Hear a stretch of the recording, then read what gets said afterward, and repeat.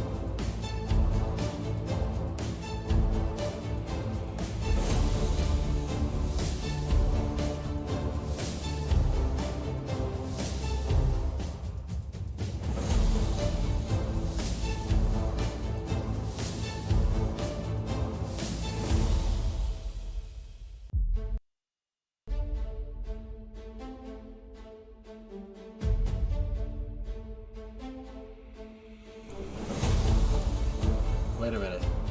Wait a minute. Should we play? That's the orchestral version. Should we? Which is the orchestra version better, or do we, or the regular one? I don't know, man. I like the orchestra one, but this one though is a banger.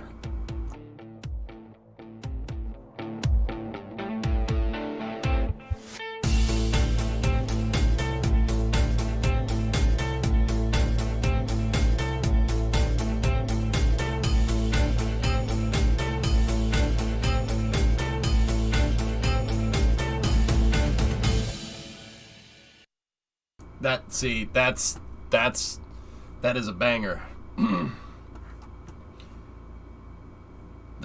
That's a banger. I really wish I could play copyrighted music, god damn it. I feel like it, you know, the Home Depot theme is pretty good, right? But sometimes I feel like, you know, Demolition Man, where they're like, oh, I love this, all places are Taco Bell, let's just listen to the theme song. You know what the modern adult is? It's a 40-something-year-old sitting in their freaking apartment singing, I'm a Oscar Mayer wiener.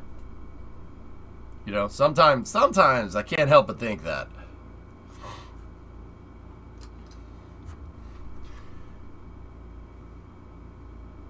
You know? Yeah? No? Okay. Cool. Sweet. Let's see. Alright, let's go. Hello. How is everybody? Bembo, thank you for the subs, dude. I do appreciate it. Press select to continue. Yep. Alright, let's get out here and let's do this. Fellas, real quick apologies for like stopping the stream at like 6-7 o'clock lately. I don't like doing that. I really don't. But I just run out of bandwidth, which really sucks. I don't really like doing that, and it's really annoying to me. But yeah, hopefully we'll get out of that sooner rather than later. Hey Reaper, what's going on?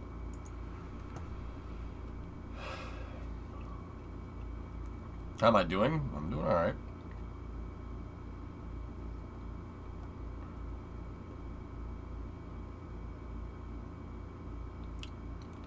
Doing fine. I just run out of... I don't run out of breath anymore. I just start coughing like crazy if I talk too much.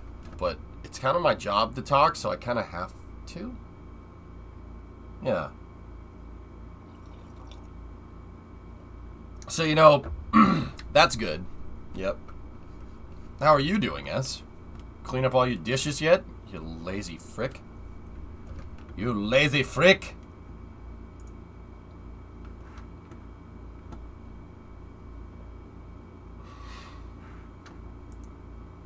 Cleaned up my dishes. My kitchen's super clean today. Yeah, Kyron, it really sucks.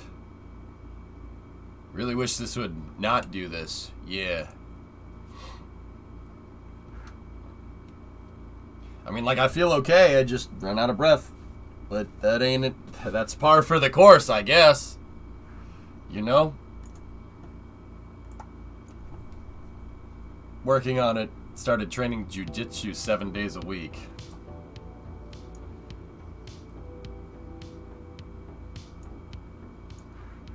Discovery, go at throttle up. How long is that gonna last? 7 days a week?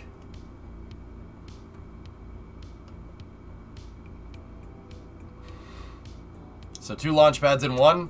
I think I'm just gonna get MLV's pad up and running. Mars, I was thinking about it last night. Alex, what's going on? Enco, 49 months. How do you put a baby alien to sleep? You rock it.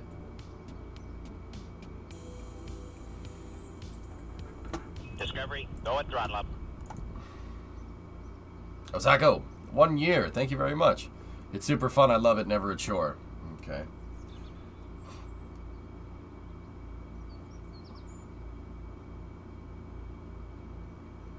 You get more Home Depot because of that, Enco.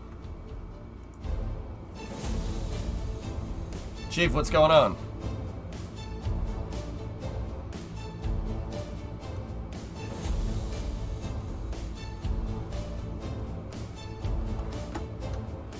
Feeling better? Yeah, I feel fine, dude. It's just, yeah. After like 6 hours, I just run out of steam. I just feel terrible. I feel like I run a freaking marathon. Well, maybe not a marathon. Anybody know about 400 meter? Anybody? Track and field, 400 meter? Actually, you know what? Not the 400, 800. 800, you basically sprint the whole thing. It's 2 times around the track, and you sprint the whole damn thing.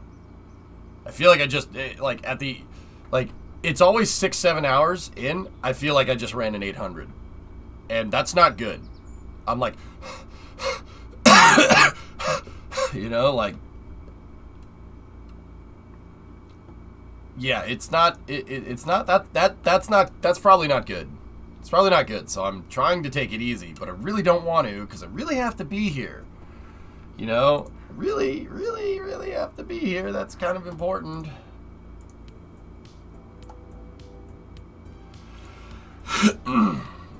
Jared, good morning. At work, I head to my flight test engineering undergrad class at 1. Cool. Running sucks? Run for fun? What the hell kind of fun is that? Hey, Trude. What's going on?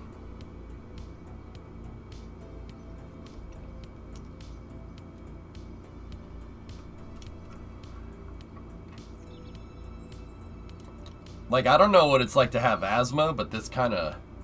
I would imagine it's something along these lines. You're good. You're good. No, you're not.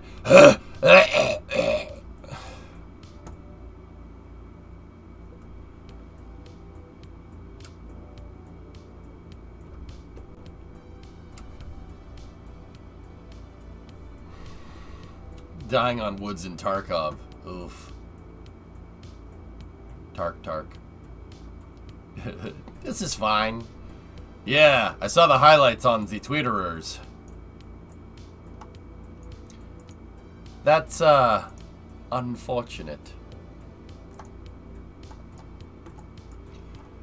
When I had it, it was exhausting walking upstairs every time for a month. I had been in great shape and played hockey 3 times a week before, but it was killer. Take care of yourself, it gets better eventually. Yeah, Pilch, you know what really has me worried, dude? I'm moving in like a couple of weeks. I'm moving in a couple of weeks. That requires a pretty good amount of physical activity. Uh-oh. Uh-oh. Now I know what people are gonna say. I'll just hire movers. Oh yeah, with what money? I don't have that.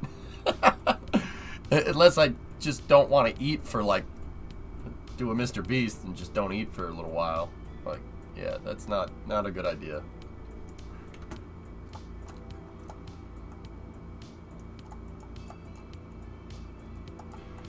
It's like breathing through a coffee stir stick. Ugh.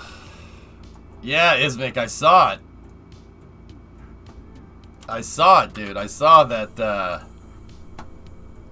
that car just loses traction in a high-speed corner, huh? Just right off the track.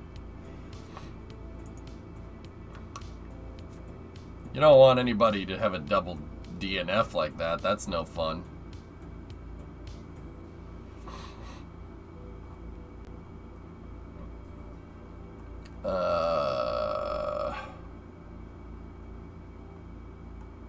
Hang on 1 second.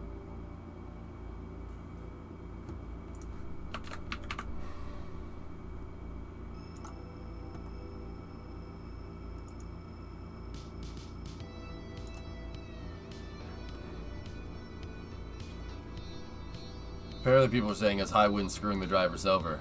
My face when?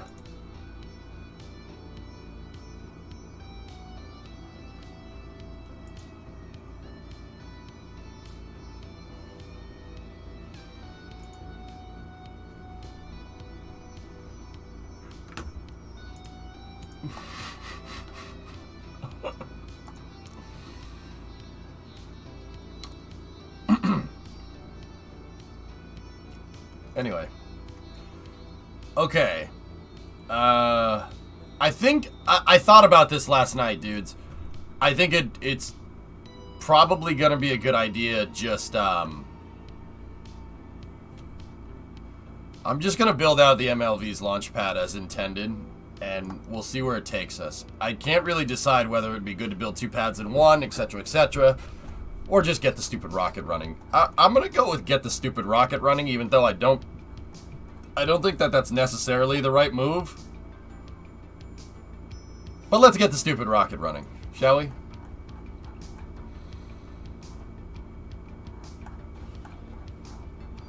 Oh, are you that upset that they crashed? Yeah, I'm into the wall about upset about it.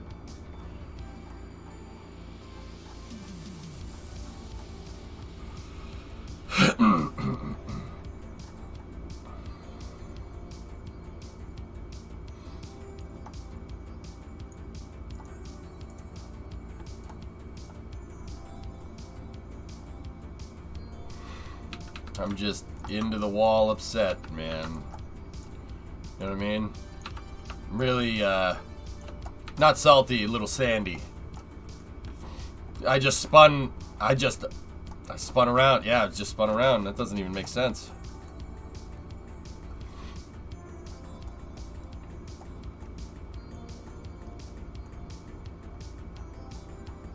I really like F1 cars, but every single driver makes me cringe, so I can't watch it. Interesting. Now that's a real Nico Rosberg moment. Oh, for sure.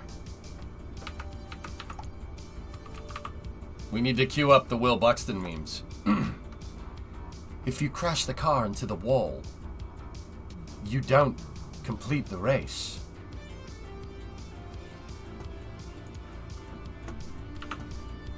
If you crash the car into the wall, you don't complete the race. No, really?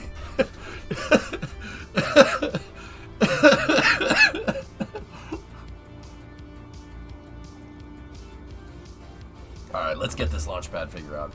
If you go into the wall, you'll last. Yeah, thanks, Will. Who would have thunk?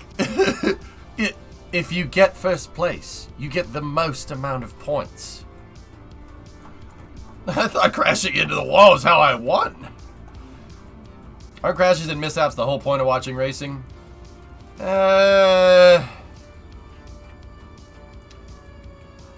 It depends on the racing, Jim.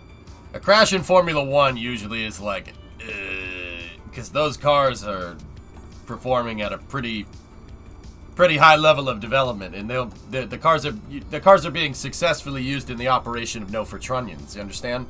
Picking up what I'm laying down. NASCAR though, the NASCAR crashes are fun to watch. Yeah, those are brutal, but the driver's inside of an armored box, so they're usually okay. If your SSTO blows up on the pad, it's not very good. Not very good. Serious, I'm going to report you to the Department of Health and Safety. The Department of Health and Safety, mate. For being too cheeky in my chat.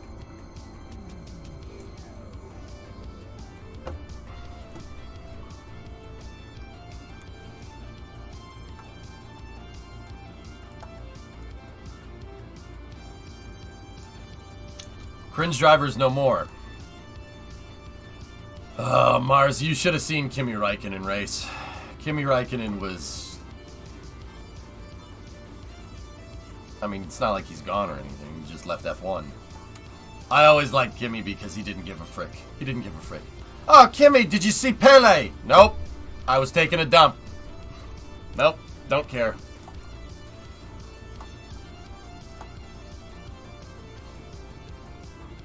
We're gonna have the bobbies kick down your door, mate. I'm combining like 6 different accents all in one. Kimmy, what happened? What happened there in turn 10 on lap 37? I crashed the car. Oh! Anything else? No.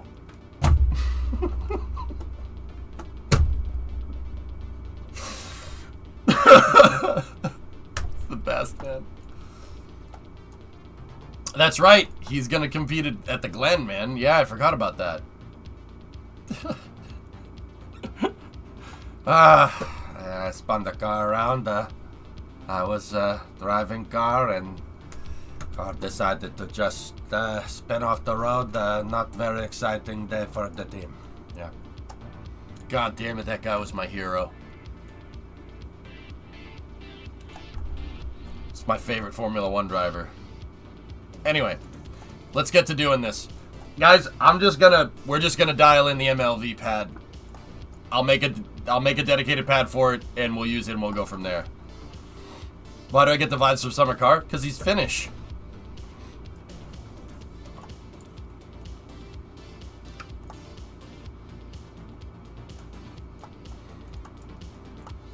Alright, let's see.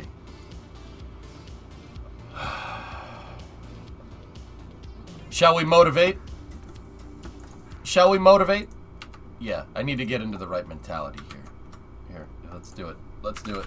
Motivate time. How do we motivate ourselves today? Oh, yeah. How about...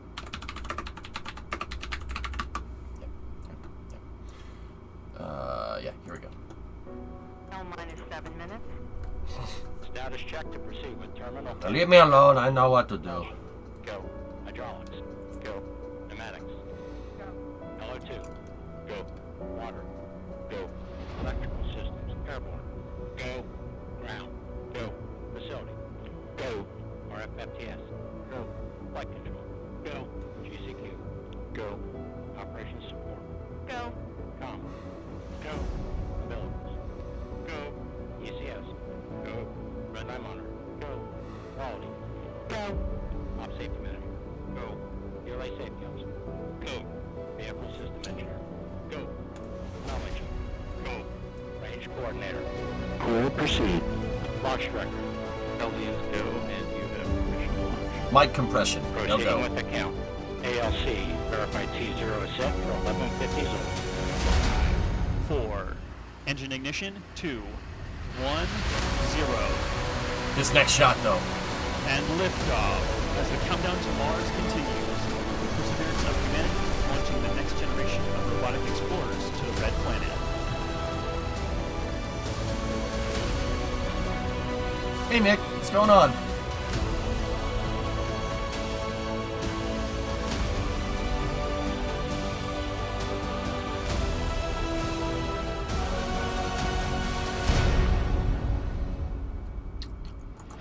do we have any updates from SpaceX and NASA and SLS? So 23rd through the 6th for SLS, nothing from SpaceX yet. Just 0. And liftoff as the countdown to Mars continues. Oh, that is, dude, that's one of my favorite launch angles ever. Look at this. Oh, that's freaking sweet.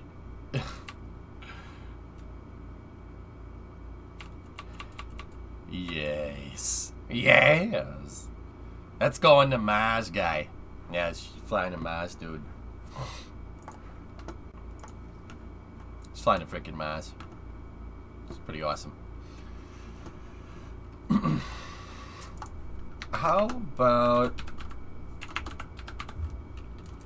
we do Starbase? Starbase, yeah. Let's do the Starbase video. We did watch it yesterday. We'll watch it again today. It's good.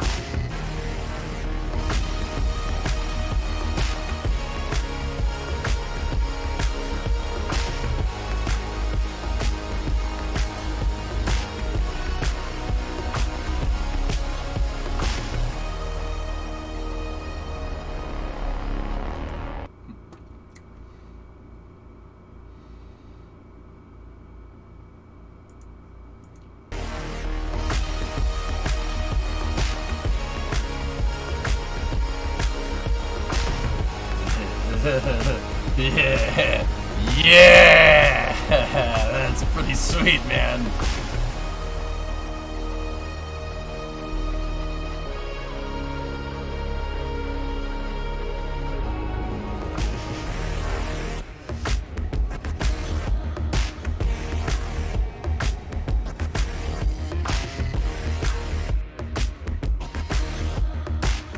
Yeah, that's pretty big, isn't it?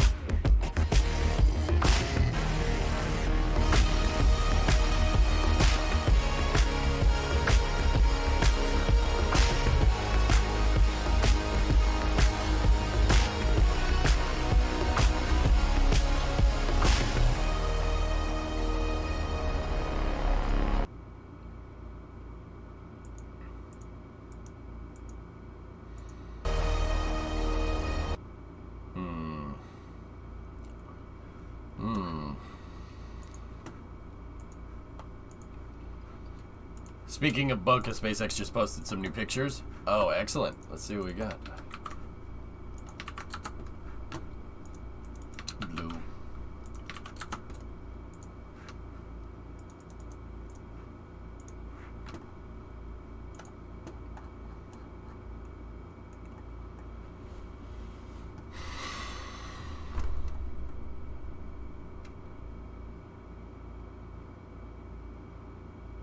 Do we have any ETA? No, not really AP. But it's gonna be sooner rather than later, dude. Wow. Okay. Hi. That's okay. It's just another one over there. Whatever. Whatever. It's fine.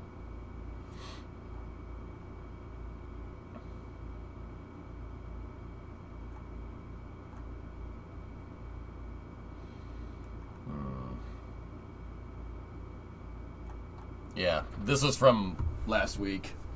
when they moved the when they moved 7 over there. That's pretty sweet. Okay. Cool. Music.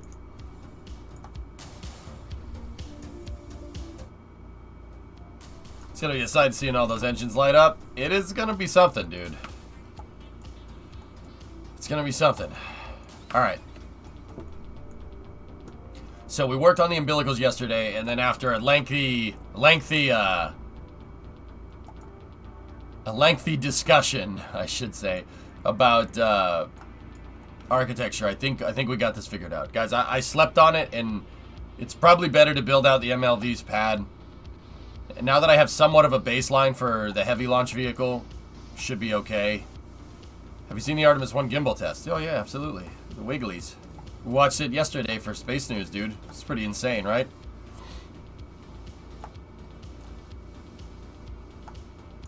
Okay.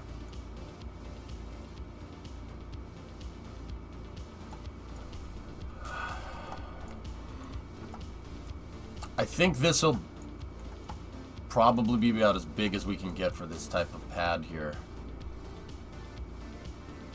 Commence the jiggling! I like jiggling!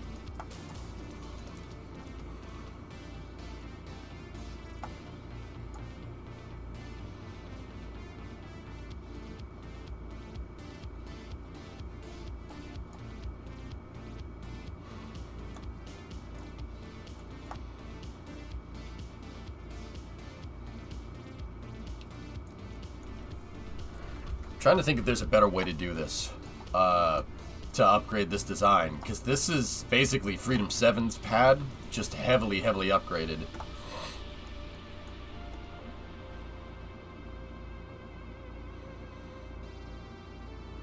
I'm thinking.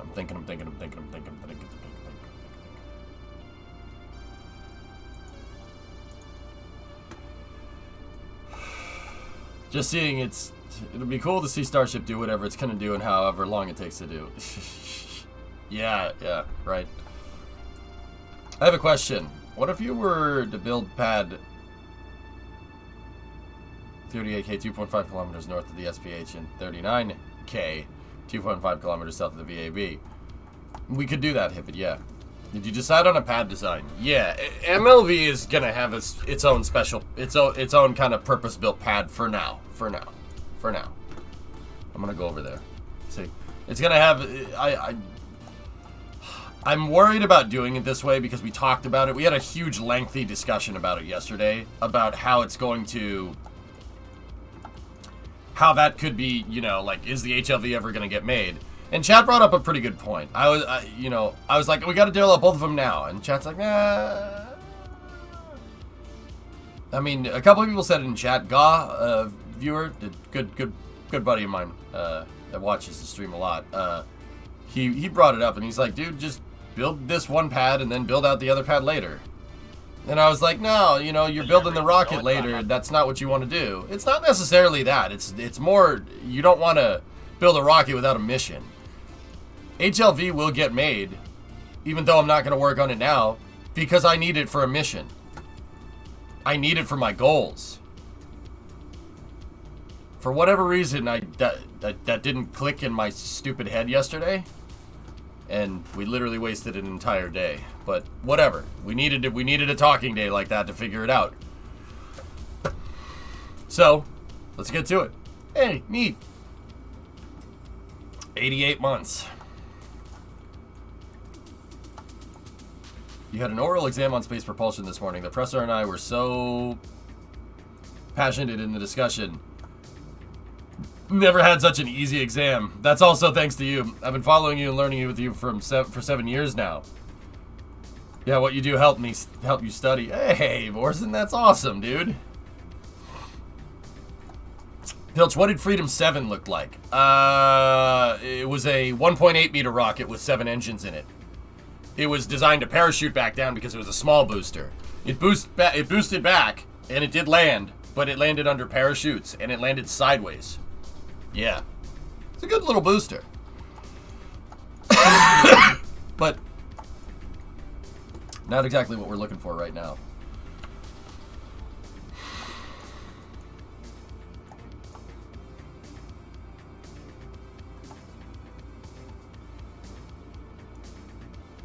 Alex, I'm just going to lurk. I have integrated electronics to design. Okie dokie.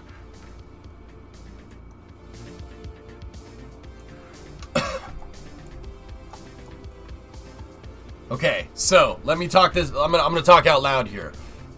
So, I decided that I'm gonna build this derived from Freedom's pad, from the Freedom 10 rocket pad. So a launch pedestal style design, right? That's what I wanted to do. I think that that's what my gut's telling me to do, and every time I listen to my gut, it's like, okay, just build the stupid thing, right?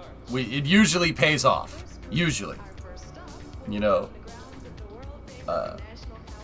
Also, I listen to my gut when it says I'm hungry. Now I want food. Thanks for that, gut. I really could have done without that right now. So I'm going to build a pad that's similar to this, to Complex 34. I want a mobile service tower crane, which is very similar to what we have for Freedom already. And a mobile service tower with a bridge crane that can move back and forth, right? And then I want a pedestal with a fixed service structure. That's what I'm looking to do. This is a very early picture of Complex 34. Now, okay, all right. Let me back up a little bit. Complex 34. What is this? What does that mean? Where is this? If you're wondering, all right, let me give you guys a little bit of a background. Complex 34 is basically the start of the Apollo program at the Cape. It was the first pad built for the Apollo program. Every other pad up until that point was either a converted missile pad, or, well, actually, every pad up until that point was a converted ICBM pad with a crew access arm on it, and that's pretty much it.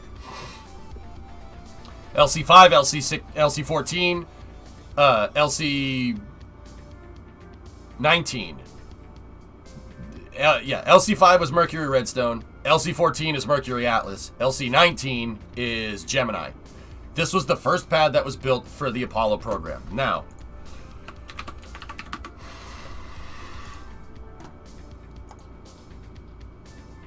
actually, in this picture right here, you can see the second pads that were built for the Apollo program, LC-37A and 37B, which are derived from LC-34. It's just a twin pad complex of LC-34. They built Complex 37 and Complex 34 just in case the Saturn V, well, actually, this one was for the Saturn 1, but they built Complex 37 just in case the Saturn V wasn't going to work. True story. This, being a twin pad Saturn 1B launch complex, would have been able to do an Earth orbit rendezvous. They could have used the Saturn 1B to launch a LEM, a CSM, and a third stage, couple them up together in space, and then send them out to the moon that way. They built that as a backup plan, just in case Complex 39 wasn't ready or the Saturn V didn't work. True story. But 34 is where it all started. Hey, Velox, what's going on? What rocket is on 34? That is Saturn, that's SA3, I think? Or SA4, it says SA4 up there. So Complex 34 is where, that's where literally everything started.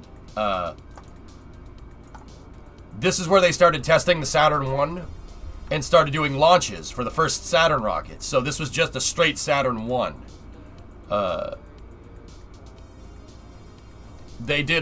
Basically what they did was they launched the rocket with a dummy second stage and a dummy third stage, because the Saturn 1 was supposed to have 3 stages. It was supposed to be 3 stages. And then they built that, they launched that, and then they put the S2, or not the S2, S4, I think is what it is. They put an S4 up here and then launched that.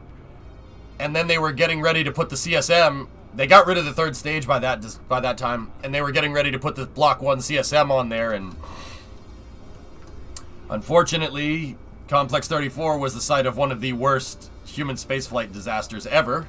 Apollo 1 happened here as well, which really sucks, but it is what it is. Inward opening hatch, though. But they fixed that later by launching a Saturn 1B. A Saturn 1B with people on board with the Block 2 CSM to prove that it worked. I actually talked to the guys that launched on this mission at Space Fest one time. Also, nice Corvair. Nice Corvair. Hang on, let me just go down here and take a look. Yeah. Second gen Corvair. Very nice. Both of those cars are rear engine, by the way. 2 rear engine cars. Nice dissolve. So, the configuration that I'm looking for complex, for like my Complex 34 inspired pad is going to be more along the lines of, it's going to be less like the Saturn 1 days and more like the Saturn 1B days. I would love to do that, but Kerbal and part count is just not permitting. There's pictures of the VAB under construction.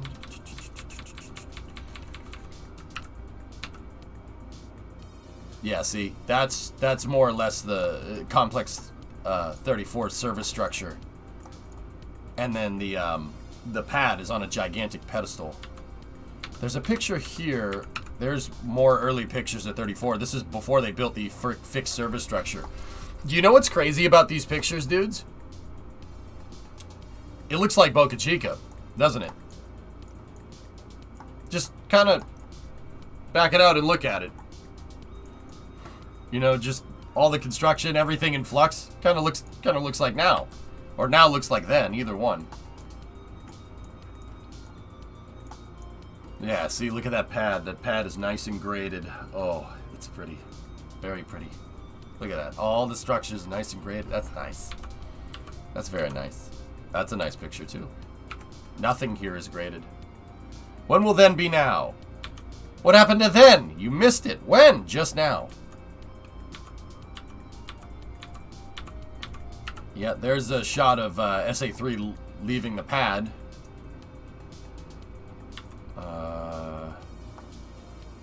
There's the test stand in better days, better times. These are pictures of the Saturn 1. Now, yeah, the reason why it was this, the reason why Complex 34 was the start of the Apollo program is because that's, I mean, you know, people could argue about this, I suppose. It's, you know, people are going to argue about everything nowadays. But Saturn 1 and Complex 34, personally, I think by the time that pad got operational, the U.S. was ahead of the Soviet Union in the space program. That was the point where we established heavy lift capability. Now, don't get me wrong, the Soviet Union eventually did that too with Proton, right? They got heavy lift that way, which came around about the same time. But this is when the Apollo program started to really take hold, and the U.S. developed heavy lift. It's funny because the Saturn 1 and the Saturn 1B, the first stage, if you really want to know, is probably the most Kerbal rocket ever designed. You know why? It's literally just a bunch of fuel tanks from other rockets clustered together. What you're looking at there is Jupiter and Juno fuel tanks wrapped around each other. There's 8 outer tanks, right? And then there's a center inner tank right there. Actually, that test stand picture is a good example because that Juno rocket is the center tank. It's just, they took the tanks from the Juno missile and they extended them, and then they wrapped them around Jupiter C, which is a Redstone missile. These are Redstone fuel tanks, just like Kerbal. You want to make a bigger rocket? Wrap fuel tanks around it. Literally adding more boosters. Only it's more fuel tanks.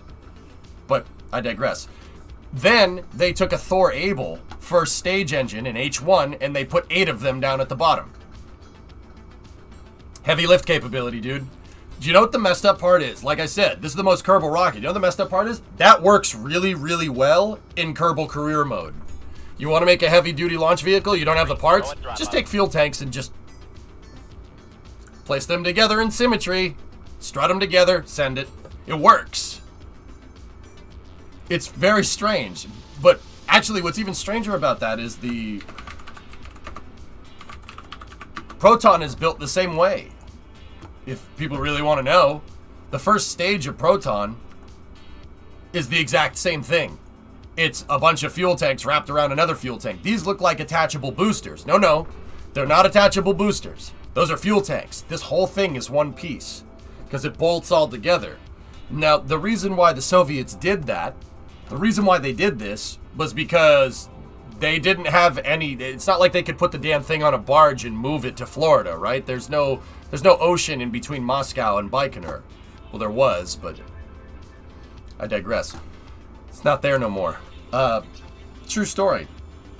So they made the fuel tanks. They made it so the rocket was assembled at the launch site. That's why they made them small enough so they could transport these parts on rails by train, and then put the booster together down there, down in Baikonur. Hey, Thex 57 month resub. Let's wrap an SLS with Falcons. Yeah. Tanks and duct tape. Yep. That's what that picture is, dude. Look. They built a giant jig of struts, and then they just hooked all the fuel tanks together. And it's built around that Juno core tank. Isn't that nuts? It actually worked. It worked really freaking well. You know why it worked really well? Because this is all stuff that they know works already, because it was already made out of missile parts. They know it works. Missiles have to be reliable, right? You don't want to launch your missile like they did out of Vandenberg the other day and have it blow up, right? So this stuff was already reliable. It was already flight proven, which is really smart. That's really, really, really smart project management. Helium balls? Yep. That's what it looks like.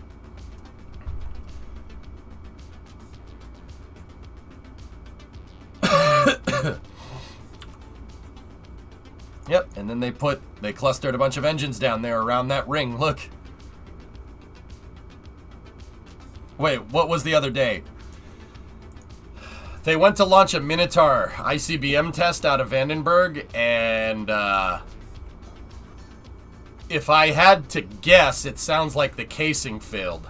The sounds like the SRB casing failed miserably. Don't ask.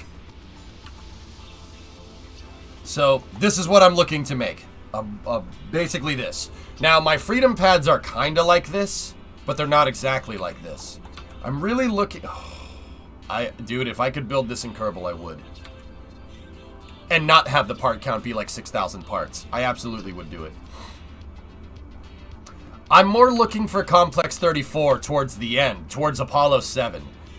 If you look, that's the same pad. They really did some heavy upgrades to the mobile service tower over the course of the Saturn program. But this more or less is what I'm looking for. What was the payload?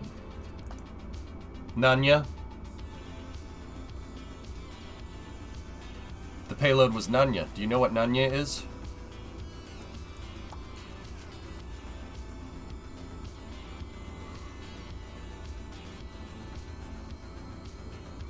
I don't know. I don't know what it was. Nanya D's nuts got it. Wait, what? That's not how that works at all. That didn't help at all. Anyway, this is what I'm looking to make right here.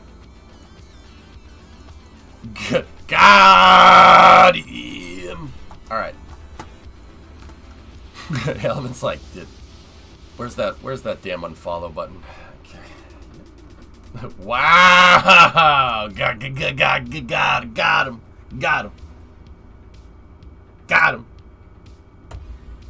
Bruh. For the Minotaur 2, Red Launch was scheduled to be the first test supporting the development of the Air Force's new Mark 21 re-entry vehicle. Does that mean it's not being tested then? Yeah, guys, actually, I'm enjoying the rocket talk, and I'm getting motivated here. I'm getting pretty sufficiently motivated here, but I can show you more things. Vandenberg is an ICBM test base. That's what it's there for. What the crazy thing about Vandenberg is that, you know, if you follow... No, get out of here. If you follow, you know, launches out of Vandenberg, there are three pretty big major pads that everybody knows about. There's Slick 3, which is Atlas's pad. Slick 4 East and Slick 4 West, which is Falcon, right? Landing pad. And then there's the best pad ever designed that was never used, Slick 6. Well, it's used for Delta. That's Delta 4's pad. Slick 6 right there. Pretty awesome pad, if I do say so myself. Everybody hears about the orbital launch pads. But the reality of the situation is at Vandenberg, there is all kinds of launch pads everywhere. More pads than the Cape. Seriously. There is way more. They're everywhere. If you look out here on the coast, look at all of them. These were all ICBM launch pads. They were all test pads at some point. That one right there, that's Slick 2. That's Firefly's launch pad. It was a Delta 2 launch pad for the longest time. So, like, there's 1, 2, 3, 4, 5, 6, 7. There's more over here. Look, the pads go on and on and on. Look at all of them. It's almost like we like missiles or something. 1, 2, 3, 4, 5, 6, 7, 8, 9. If we go snooping around up here, you can find the old Titan 2 missile silos. It's kind of crazy because the Titan 2 silos that are out here, 395 A, B, and C, are the only intact. Well, there's 4 intact Titan missile silos that weren't blown up because of the strategic arms limitation treaties. One is in Green Valley, Arizona. That's the museum. The 3 other ones are here. Most Titan 2 silos were blown up and destroyed.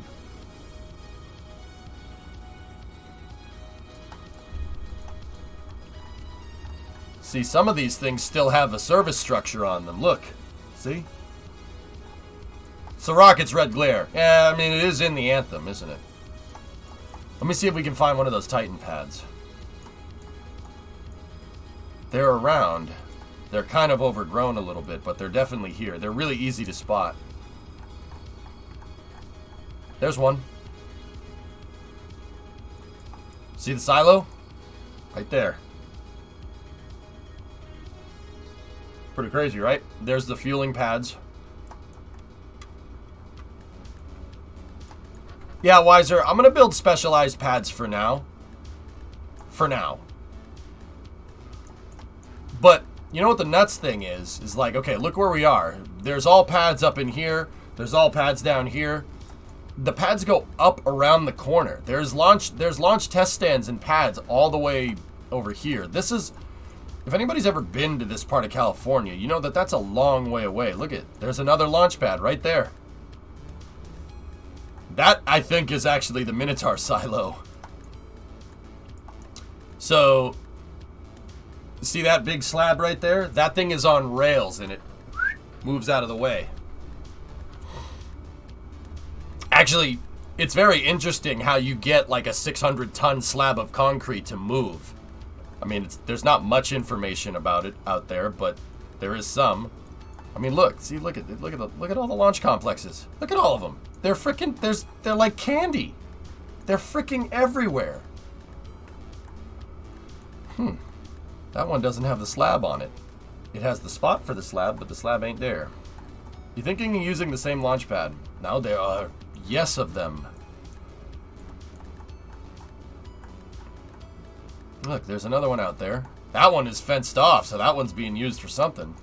But it's crazy how many pads are out there at Vandenberg. They're all ICBM testing pads though.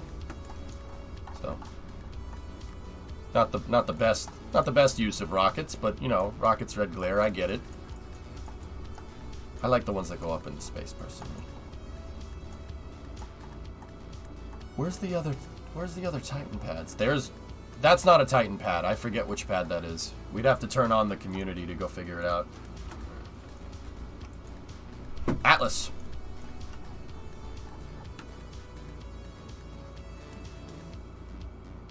.576 is Atlas E. We need, for Titans, we need ones with the 395 designation. Because the 395th missile wing. There's 395B right there. See? One of only a couple intact Titan missile silos, and it's really not in good condition, if I say so myself. 576 is Atlas. So there's a Titan one right there. 576.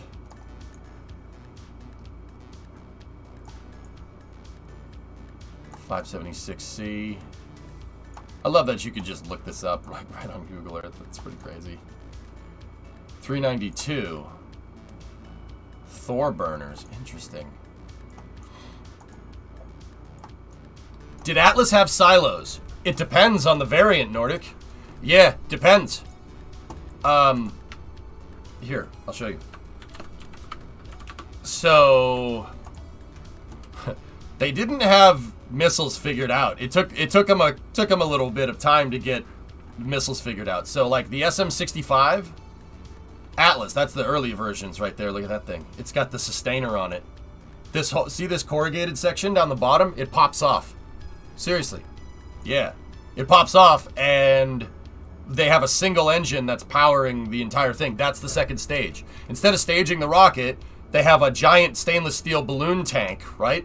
And the engines actually jettison when you don't need that TWR anymore. When you want more Delta V, you jettison the engines, not the tanks. Very weird. So early Atlases were just sitting on the pad. Or early SM-65s, they just sat on the pad like a regular rocket. It realized that that's probably not a good idea. The reason why that's probably not a good idea is because it takes about an hour to fuel the thing, right? It takes about an hour to fill it up with LOX. That's an hour of time that your enemy will know that you're fueling up your ICBM. They don't want that. It's probably not a good idea. So then they rolled with Atlas. I think they had Atlas D. Atlas D, got him. So there's SM-65A, then B, then C.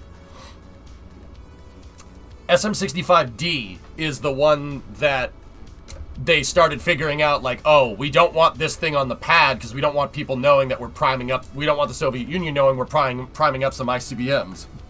So SM-65, the SM-65D, its missile silo is actually not a silo. It's a hangar. It's a hangar. It's a concrete hangar that's built into the ground. And that concrete hangar has an erector in it. And this thing has huge freaking doors that open up like this. Like, think like a bulkhead to a house. Like, the doors open up like that and the rocket, whoop, it comes out and then they fuel it. But that still didn't really solve the problem of, you know, like, having the other guy know that you're fueling your missile up to go and blow him away. That's what that pad is. The one of the pads that we were looking at, the Atlas D. And then they figured out Atlas E. Atlas E launches from a silo, but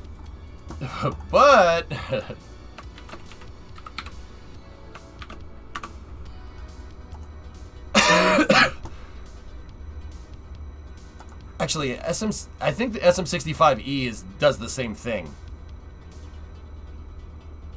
I actually forget. I don't think that's an E right there. I think that's Atlas D. So, what Atlas... I think it's E. I think it is. But yeah, see, look. There's a huge armored box, and they just flip the thing out of the box, and then you go. See? That's what it looks like. I think the Atlas E one was building them more into the ground. See? You can buy these. Those silos are all over the place. They're everywhere. I mean, we made a lot of ICBMs, to be fair.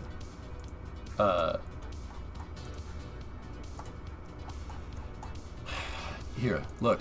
See? They're all over the place. See 576 at Vandenberg? That's Space Missile Squadron. That's the test squadrons. All ICBM testing is at Vandenberg. It used to be at the Cape, but... Well, it used to be at the Cape for the Air Force, let me put it that way. So, these silos are everywhere. You can buy them, which is pretty crazy. And then I think it's SM-65. It's either E or F. I forget.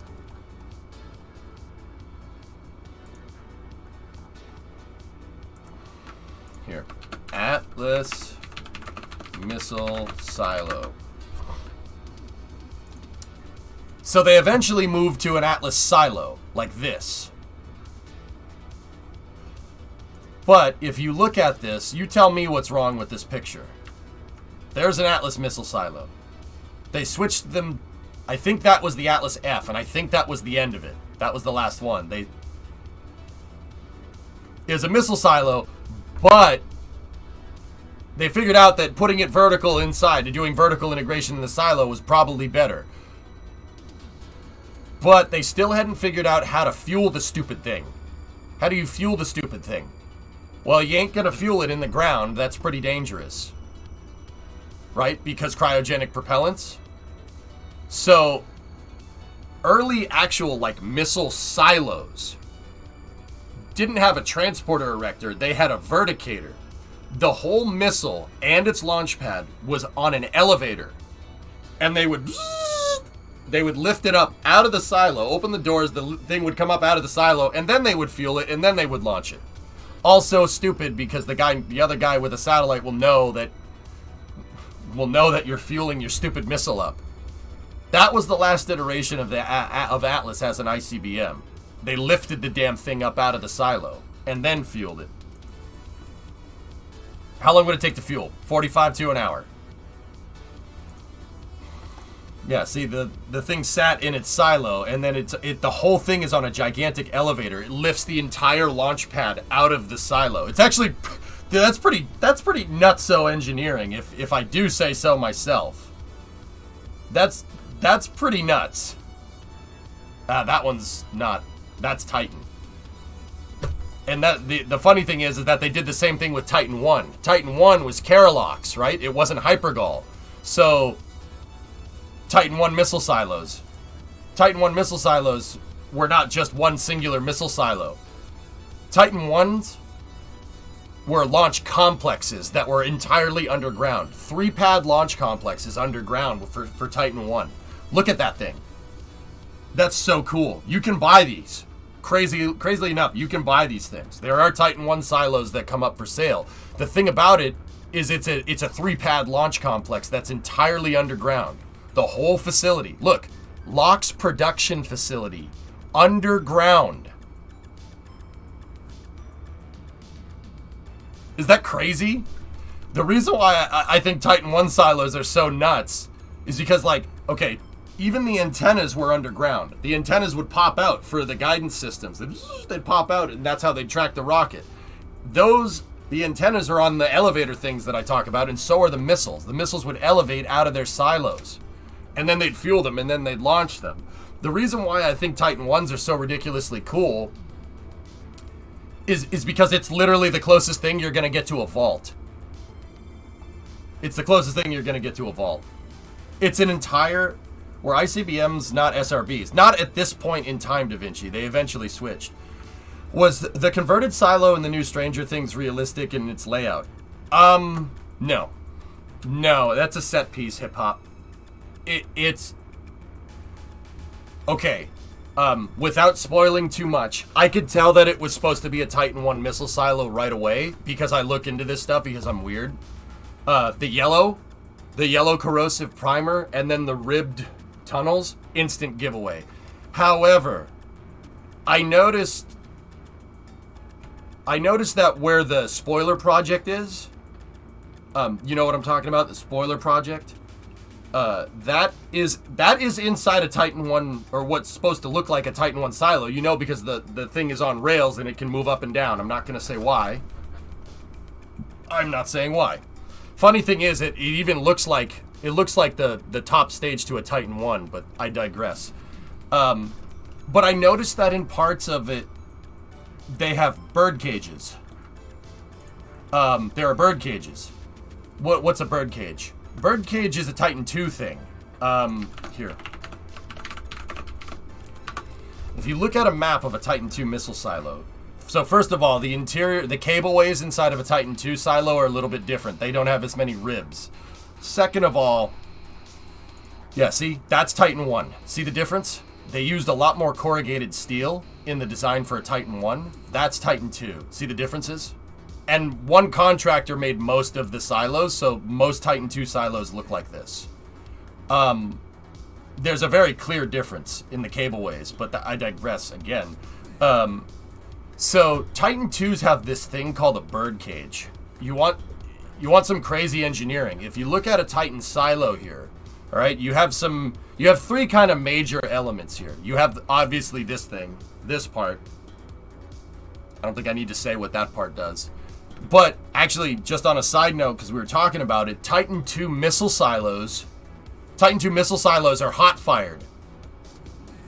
They go silo soft is what it's called, and the blast door moves out of the way, and they launch it right out of the silo. There's a flame deflector down there.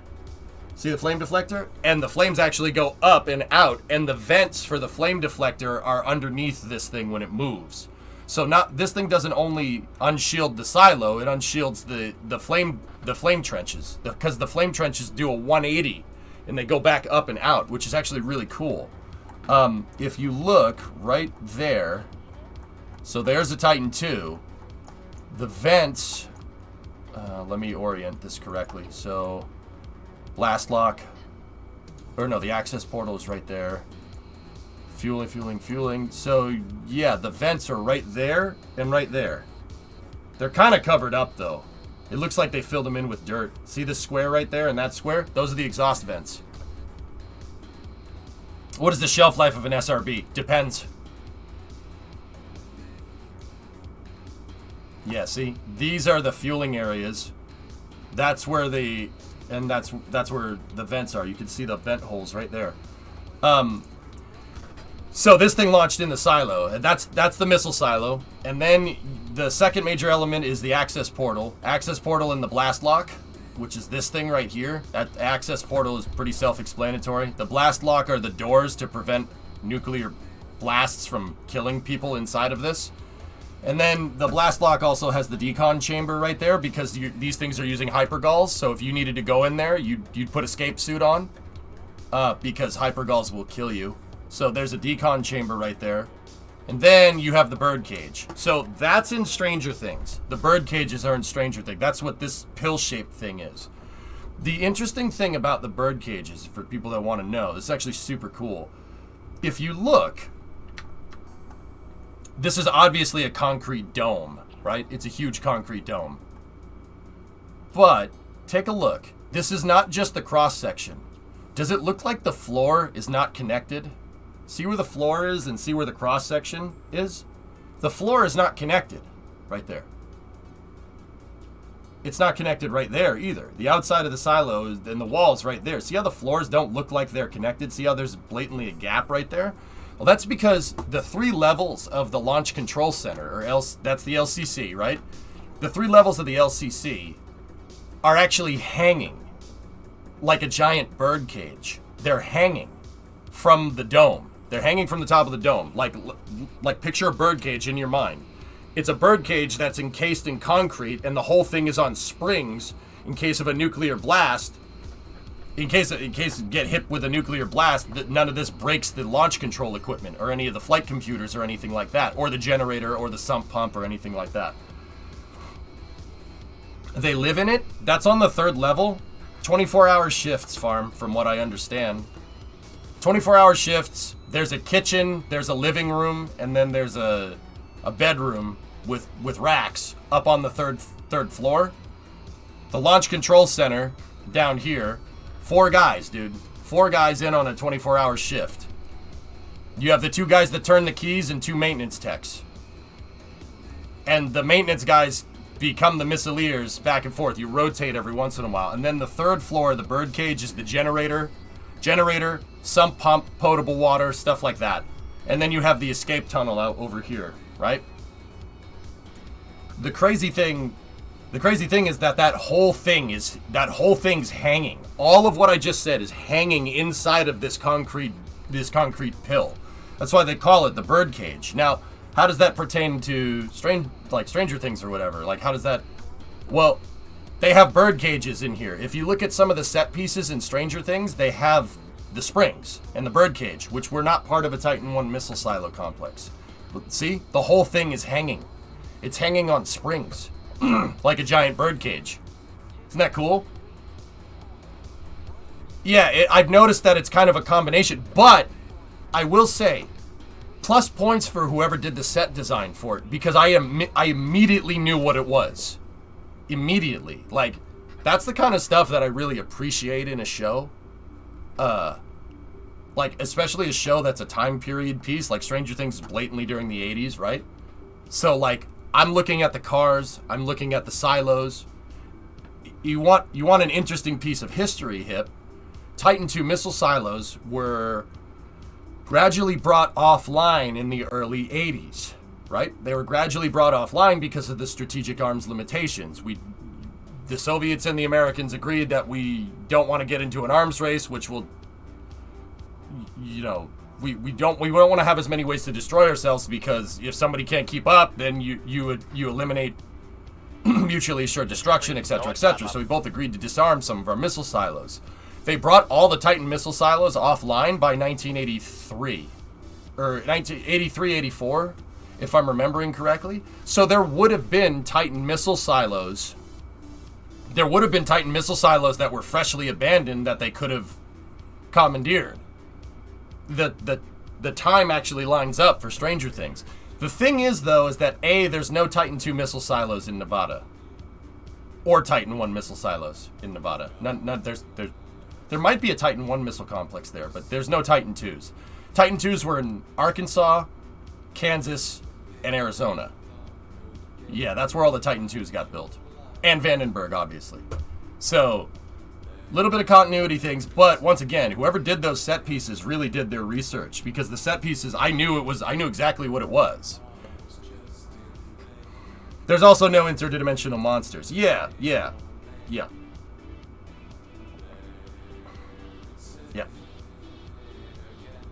Hey, Newt, 8-month resub. These things are very easy to get wrong, and not that hard to do proper research and do right. Yeah. Did you know if these were excavated underground or made cut and cover? Nordic, you're asking me if they made the Titan II silos Colin Furze style? No. They dug a hole. They dug a hole in the ground, they built the building, and then they filled it in.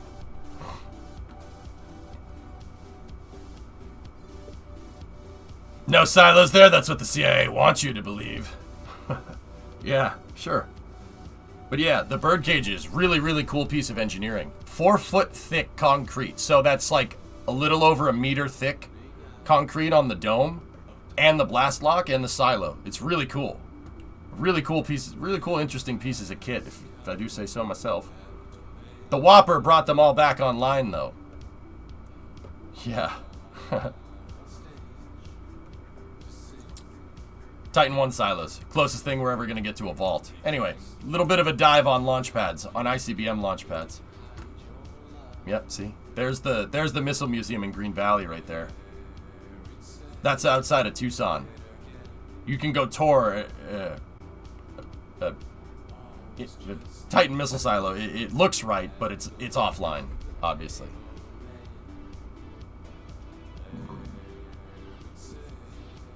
Funny story. You see that thing? You see that missile right there? I hugged its engines. Or at least I'm pretty sure they were its engines. Might not be. Either that or it was a missile that it was next to. Is that Atomic Rancher, Thomas? Yeah, Atomic Rancher. Great channel. I learned a lot from that channel, dude. Weird flex, but okay. Yeah, those engines that were sitting at Pima. This is part of the Pima Air and Space Museum. And when we went to Pima, we went into the back and we found LR-87s that were out there. I can't prove it, but they very well could be those missiles' engines. Yeah, it's possible. More likely that they have the engines on display out here, but either way, bird cages. Really cool. See? I mean, it's pretty nuts. It's an entire launch complex that's underground. It's actually really freaking cool. And the whole thing is built on suspension. There's one of the blast locks. 6 doors. Yeah, they couldn't put these things underground. They dug a hole in the ground, Nordic, and then they built this. It's for sale. These things do come up for sale every once in a while, guys. Titan missile silos. The problem with the Titan II silos is that, well, there's 395B. That's the one at Vandenberg. They're filled in. They capped the silos. So, per the Strategic Arms Limitation Treaty, right? See right here where it says spacer? Right before the long cableway right there. When they decommissioned the silos, they obviously took the missile out. They took all the equipment out. And basically from about where my mouse cursor is up, they blew it up. They destroyed them. They detonated them. Because they wanted to show the Soviets with the satellites that we're blowing up our missile silos. See, there's no missile silo here. So they blew up the blast door, right? And they blew up the level 1 and level 2 for the silo. And then they took all the rubble and they bulldozed all the rubble into the silo, and then they capped the silo. They put a concrete slab on top of the silo at level 2 to show that we were disarming our missiles, right? Even the one that's in Arizona, the silo that's in Arizona has the blast door welded shut, or welded in the halfway open position. If we go over and look at Green Valley, it's over here. Did you see the Atlas Silo SAE at Zillow? Can send link. I've seen them. They come up for sale, yeah. See the blast door? They put concrete on the blast door rails, and then they welded the door halfway in place because they want to show that the silo is decommissioned. You ain't going to launch a missile out of a silo with the blast door welded in place. They can't... The museum actually can't move that blast door. They cannot open it. If they open it, you could cause an international incident, and I don't think right now would be a good idea to do that. 550K for the Atlas silo, Slappy? That's not too bad, dude.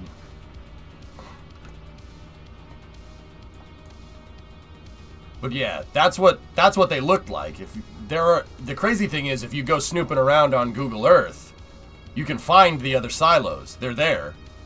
They spread them out. Every silo is about 7 miles apart from another one because nukes. Here's another one over here. That's what they look like now. They blew up where the silo was, and then they filled it in with dirt, and then they blew up the access portal, and then they filled it in. But the crazy thing is that the bird cage and everything, they left it there because you ain't getting that out. So they just left it. But they blew up the top levels of the access portal and then filled that in too. But the silos are still there, which is crazy. Yeah, there you go, Thomas. That's what they look like. But you can see right there they are. And you could still see the hypergolic fueling pads right there.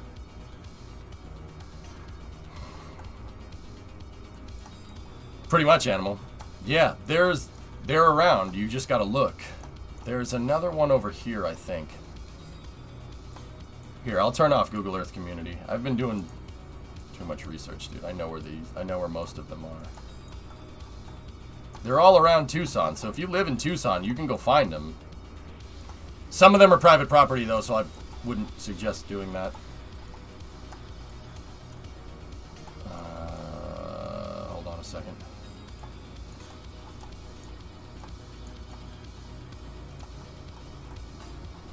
There's one. That one still has that one has the access portal open. See it? I think we don't need silos anymore. We have plenty of subs and stealth bombers with nukes.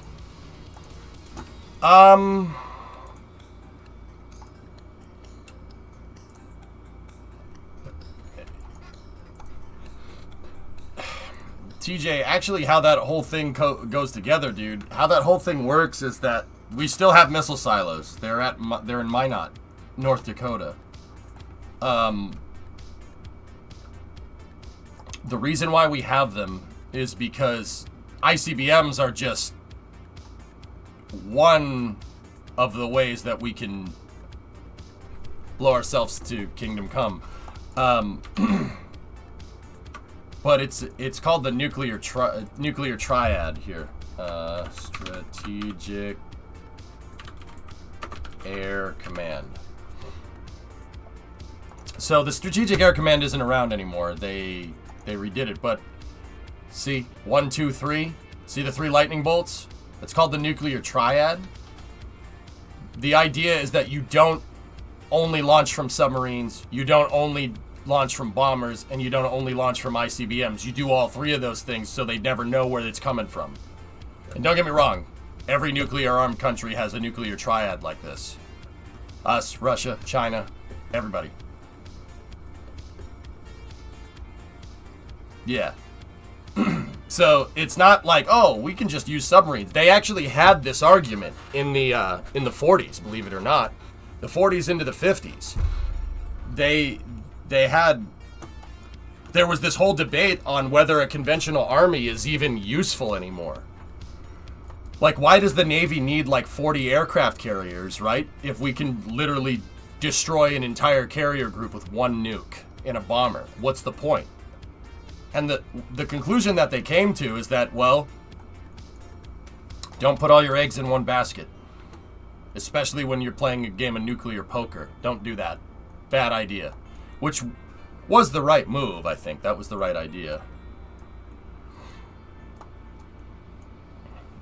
I think recent events show that we still need all this stuff, unfortunately.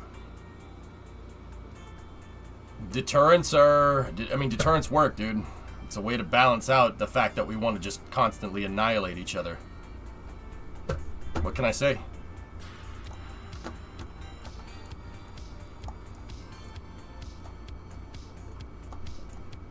Anyway, yeah.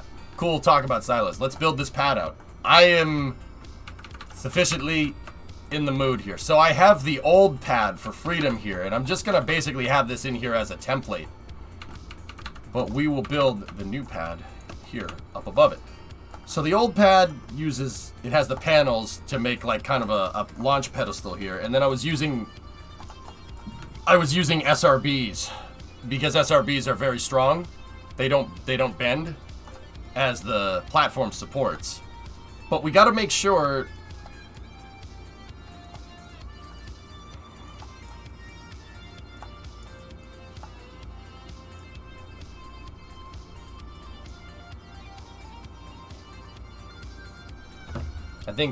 I still think everybody should work on decreasing the number of warheads just to the lowest possible level.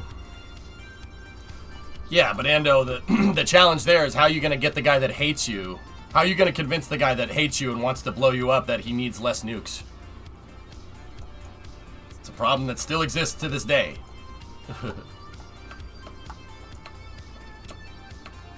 It's, yeah, crazy, right?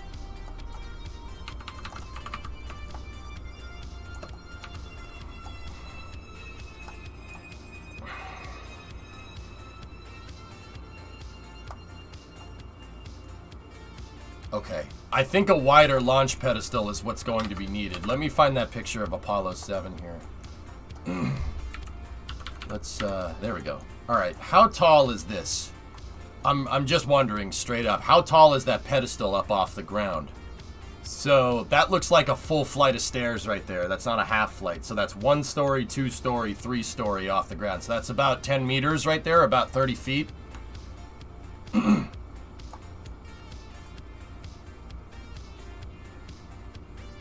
You know what the funny thing is? You know what I just realized, just on a side note? If you look, and people that like the metric system will appreciate this. If you look at all this stuff, so look, that's 3 stories off the ground, 33 feet, right?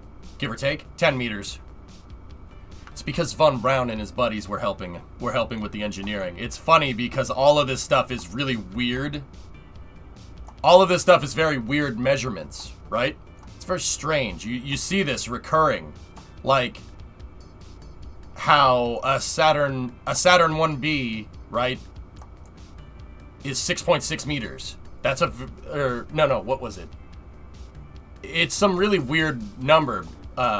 It's like 20, 22, 23 feet across. It's a very weird number, but it's 6.6 perfect.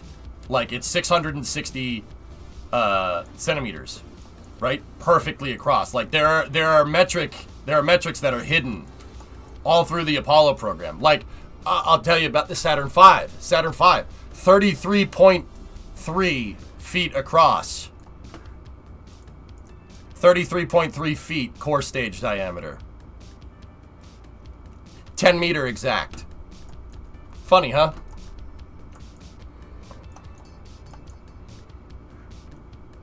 Once the rockets are up, who cares where they come down? Where they come down is not my department.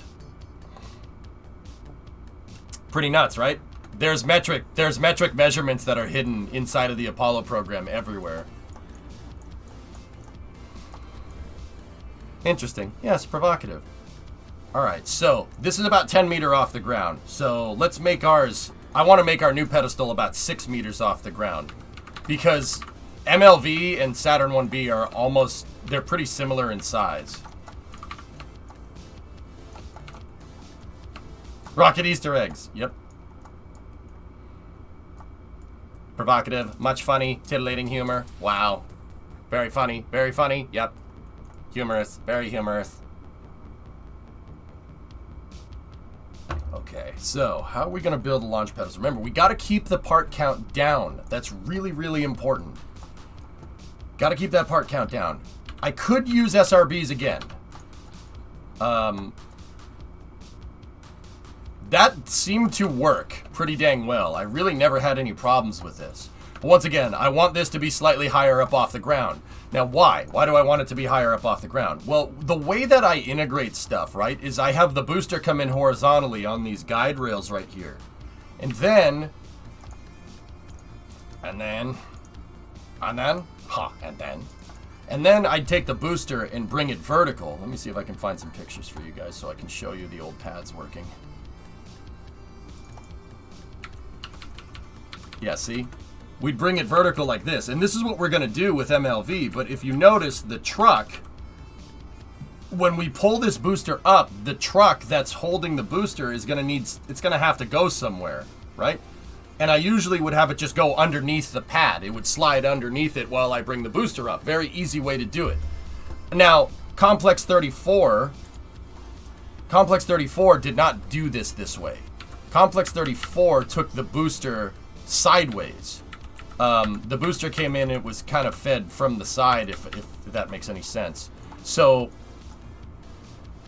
if you look, the bridge crane would move into position. It would sit right here, the bridge crane, and then they'd bring the rocket in sideways, and they'd lift the rocket up. So the where that checkerboard is would be right here, and then the bottom of the rocket would be right here. And then they'd pick it up with the bridge crane. And then the bridge crane would get it vertical, and then the bridge crane would move in, and it would put it down on the pedestal. You know what your problem is? You're putting the rocket on a pedestal, okay? Damn, dude. Look at those dudes just chilling. This picture's sick, dude. There's Saturn 1B test tanks. There's the bridge crane.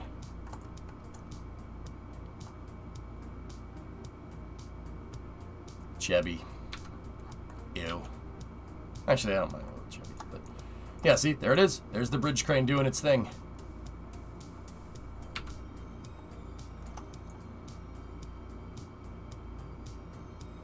That's a really early picture.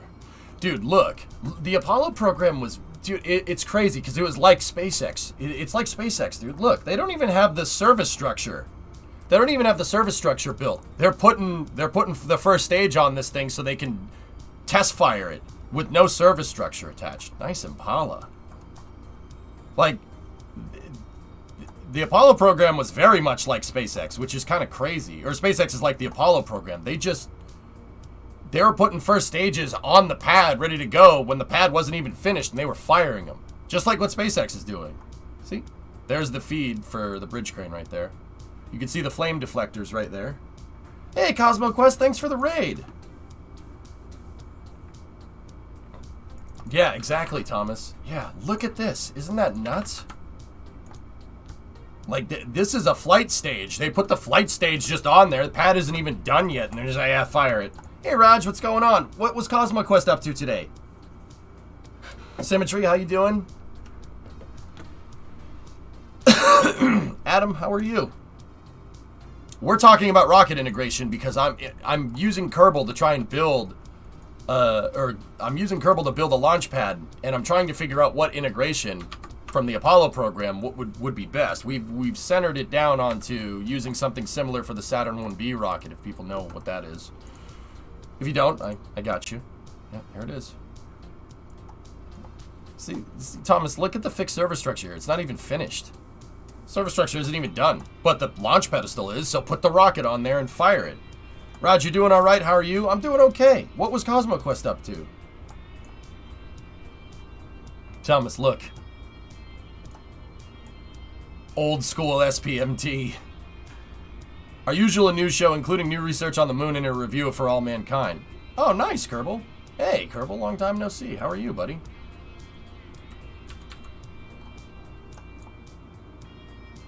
NASA just released a list of objects for Webb. Yeah, that's right. They did, and I'll be 100% honest with you, Adam. Astronomy is not my digs, dude. I like the mechanical engineering and the aerospace engineering. The astronomy stuff I am woefully lacking in. So they released all those things, and everyone's super excited about it, and I'm just sitting there going, yeah, those spots seem cool. I don't know what any of these are. I don't know what any of this means. Okay, but you know what? You know, aerospace engineers, astronomy bros, we're on the same team. So I will get excited, even though I have no idea what I'm getting excited over. Because I know you guys know your space stuff. And I know my space stuff, but a different type of space stuff. But we all know space stuff.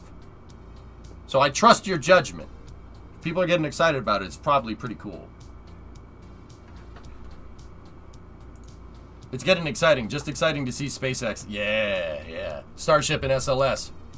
They're going to go off at the same time, Raj. One launch is going to be like a day before the other one, dude. I can see it coming from a mile away. And you know what the crazy thing is? It's just a coincidence. It's just a sheer coincidence that they got all these things done at the same time.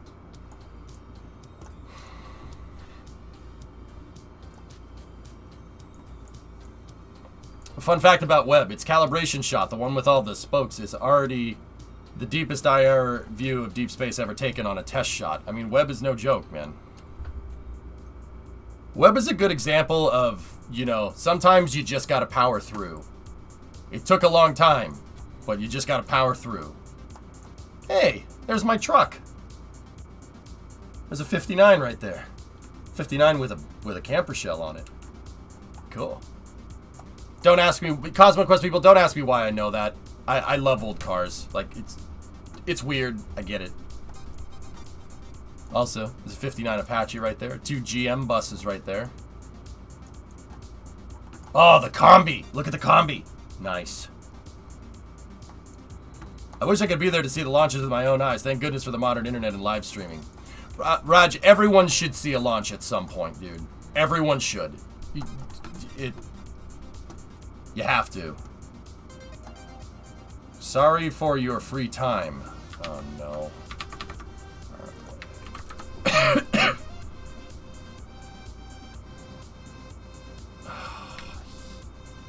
You smelly butthole.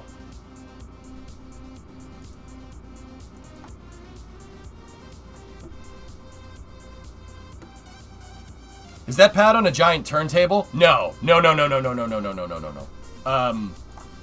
That's just the launch pedestal. So Driados, if you look, so see where the drainage culvert is? They were quickly realizing, especially by the time you started really upgrading your rockets and really getting into heavy lift, that with Florida, you really needed to do some heavy grading, or else your launch pad will sink into the swamp. So, look, it's that same limestone chunk soil that we see at Roberts Road. It's the same crap. See the dark soil? The dark soil is no good. I know that because I studied the core samples from the Cape because I'm a loser. I mean, it's true. I'm not going to say that it's not. That's weird, man. Normal people don't do that.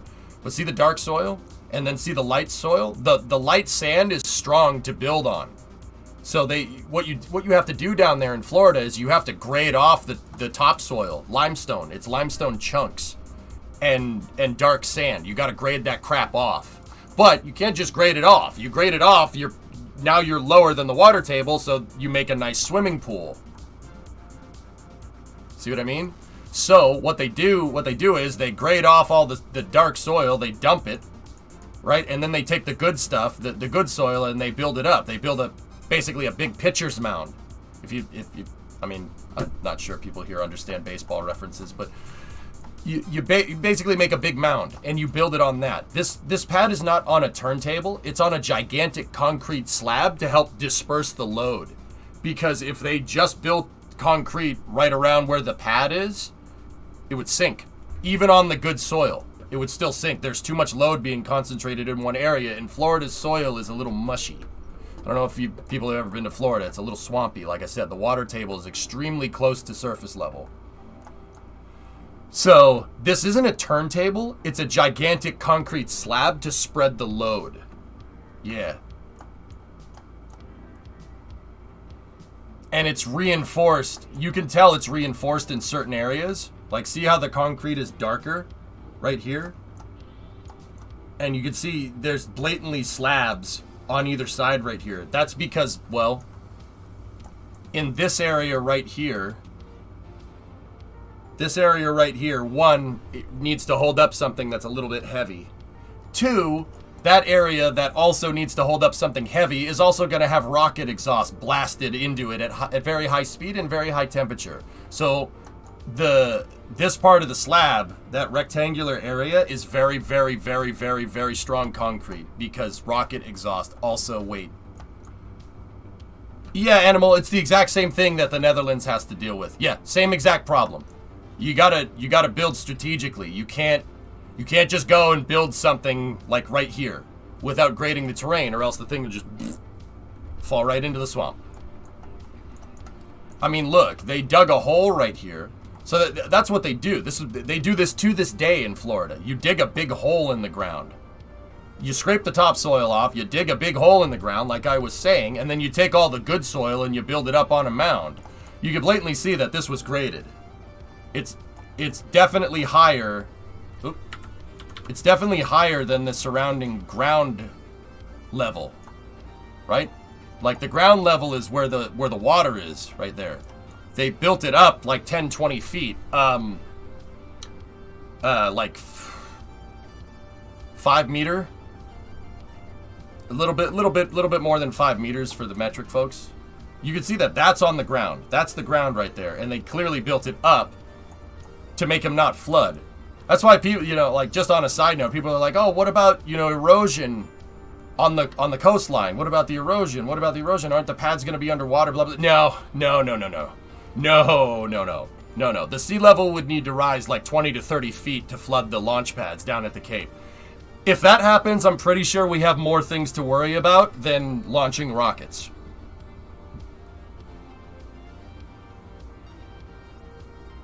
Yeah, Cluties, if you want to get technical about concrete, sure. All of the slab is technically reinforced with rebar, but a higher PSI concrete with probably other additives was used for the higher temperature zones just against. That sounds right. Yeah, I think this probably is all reinforced concrete. You're probably right. But this stuff is it's stronger concrete because rocket blast, right? Like, that's the right thing. Yeah, 20-foot sea level rise, we're screwed. I don't know where all that water is going to come from, but yeah, we're pretty boned. Like, 20-foot sea level rise is like we get hit by an asteroid. Yeah, that's not, yeah, probably not what we want. From Greenland and Antarctica mostly. Dude, I honestly don't think there's enough ice in the world to make the sea level go up 20 feet. Like, if the ice caps completely melted, don't get me wrong, Jonas, we'd be screwed. But I don't know if it's 20 foot screwed. I think like 1 to 2 feet and we're screwed. And there probably is enough to do that. Yeah, that would be bad. You said crossing the streams was bad. There's probably enough to do that. That sounds about right. 20 feet is like adding another ocean to the ocean. That's a lot of displacement. How come we do not see more launches done on ships? So you have more orbital inclinations. Boats are expensive. I would literally rather build my pad in a swamp than build it on a ship. Just build a rocket that can build a rocket that has enough to get into space, and then use orbital mechanics to figure out the inclination changes. Now, with that being said, Raj, there's a couple of people that decided to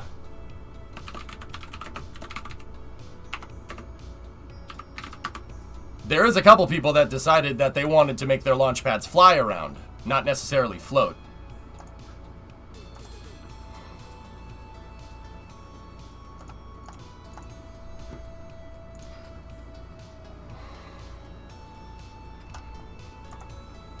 Please see this, 10 feet. Yeah, that's probably not a good thing.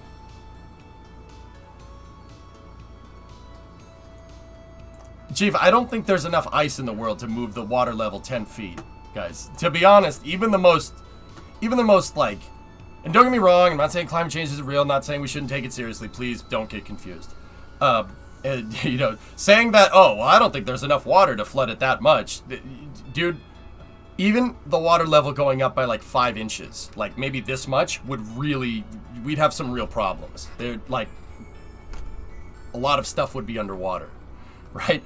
But I don't think there's enough water for like 10 feet sea rise. I don't think that would ever happen. But the thing is that 10 feet sea rise we'd be screwed completely. But like even 5-6 inches, so like a half foot, so 15 centimeter. We'd be screwed with that. Like, 10 feet? Oh, no. 10 feet is well into the we're screwed territory. You know what I mean? Like, that's well into the, oh crap, we just made Waterworld.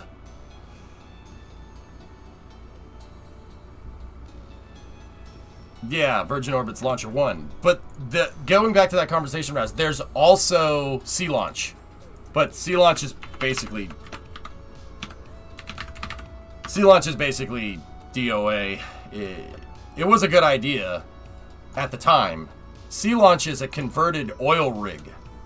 It's a converted oil rig that has a HIF hanging off the side, and it was used to launch rockets. It was used to launch Zenit rockets. Zenit rockets have a Ukrainian design with Russian engines. Yeah, Sea Launch is not a thing. Yeah, that's not a thing anymore. Yep. Yeah. Unfortunate. But Sea Launch was a pretty sweet idea. It's pretty cool. And actually, Raj, you want to hear something crazy? SpaceX, through a shell company, bought 2 oil rigs. They bought 2 oil rigs. And even though I'm pretty sure SpaceX doesn't have any plans to do anything with them right now, I am fairly confident that that's what those oil rigs are going to... Starship. Yeah. Starship.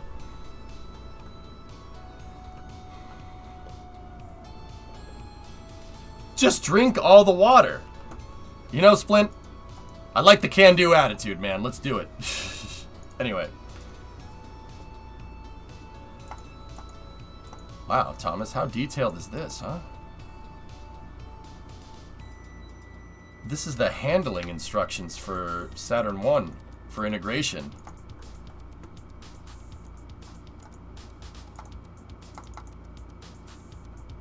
Yep.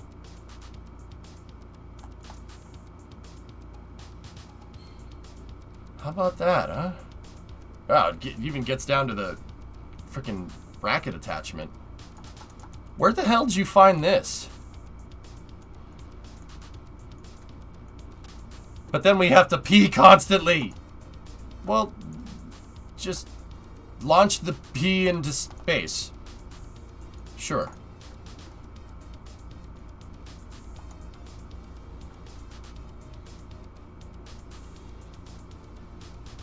Hey, Shortline.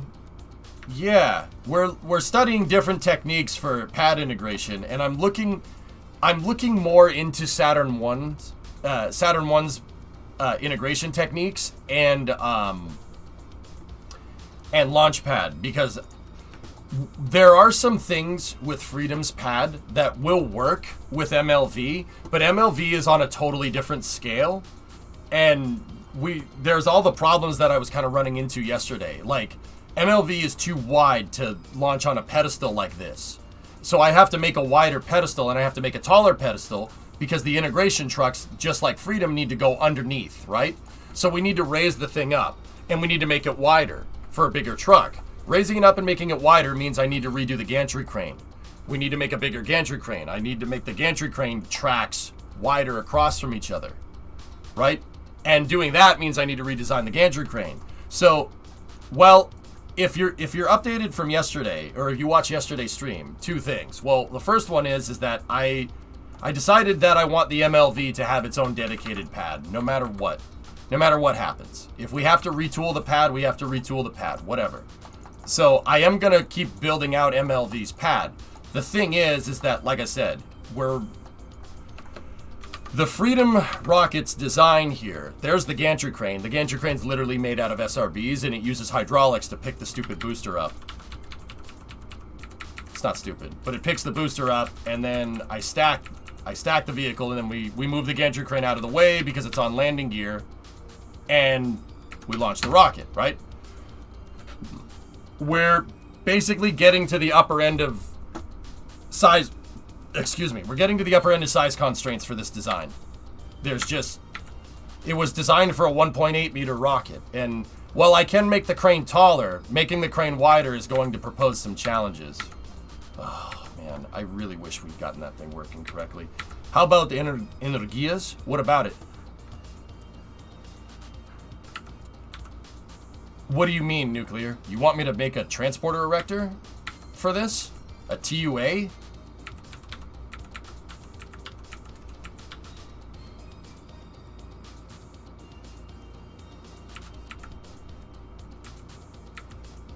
Yeah, dude, that was sick. Dude, this was a really awesome design. I just wish I'd gotten Dart to not suck. I could probably make Dart better nowadays. But, well, cross that bridge later.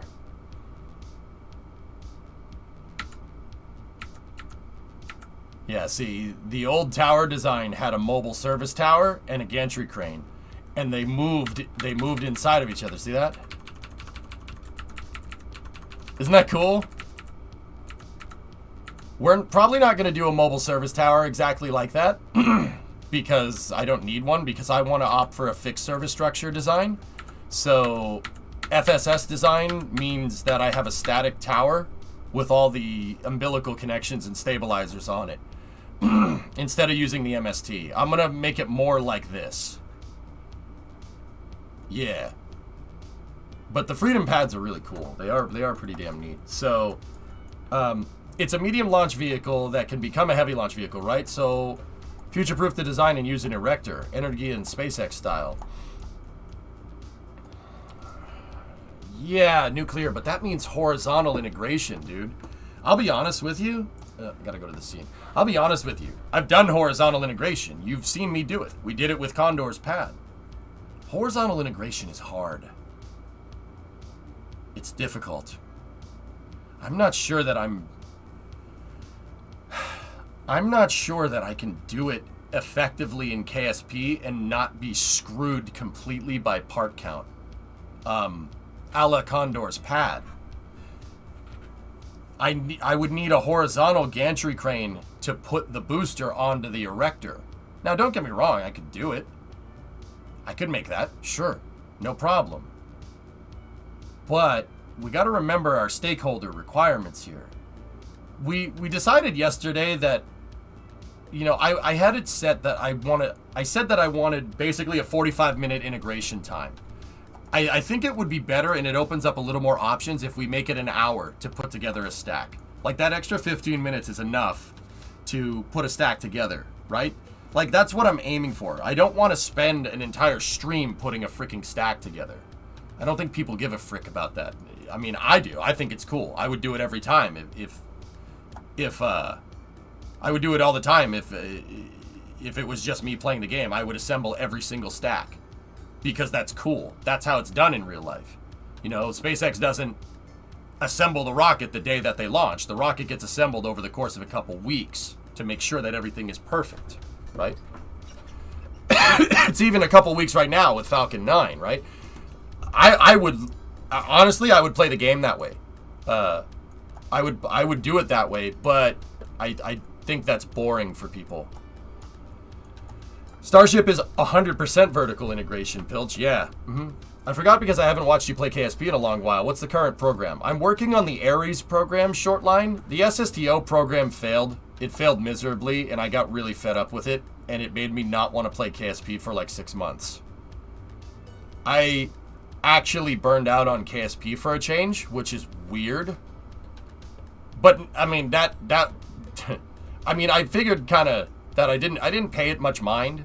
Like, people are like, oh my god, I'm burnt out, what do I do? I just variety streamed for a little while, and it honestly, being away from Kerbal made me want to come back and play more.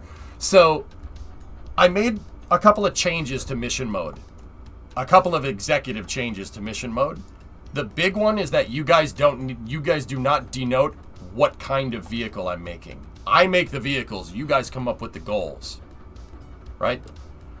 If we design by committee like that, you get something like the SSTO, and don't get me wrong, the SSTO was a fantastic design. I think it was really good, but because I was trying to get it done so quickly, I skipped steps in the engineering, and you know, it ended up blowing up on the pad because I didn't do sufficient load testing, because it would have taken another month to get the load testing done correctly.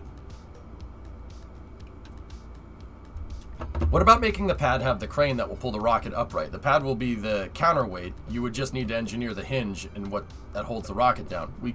I mean, nuclear, I don't know, man. I'm not necessarily against doing horizontal integration. Oh, I X'd out of what I wanted. I'm not against doing horizontal integration. I've done it. The problem is, when we did do it, the transport vehicles became ridiculous. There's Condor. And the pad, well, one of the coolest things that we've ever designed.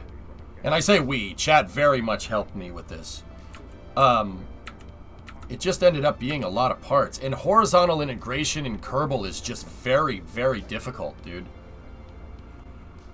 It's very tough to get stuff aligned without Kraken striking the pad. That's hard. But, I mean, also, the gantry cranes and everything are pretty legit. If the SSTO had hybrid tech, would it have worked? Yes, Pilch. Yeah, it would have. Hybrid tech would have saved the SSTO program. But, once again, I didn't get, like, I should have. Dude, I rushed. I rushed the SSTO program because I wanted to get it done. And I screwed up. See, look at that. See? Horizontal integration, man. Full horizontal integration. Isn't that something? Put the whole stack on the transporter erector. Now, like, don't get me wrong. You know, like, this is just me snowballing. I still want to do vertical integration because it's a better idea. Vertical integration is easier to do in Kerbal, and it's easy to do in real life because you're plumb with gravity. You can use gravity to line everything up. Which is why I like doing it that way.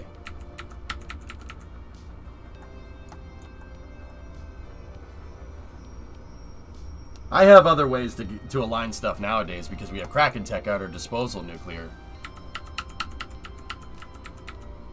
Now, dude, don't get me wrong. I could do this. I could do it. We could launch the MLV like this. I could go get Condor's transporter erector. And even though the TE looks really, really cool, I really don't think that all those parts are needed.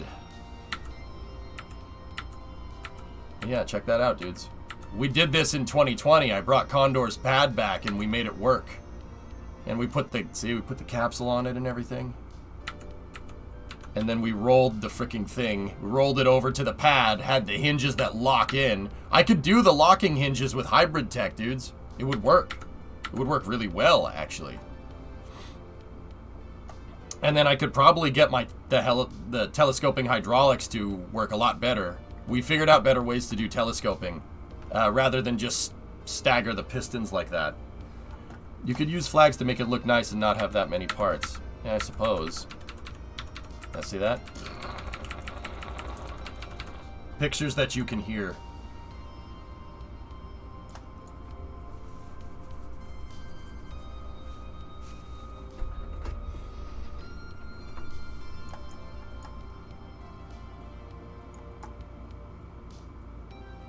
That's pretty rad, dude. Condor was pretty good. MLV is better, though. MLV is better for the design. And then that, yeah, that's when we were working on Shuttle C. I built a Shuttle C for fun. That was the Nautilus. Yeah, there's the Nautilus project. Fastest I've ever gone in KSP. With no cheats. That's not meters a second, guys.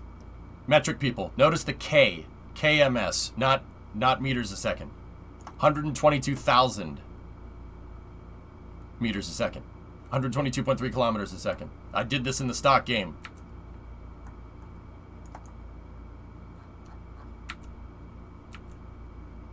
This is the reason why I like sitting here and engineering rockets all day. Because, you know, a lot of people say, oh, EJ, why don't you just play KSP? Why don't you just go and just hit the spacebar and launch like everybody else?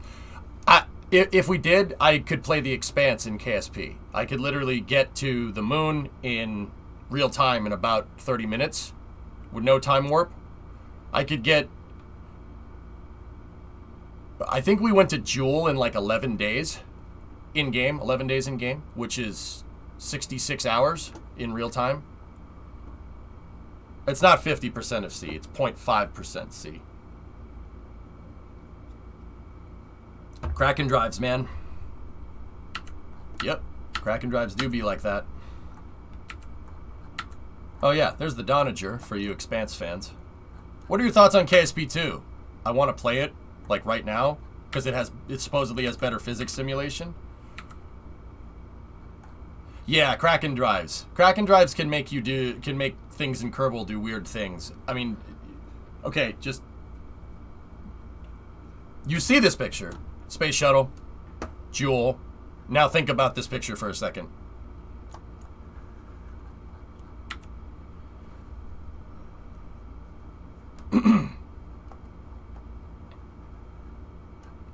Star Citizen is having another free flight weekend. What are the chances?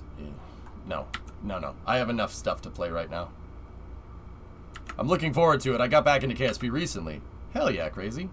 There's the first launch pad that I made for mission mode with the Imahara rocket.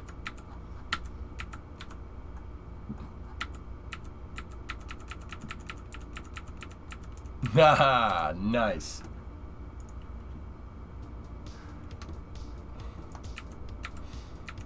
There's the difficulty settings for mission mode. Those are the settings that I'm using for MM2. And then those are the trees that are unlocked from the start for mission mode.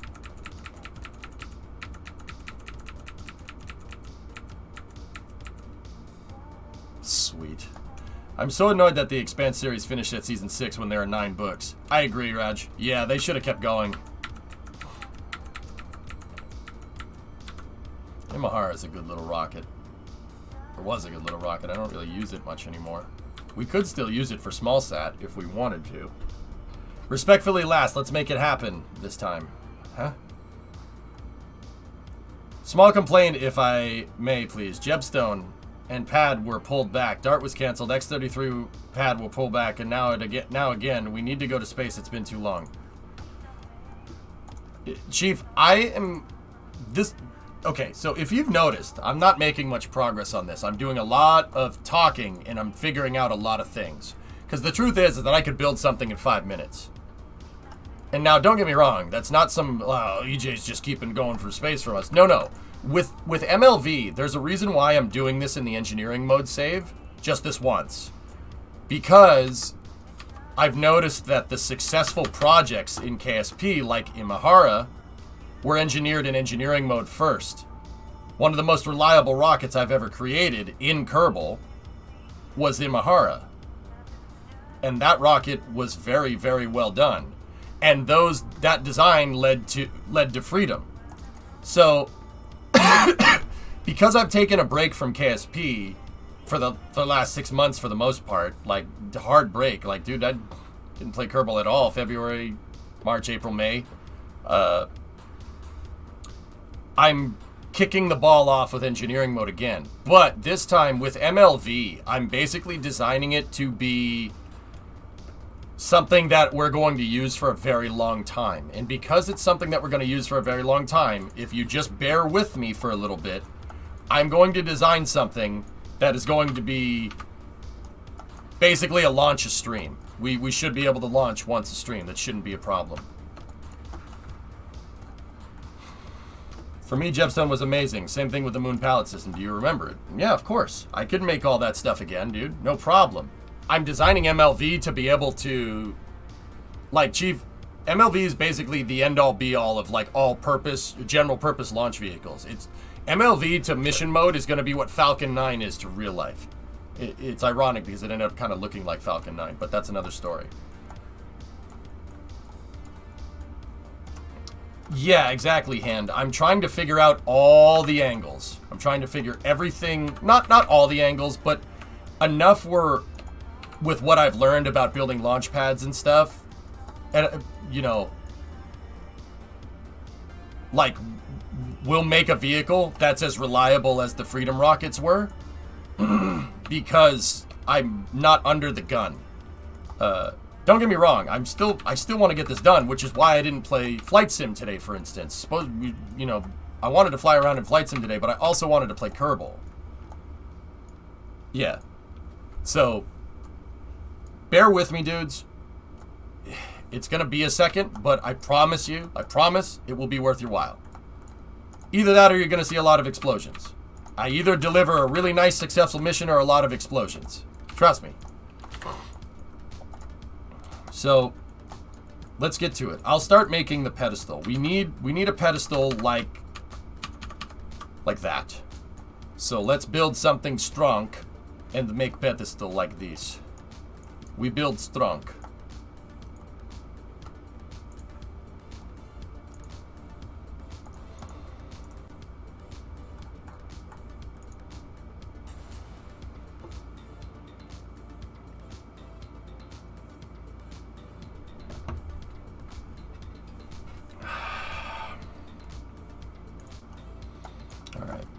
So I don't mind using SRBs as segments here. That's actually a pretty smart idea. And we choose to watch these explosions, not because they are easy, but because they are hard. Yep.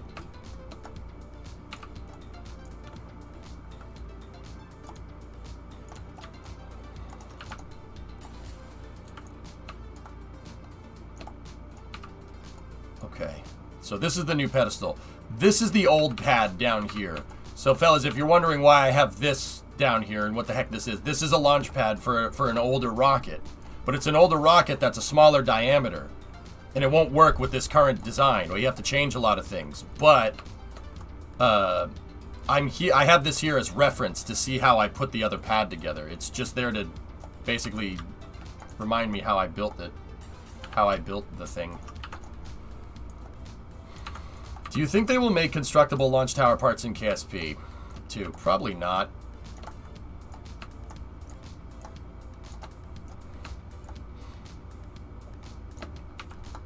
Explosions are the Kerbal way, indeed.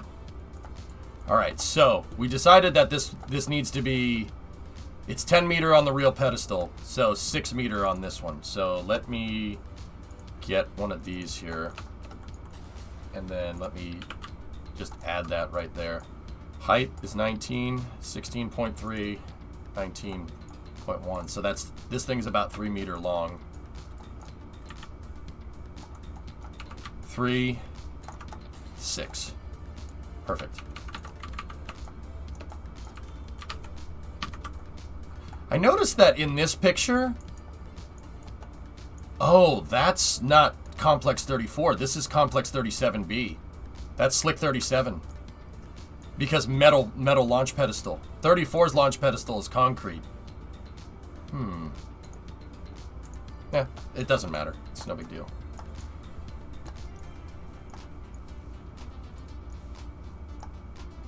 Okay. Sweet. Alright. So we want the deck height 6 meter off. So that means right here. Because that's the launch. This thing is the launch plate. That has the fuel lines. Because I put the vehicle together, I have to fuel it. I don't move it around fully fueled. It's a big pain in the butt. And then these grip pads with the thermometers are the hold down points. We still have, they're not hold down points so much as actually alignment. I still haven't figured out a good way to make a hold down. It's really difficult in KSP because KSP parts like to stretch, even with hybrid tech, but I digress.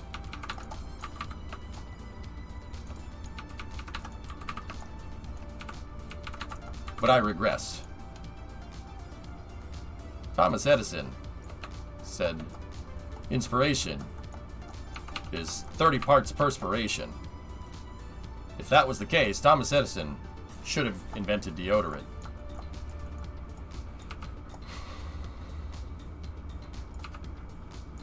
Alright, now let me use these for measurement. I like using these for measurement purposes. Measuring dolphins is a hobby of mine. So those things are 3 meter, and this thing is half of that, so that means this is 1.5 meter.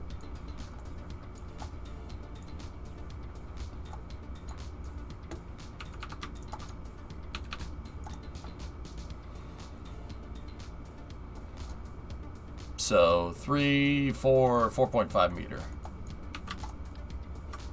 And then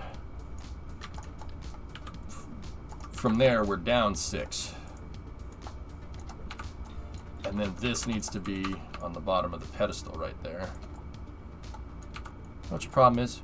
Putting the rocket on a pedestal.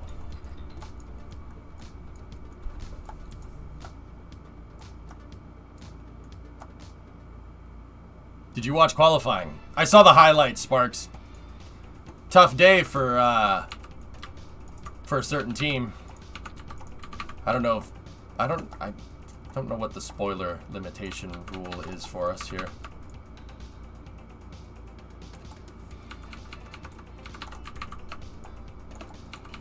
So the I-beams I'm just using for measuring, dudes.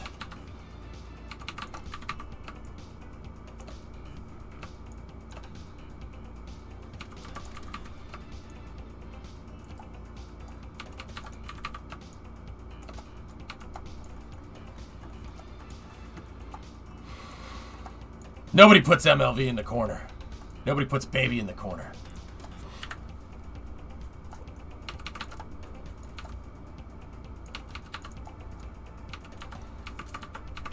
So let's move this in.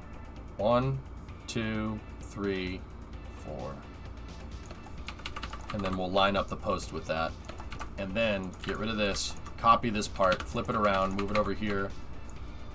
I'm just making sure all the posts are equidistant from each other, and they weren't, which is important. Yeah, see? That is on the center line for the pad right there. Okay. Now, I know looks like I'm building some rocket sled here, but this is actually the launch pedestal for the pad. Now, I know what people are going to say, like, what do you mean that's the launch pedestal for the pad? I build my own launch pads. And I build them because I like reusing my rockets. I land the rocket, I pick it up, I put it back on the pad, put a new upper stage on it, and send it back up into space.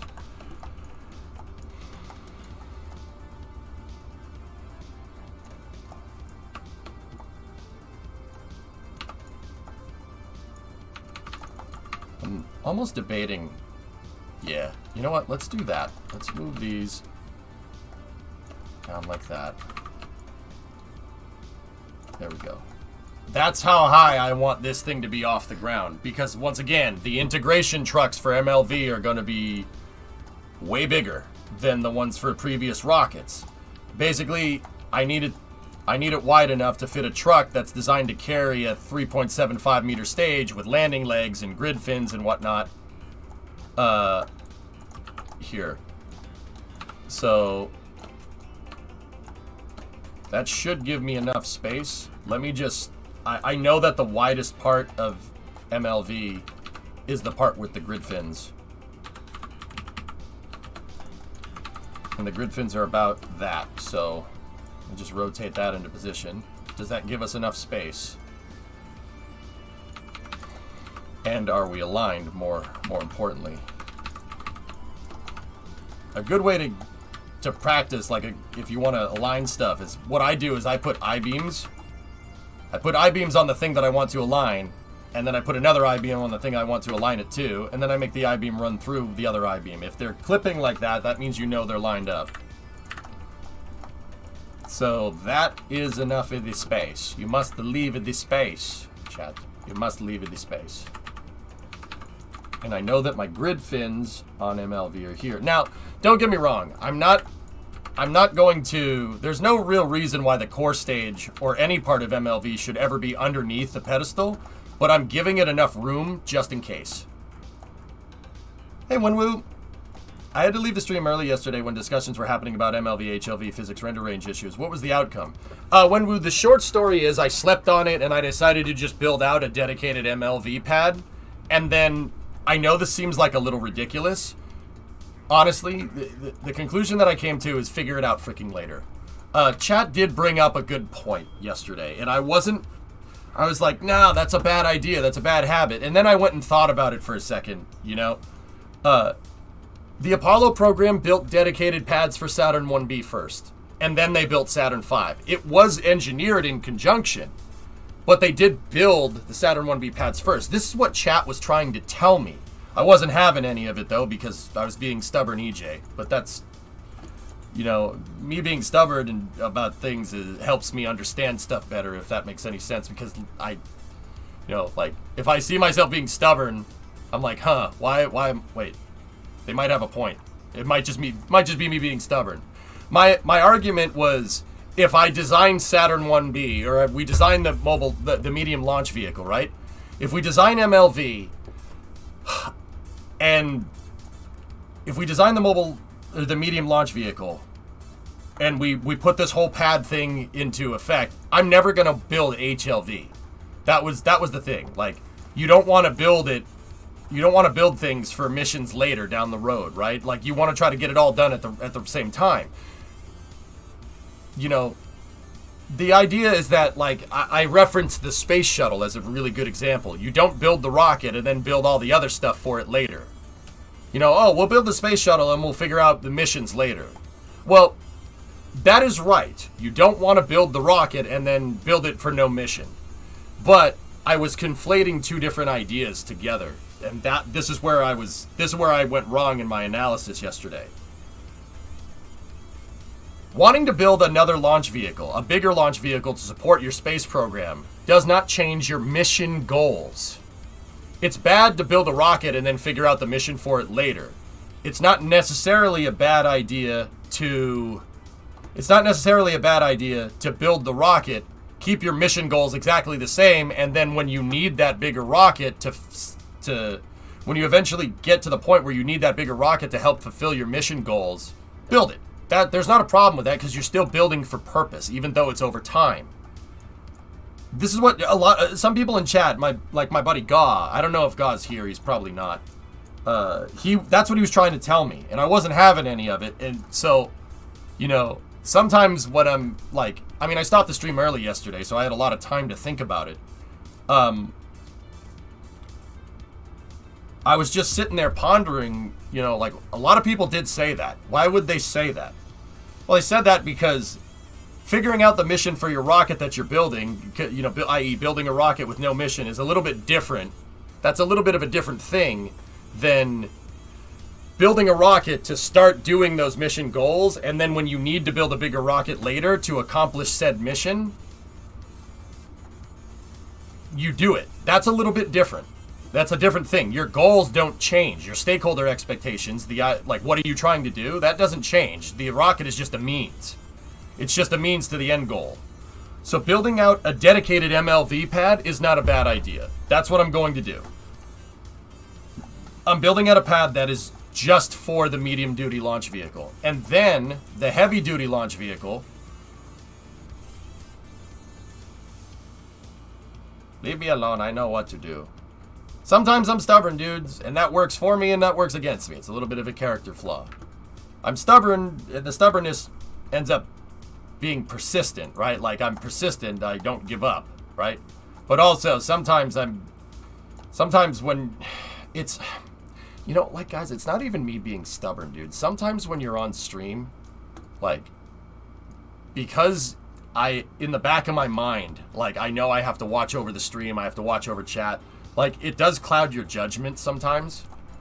And it's really, really difficult to keep a clear train of thought, especially with as much chat interaction as I go through. Sometimes I'm, like going through like 6 or 7 different conversations with 6 or 7 different people all at once. I'm keeping track of like a bunch of different conversations, right?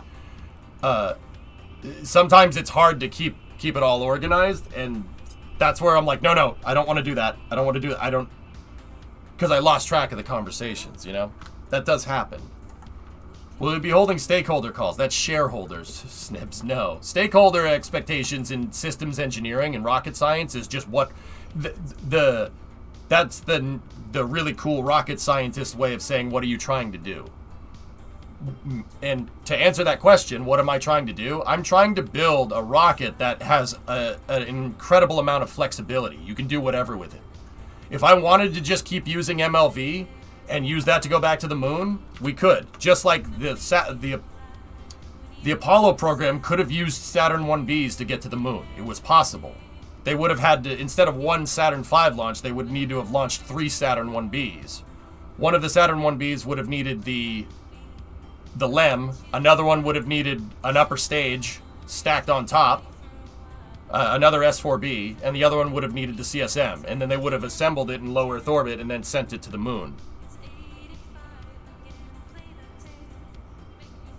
Imagine shareholder calls. No, I'm good. In real life, is it viable to have the HLV first stage switch between MLV and HLV second stages depending on payload?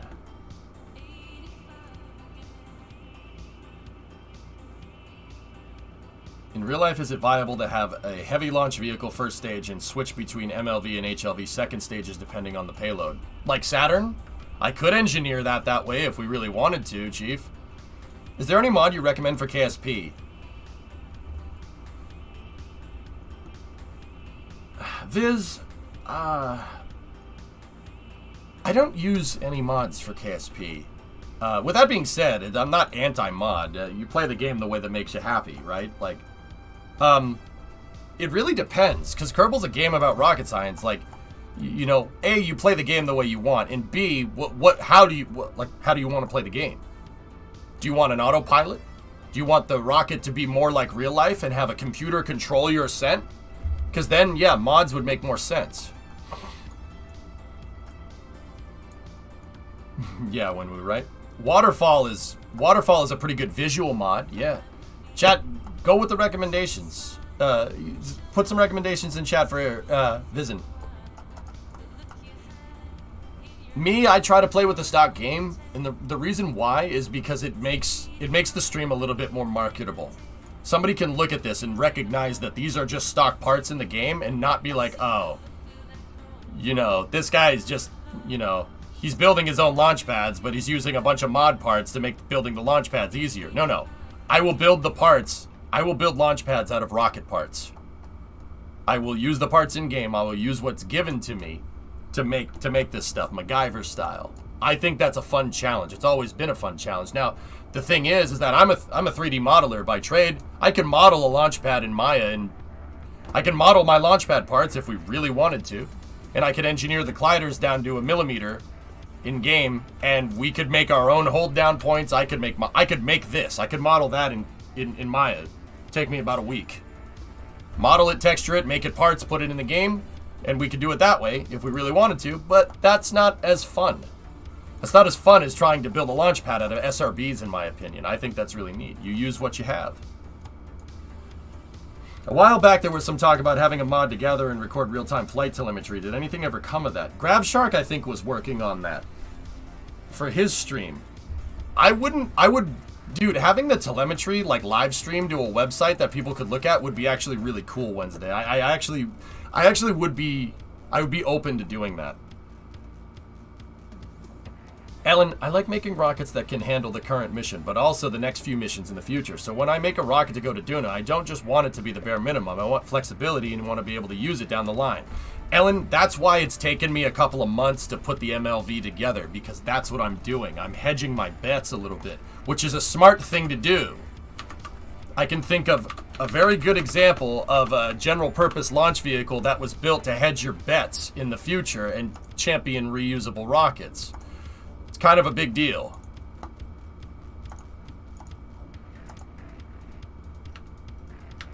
That rocket was engineered that way. Hit me up in DMs if you want the code. I kind of do, GrabShark. Yeah. I was, but to be honest, the project kind of died. So, GrabShark, how about you sharpen up those coding skills, and we throw something like that into the game, and then I can use it to advertise your stream on my stream if you want. Trade offer. I receive telemetry. You receive publicity. Do we have a deal?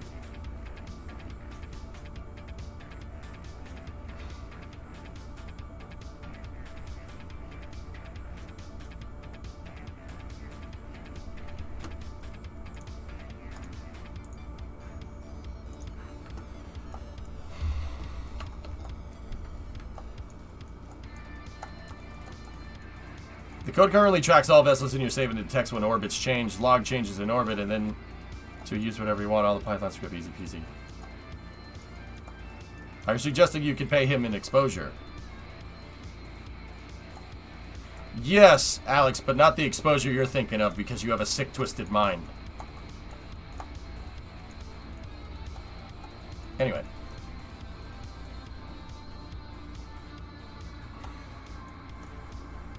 Okay, so let me go back onto Google Earth here. I want to check one more thing.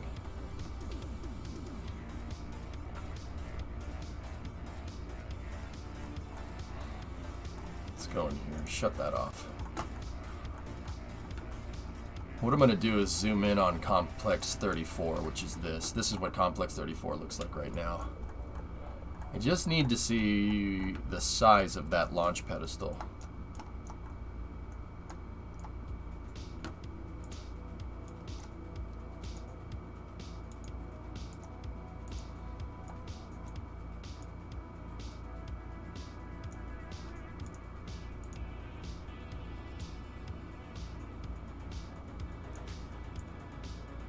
That's the size of the pedestal, more or less.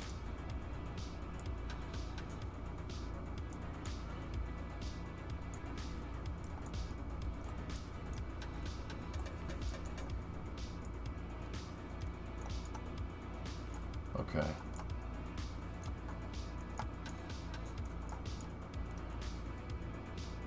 $14.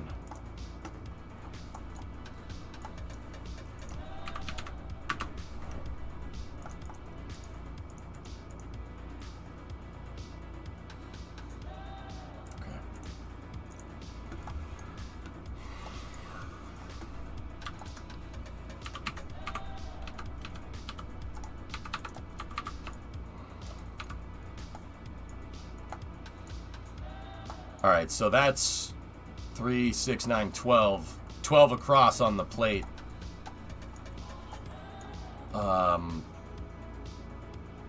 So we don't want that. That's 6. Then 1.5 on either side. So that's 9 meter across. Okay.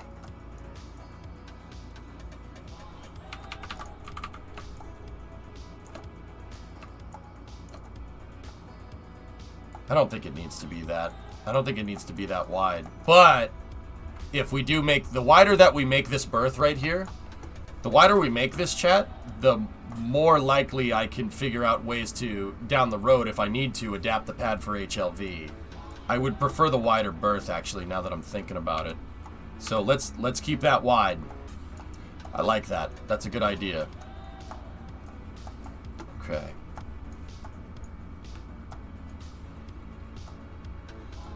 Alright, so let's get rid of that. We know that we're wide enough there. We don't need our measuring sticks much anymore, so that's what this pedestal is going to look like. Yeah, I'd prefer to just go wide with this thing.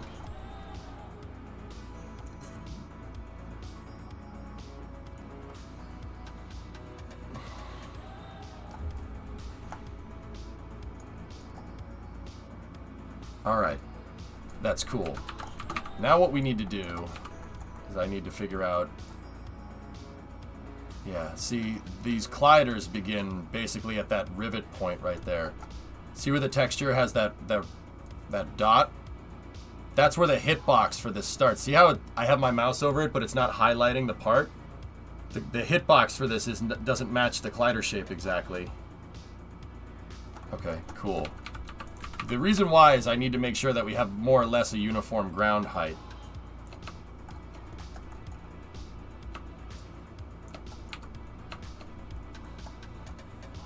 Yeah, see, that's not exactly lined up, but it's close enough. Yeah, I agree, Anesthesis. Spread the load. And if you're wondering what this stuff down here is, it's a launch pad from my older rocket. That was the launch pedestal for the old rockets. We basically hit the limitations of that with a 2.5 meter rocket design, because, yeah, the rocket that MLV is replacing, the Freedom 10 rocket, 2.5 meter core. And if we went up to 375, this pedestal is too small. It'll wobble back and forth. So that's why I went with a much wider design here. Wide rocket. And then you can see these rails here. The two outer rails right there are for the crane, and the center one is the integration track. The integration track that's designed to I basically bring a trailer in, and the trailer fits in between these rails, and that lines up the booster for integration.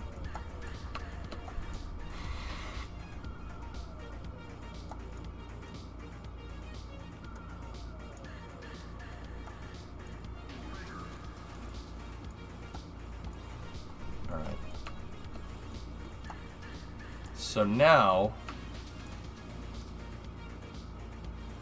the reason, like I said, the reason why I have the pad there is for reference. Okay, so let's take a look here. I need to turn... What I'm going to do for now is just get rid of the old pad. And now I'm just going to keep this here, because I want to look... This is the part of the pad. This part's going to have to be extremely strong. So let me just make sure we're saved in the project areas directory. Yep, okay, cool. This part of the pad has to be super freaking strong. So let's just turn on let's turn on the struts here, and then I'm gonna visualize. I'm gonna go into the debug menu in Kerbal. We're gonna go into the physics tab and hit visualize auto struts. So there's the current web of auto struts here. We have these grandparent parted. They're attached to the SRB. Grandparent part will make it attached to the plate, the pedestal here, which is the root part of, that's the first part that we place down for this craft file. So that's the root right there. So this is actually going to be pretty strong, but if you notice, all my struts are basically going to a point right here. Now that is strong for holding this thing up, but this pad right now is susceptible to wobbling around because we don't really have much triangulation going on. So we need some triangulation here. And I think we can do that by doing something like this.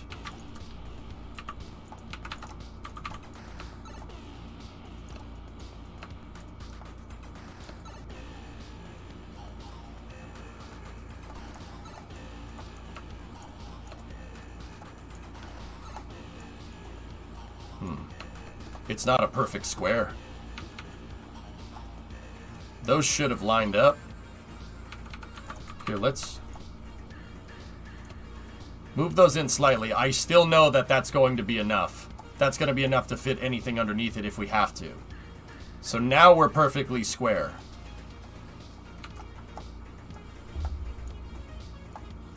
Okay. So we don't need double supports here, so get rid of that, get rid of that.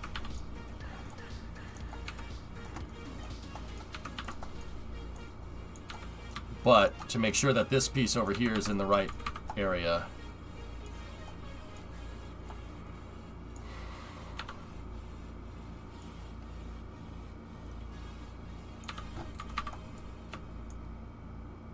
Let's move this right here, like that. And now, let me just move this out here like that. We can get rid of those. And then reset that SRB's orientation. Now, once again, I'm using solid rocket boosters because they're a very long, straight shape, and they don't bend because it's a long tube. They don't bend. There's no soft body deformation in Kerbal, so those won't bend. which is why I like using them. So save that. Right? And now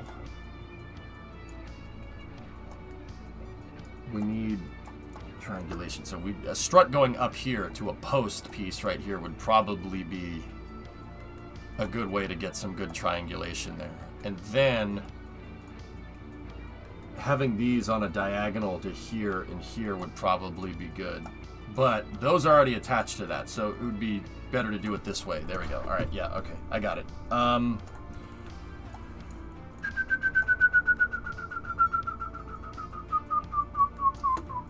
Okay, so the first thing we need to do is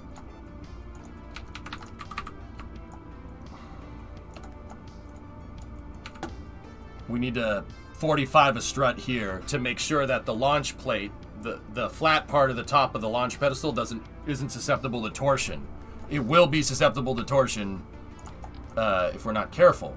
So what I'm going to do here is give me one of the right triangles in the game.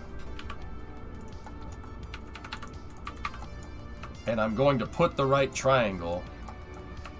I'm going to put the right angle right there, basically over the support.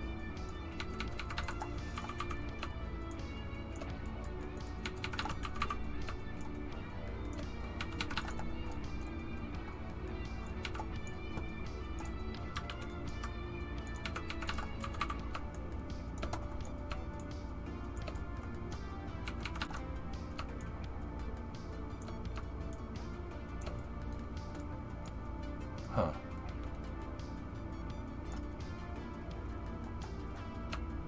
Okay.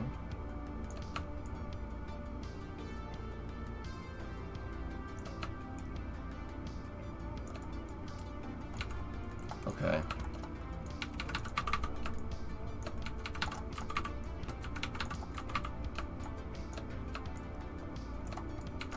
All right, that works.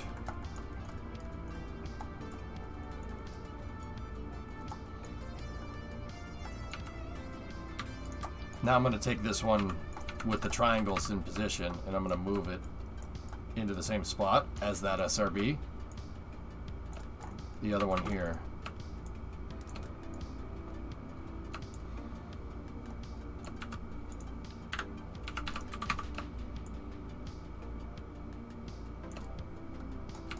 And that gives me a good template for the struts,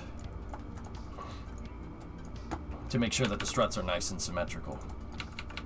I always take the time to take the struts and absolute snap them into position and make them look really, really nice and clean. The reason why I do that is sometimes Kerbo likes making struts run in weird spots if you like reload a craft file. Sometimes it doesn't understand the craft file symmetry.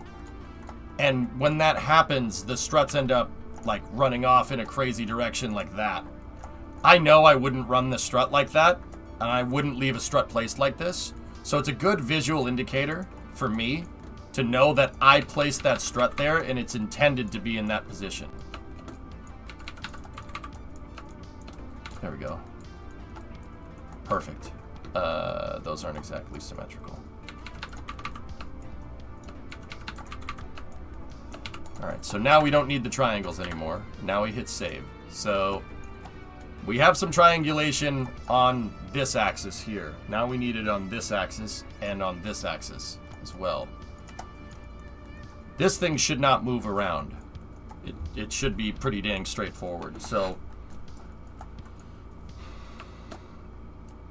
what I'm going to do here is, if we, yeah, okay. That won't be in symmetry now, will it?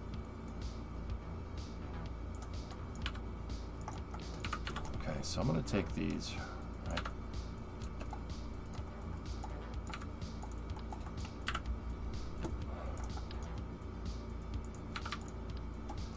I'm going to flip them, I'm going to flip these things upside down. Flip the I-beams upside down, or flip one of them upside down first. Make sure that that's correct, yep. And I'm going to flip it so their attachment node is actually facing up. Both of them have an open attach node. right there because I attach these to the SRBs. But if I flip them around, that makes it so I can attach a support right here. And we can do it in symmetry. We can make it a nice long support. See? That's cool. And now that's going to meet up here, and we can run some struts in here to hold this whole thing together. Make it nice and strong.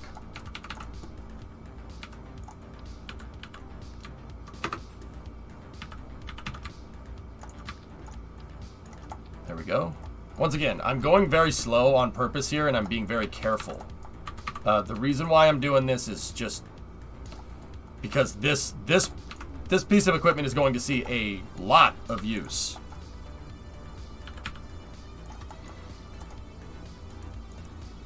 So I really want to make sure that this thing is about as strong as I can make it.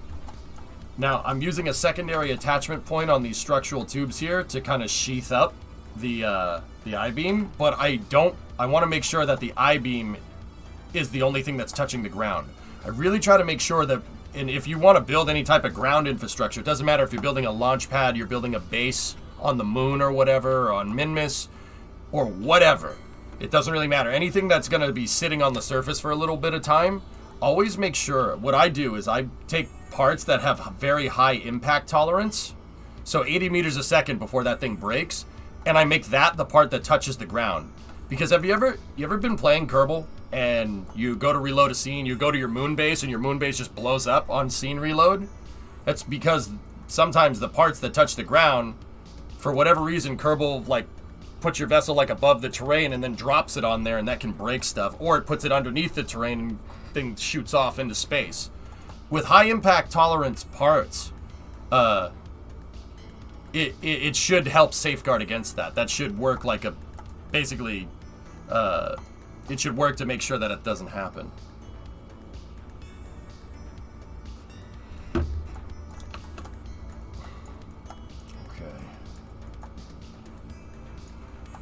So, now with this piece, what we can do, let's grandparent strut that. Where does, yeah, see? We grandparented a strut on, or a part on a part, two positions down the tree. And now look, see the X right there? Stuff that's in symmetry, the auto strut picks up on the symmetry node, as long as you're 2 degrees of separation from the original symmetrical part. So, this part has grandparent strut, and it's grandparent strutting to that because that's the root. Then I have the beam right there. The beam is grandparent strutted, and that's 1 degree of off the symmetrical part. So that didn't do the cross strut. All that did was strut a grandparent part to here. The third part in line here that's attached to this SRB is this part that I attached to the upside down girder segment. That one is picking up on symmetry, and now we get some really nice triangulation here for free. See what I'm talking about? Use those auto struts to your advantage. You can really, really optimize a part count, especially here, because now I'm getting not 1 strut, but 2 struts for free. And I get much stronger triangulation. And then, see this piece right here, the structural tube? We grandparent strut that. Look at that. This down here isn't just to sheath the I-beam. If I auto strut grandparent that, well, this thing's grandparent part is the beam, because the beam is attached to the SRB, this structural tube is attached to the beam, and this structural tube is attached to that structural tube. So 2 degrees of separation up the part tree, right? Because this is attached to this, which is attached to this. If I grandparent strut that, it skips the part that it's attached to and attaches to the part that this is attached to, which is the beam. Now we have free triangulation right there. See? Now we get strong. Is it still a bit loose at the top of the vertical tube? The auto strut line is a bit lower. Yeah, it struts from down here. Up here is where I'm going to have to use regular struts hired. That actually, now that I'm here, that actually reminds me. People ask like, oh, EJ, do you use only auto struts? Do you use only auto struts? Do you use only grandparent strut? Or do you use regular strut? I use a combination of everything.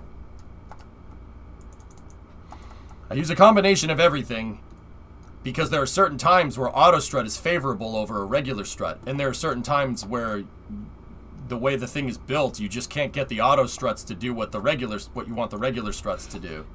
So it's really purpose. Now, see, what I'm really wondering, Hired, is if we do something like this. See the auto struts right there? This is picking up on a diagonal, right? What if we just out of curiosity here, let's compare. What if we did this? What if I took this piece and we flipped it? Or I took this piece, right? Where's the front of it? It goes backwards. Okay, interesting. So that's the front of it, and it'll run auto struts from there, no?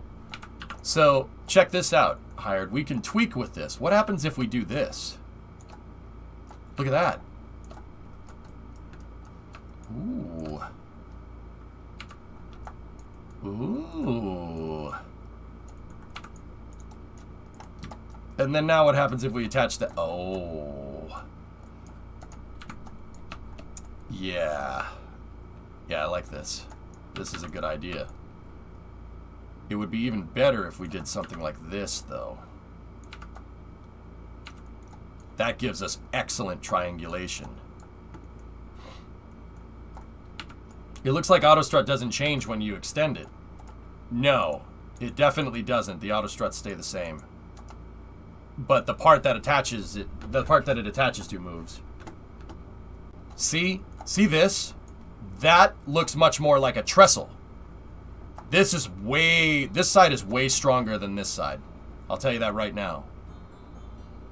Now we just got to figure out how the heck we're gonna...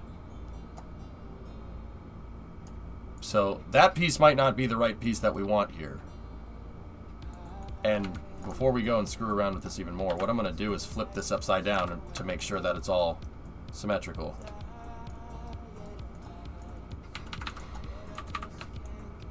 But see this design here? Look at that. That's almost perfect triangulation. We have really nice... It's almost exactly at 45 degrees right there. See that? That would be perfect 45 right there. But, I mean, I'm not going to sit here and say that I need... I'm going to make it like this so we get perfect triangulation. This will work just fine, but I would like to say that the angle of the strut that you place definitely matters. The angle that the strut is at, where the strut is attached, that definitely makes a difference. It's not just I run a strut from these two parts and now these parts are glued together. If you have two rocket fuel tanks, right, and your attachment point is up at the top and you run a strut where the attachment point is, the thing's still going to do this.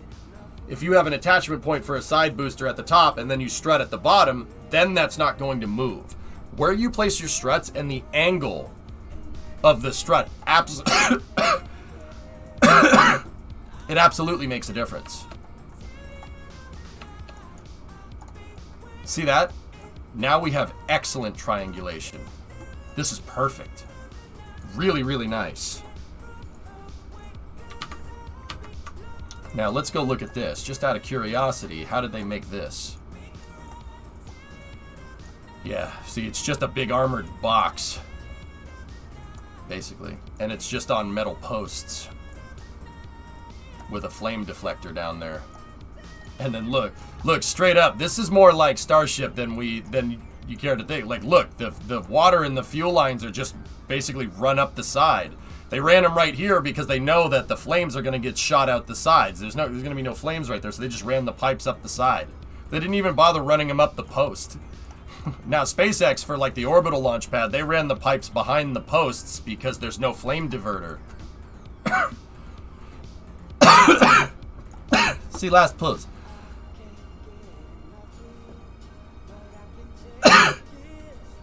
But wait, there's more. Call in the next 10 minutes and we'll double your triangulation.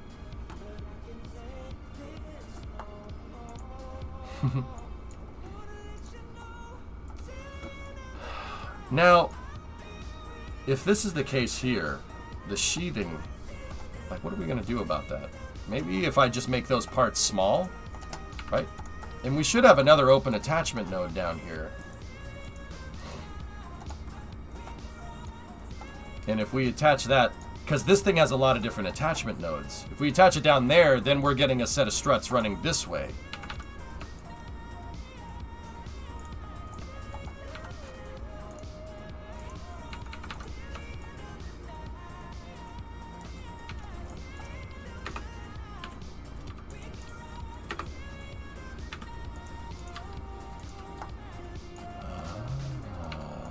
Alright, so if I attach this backwards, yeah, the auto strut's down now. Cool. You can do some pretty neat stuff with these things. That's pretty neat. Now I have a straight line strut that is invisible that connects these together. That's pretty neat.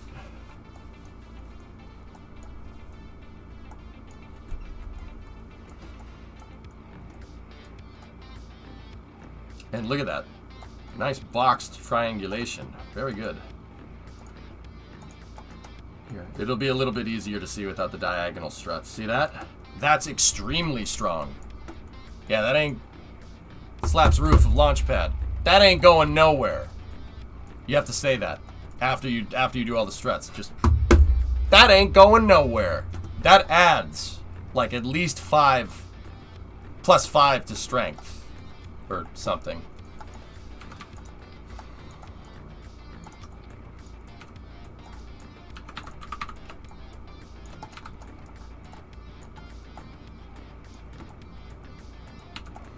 Alright, well, look at that. Now that's extremely strong. Now that that ain't going nowhere. You boys been talking too much again. Damn COVID.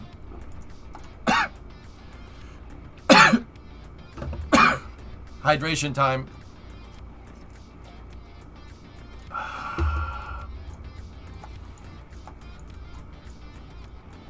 But if you notice, we really don't have much triangulation between the front and back pillars here. Well, now what about the 2 missing lines? What would you do, Hired?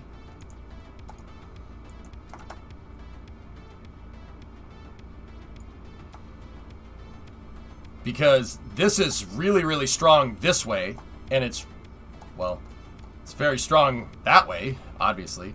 There's a lot of struts running up there, but on the sides here, this thing is super susceptible to doing this now. How do we fix that?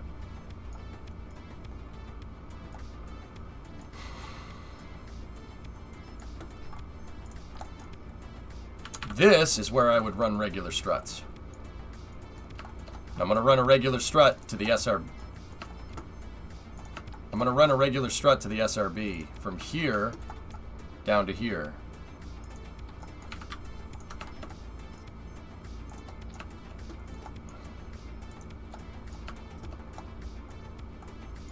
A small break? No, I'm good. I'm good. I'm good.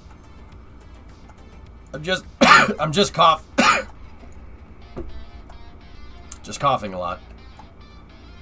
Now, see, what I would be wondering now, Hired, is there a way? You think there's a way that we can do this with auto struts? Because you can, if you really, like I said, if you really know what you're doing with auto struts, you can get the part count down on a lot of things here.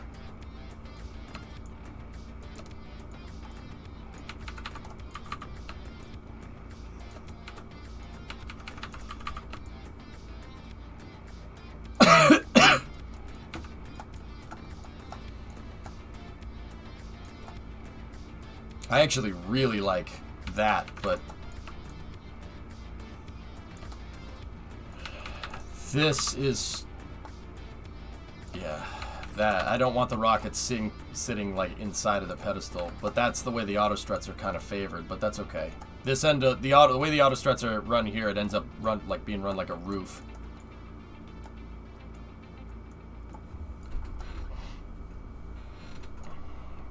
Like attach a part at the base plate, then attach symmetry off that gizmo down to the legs.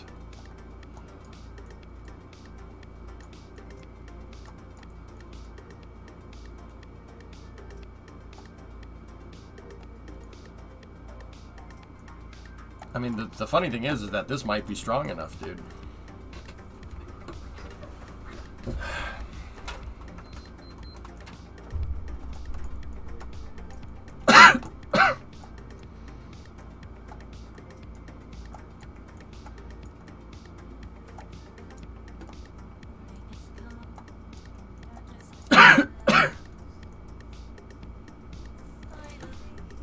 we can always do this if we want.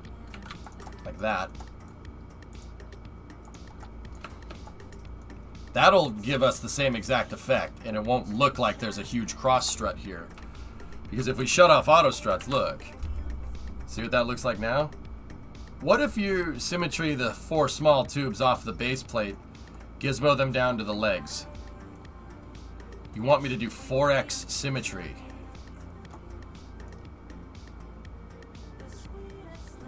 "4x radial might do it." Yeah.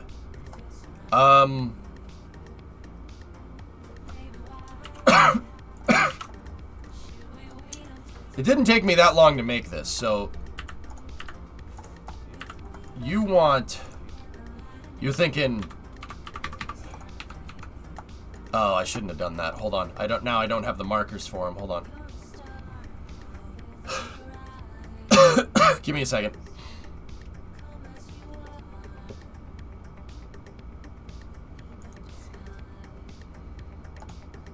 Let's reload.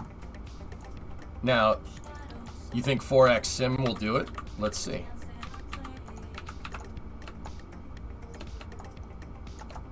Let me just put the girder segments in the right spot.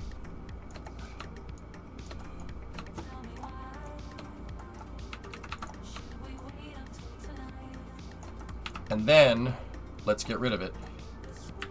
Get rid of that, get rid of that, get rid of that. I'm just gonna get rid of those for a second. Make sure I remember that the grip pads and the umbilical docking port are grandparent strutted. I just wanted those out of the way so it's a little easier for us to see the auto struts here. So if we grandparent strut, we get that in 4 times symmetry, right? Now we need to attach 2 parts to this thing to get the parent symmetry thing to go. So like that.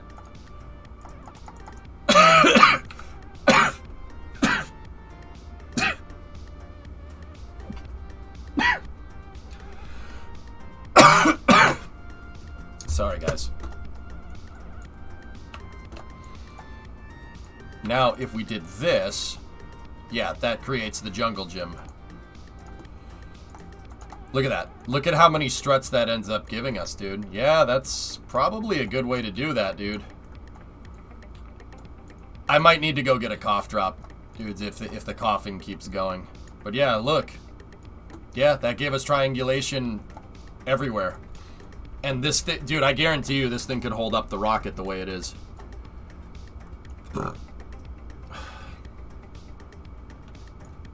Don't catch COVID. Yeah, don't do that. Yeah. Just a word to the wise. Alright, I'll go grab one. I'll be right back.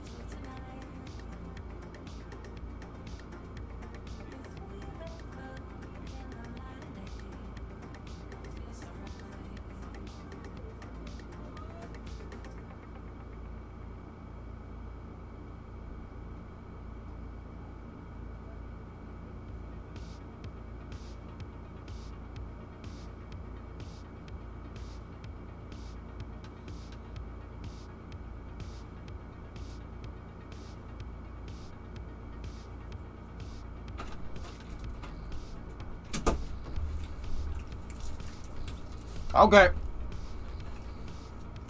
I have acquired cough drops.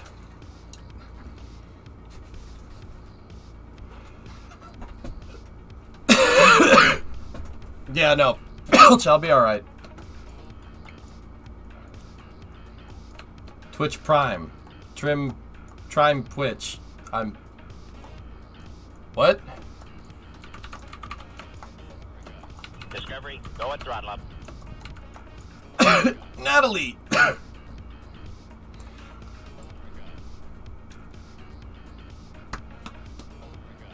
Natalie, thank you very much for the resub. I'm sorry I can't do... You know, probably should have been more careful with that whole COVID thing. Because considering my job requires a lot of talking. But, Natalie, either way, thank you for the 20 months. I do appreciate it. You know what the messed up part is? I was super careful, dude. I think I figured out the exact point of contact when I got COVID. Because, guys, I'm super careful because I don't want to catch it, right? Like, I've been super careful. This is my first time catching COVID. 2 years. First, I never got it. I drove across the entire country, never got COVID. I've traced it down to one thing. I know exactly where I got it and when I got it. The goddamn TSA freaking trays. They don't wash those, do they? Because I started developing symptoms 2 to 3 days after I got to New Mexico. That means I didn't get it in New Mexico. It takes a second, right? It has to be that. Freaking TSA trays. They don't wash those. There's no way. There's no way they could wash them that quickly. It had to have been that. So, thanks for keeping me safe, guys. That, like, I'm super careful on the plane. I was hitting the hand sanitizer all the time. Yeah, that's, it had to have been that. That's, which is annoying, but it is what it is.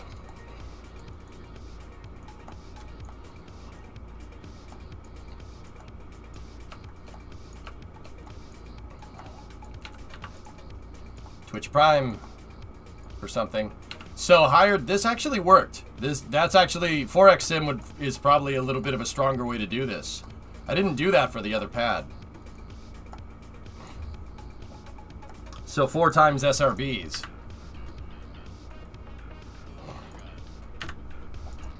What if we got a little fancy smanchy with this? So take this, thrust limiter, solid fuel, set it to grandparent strut. But what if we got a little fancy smanchy with this? When I joined the Corps, we didn't have no fancy smanchy tanks. We had sticks. 2 sticks and a rock for a whole platoon. And we had to share the rock. So now, what if we take our structural tubes, right? And make them go down like this, and zip zop zoobity bop, and then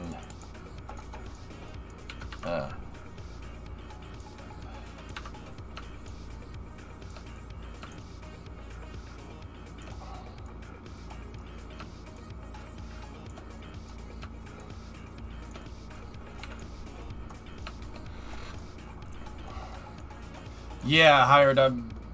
We'll turn them back on when we're done with the whole pedestal.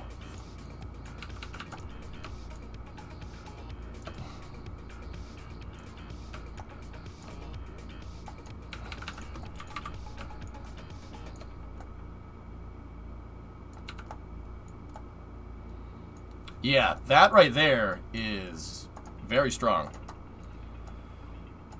Slaps roof. That ain't going nowhere.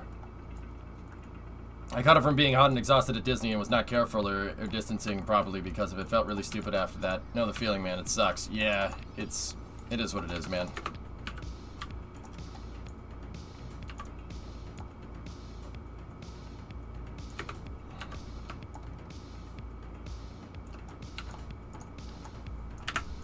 I think this is actually really freaking strong, man. This is not moving. We have 30, 60, 90 triangulation here. Well, 30, 60. We have equilateral triangles, which is not the worst. Are you sure it's COVID? COVID tests seem to think so.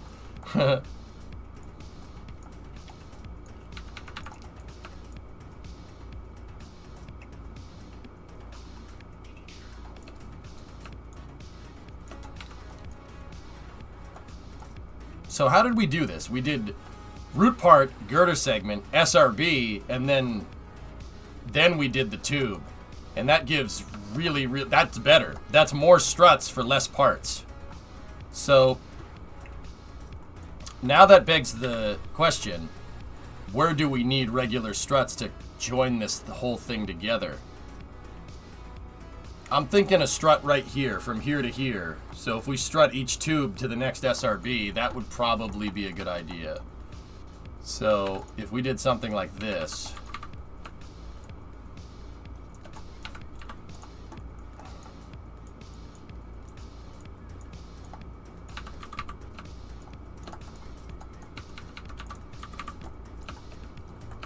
Bottom of the structural tube to the girder. Auto strut is at the top. So from there to there, yeah, that would be a good one too.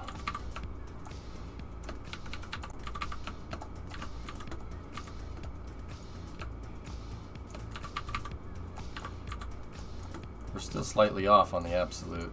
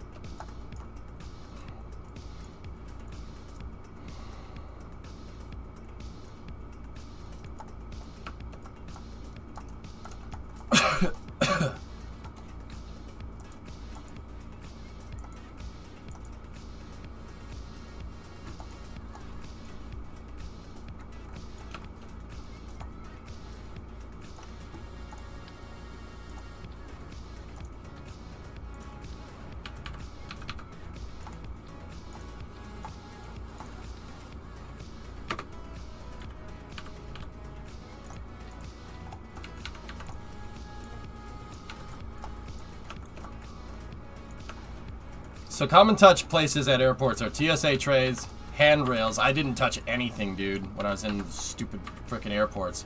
I made sure to not touch anything, and then if I sat down in a seat, I sanitized the entire area probably to the point where people were looking at me and stuff, but whatever. I don't care. Really don't care if I gave a frick what people think. I would not be on the internet every day.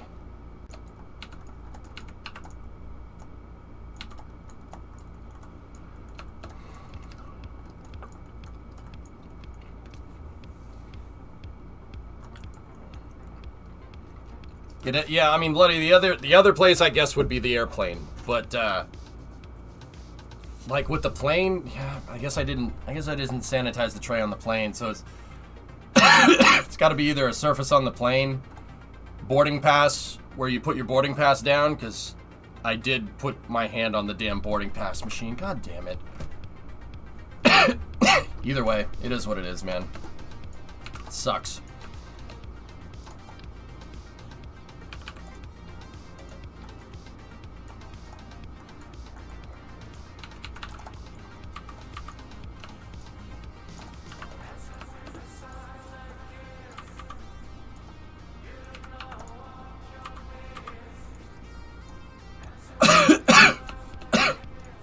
Come on, man. It's really freaking annoying, dude.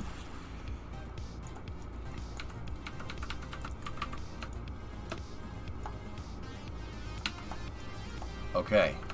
So we have struts run inside there.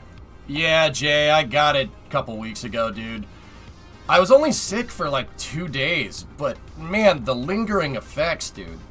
It's like I got a freaking dot on me, if we're, to speak in RPG nomenclature, a freaking dot on me, and it's like lung capacity minus 20 or something. Really, really annoying.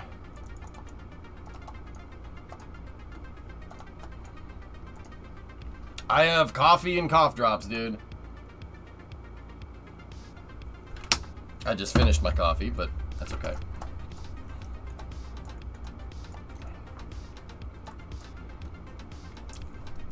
Yeah, Vin, I don't want to fly anywhere again. Screw the airport. Screw that. And that's saying somebody that loves planes. I don't want to do it, man. I don't want to catch this again. It sucks.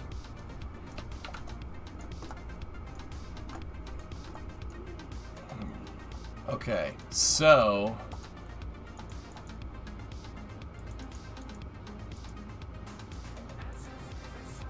yeah, there you go.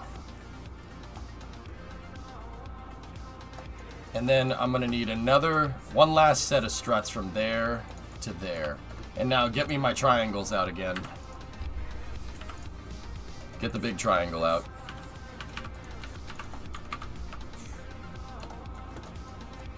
Line up the triangle more or less with the auto struts.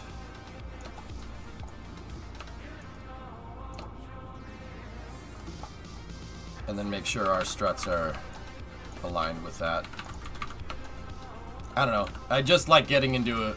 I like having good habits where you make sure that all the struts are nice and uniform. If you take the time to actually sit there and place every strut, right, it actually makes you kind of think about how the strut is placed. And for me, like, it's tough to keep track of like part placement and follow chat and everything all at the same time. So this is just good reminders here for me to make sure that I'm, you know, obeying the hierarchy and making sure that it works exactly how I think it's going to work. And make sure that the struts are placed in the right spot. It forces me to think about it. And also, taking the time to line up the struts lets me know that I actually placed that strut there and I intended it to be there. If all the struts are perfectly symmetrical like that, once again, the triangles are only there for show. They're only there for a guide. Now I know that, yeah, this thing ain't going nowhere. This thing is very, very strong. Now, we should load test it.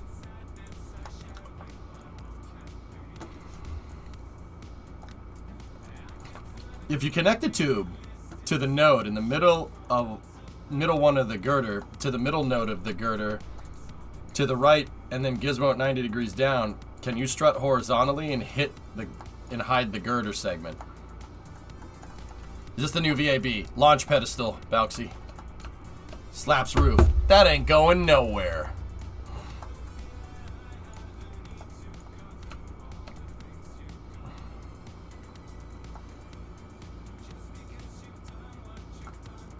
Okay. Our strut triangulation is money, dude. Like, look, how many struts are we getting out of this thing? With the auto strut symmetry thing? 1, 2, 3, 4, 5. There's 5 auto struts coming out of that thing. Yeah, 1, 2, 3, 4, and 5. We got 5 auto struts there for no parts. If I ran all this with regular struts, we'd be at like 150 parts, easy. And now we're at 69. Nice. If you connect the tube to the node in the middle of the one girder, to the middle node of the girder, to the right, and then gizmo at 90 degrees, can you get a strut horizontally and hide the girder? No, Druid, you know what's messed up? I know exactly what you said. You're talking about...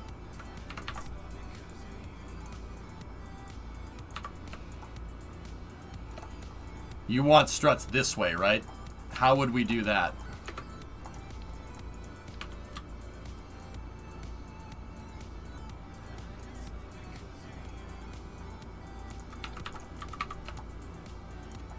Nice. Nice. Nice. Nice. Nice. Nice. Nice. So attaching to the girder doesn't work. Burbaps the SRB? Or maybe we should just try up here.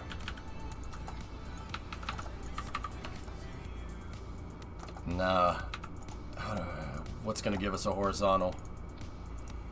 The girder doesn't work. The SRB has all of its attachment nodes already used. I'm not sure. There won't be enough struts until there's an orange cube.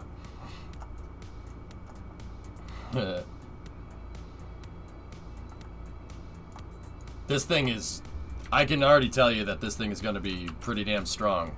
So, actually, we should load test this thing. We'll do a load test here. Let me, I'm just going to put these monopropellant tanks down. And then put them on a girder segment.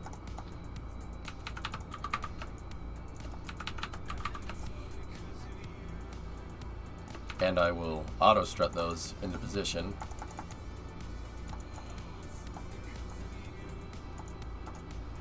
And what I'll do is we'll load down some fuel tanks here. How much do you think this thing's gonna hold? You guys want to try for over 1,000? Over 1,000 tons?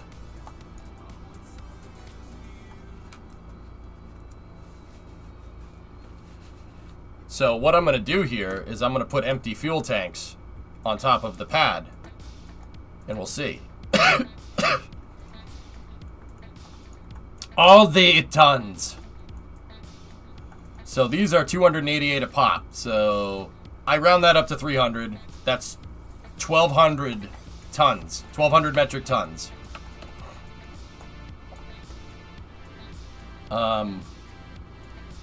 That's way heavier than MLV.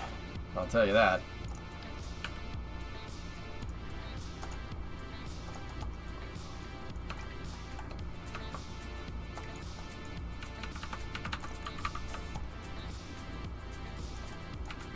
Actually, you know what? Just get rid of that. Just put them on. Just put these down on the ground. It's really not an issue.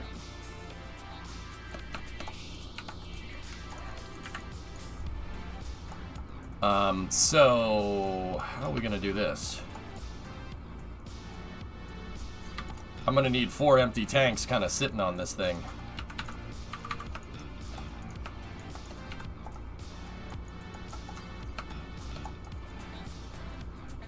Oh no, I know how we can do this. I got an idea.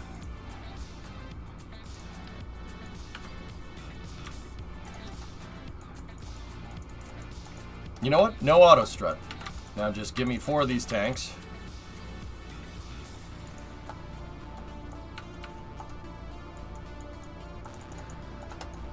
Yeah, no auto struts. I'll just put it on a Pollux booster.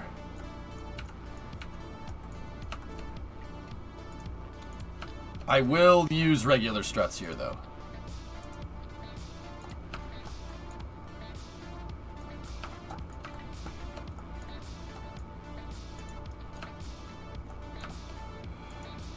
There we go. All right, so load test for the pad.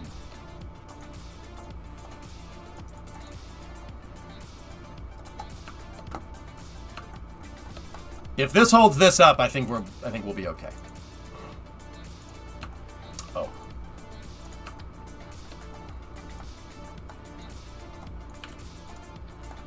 Yeah, there we go. In before boom.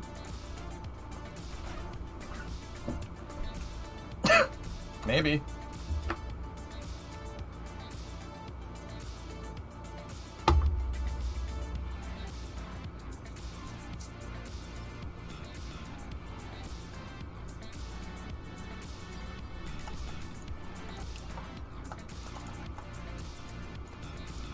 Yeah, I can already tell by how those are moving that unless I auto strut them, they will break. Okay. Did you re-grandparent strut the grip pads? Truid, we're not done with the pedestal, but yeah, we can. I mean, doing it here doesn't really make a difference, dude, because there's no rocket sitting on the hold downs, but the rocket would be sitting on the physicless parts, which would be sitting on this plate. I have the SRB there to kind of mimic the physicless part, and then the weight is being applied to the Pollux. I will auto strut that just to be sure. Okay, so 288 ton load test. Let's go.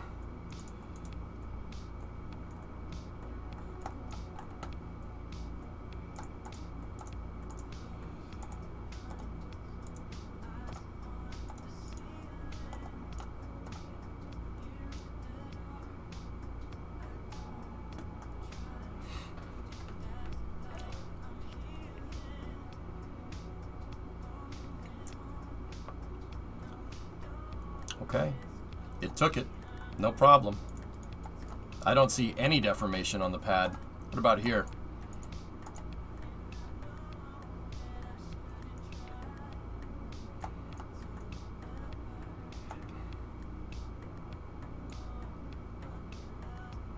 $600 tons.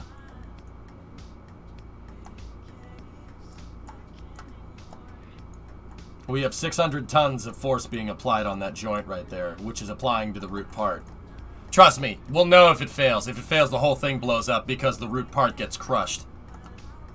Keep in mind, stuff doesn't deform in KSP. So if you see stuff doing this, like shaking around, that's Kerbal's way of telling you that it's too heavy. But so far, between all the auto struts and everything, I don't see much oscillation here. I just see a little bit. There's just a... I notice a teeny tiny bit of movement there. See it? Okay, 900 tons.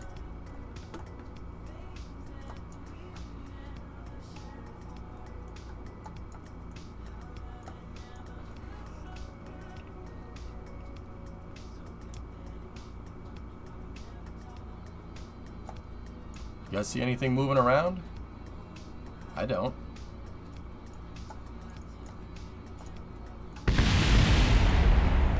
Now I do. Tanks failed. The attachment point for the tanks failed. Yep. The attachment points for the tanks. That actually was the test rig. That wasn't the pad.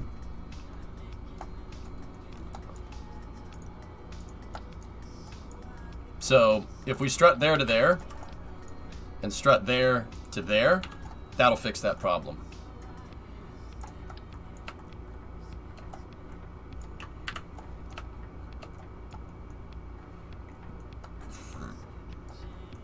You know what you could do? You could put a copy of the bearings RCS under the big tanks.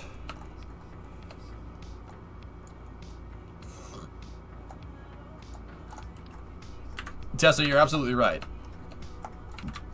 Shut up, but you're absolutely right.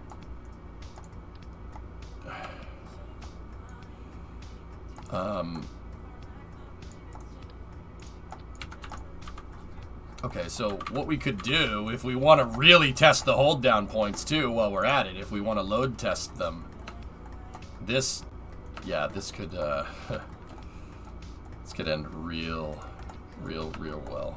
Here.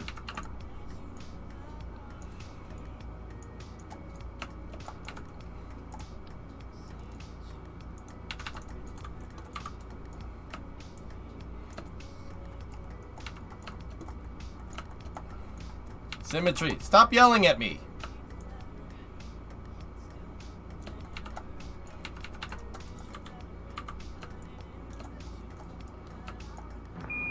Listen, Tranquility Base here. Hey, Dish. Eagle has landed. I don't get paid if there's no explosions.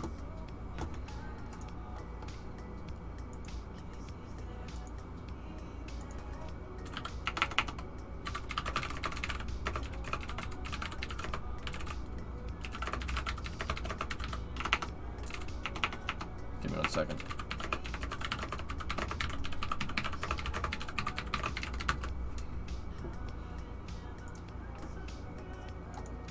You're not saying it's hot in South Carolina.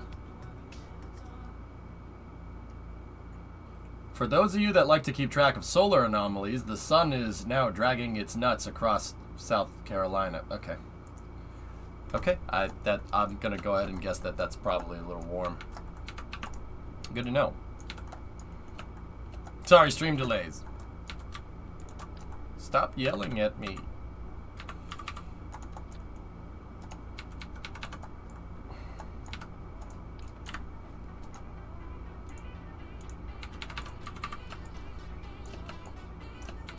So I'm gonna redo the grandparent strutting here.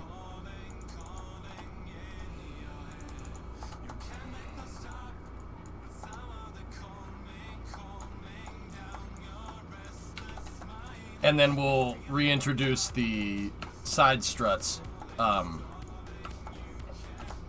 temporarily before, because we got to do same vessel collision and whatnot. There we go. So now, actually, hold on. I didn't do this right. We got to separate the tank. set the root part as the docking port on the tank.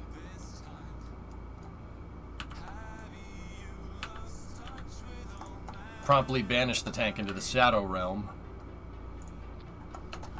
Attach it in the wrong spot because Kerbal is being weird. These are part of the steps. Don't worry.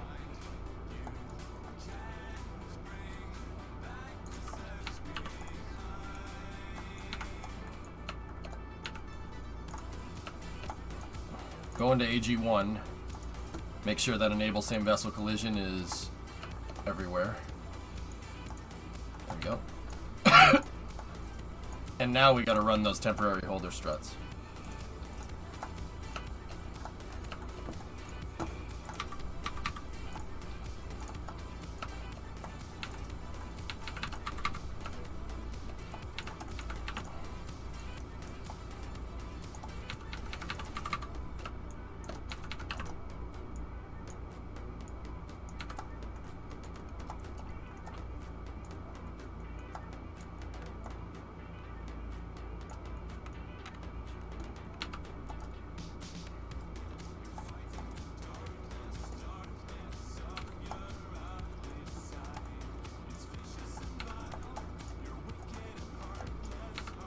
Well, if we want this to work,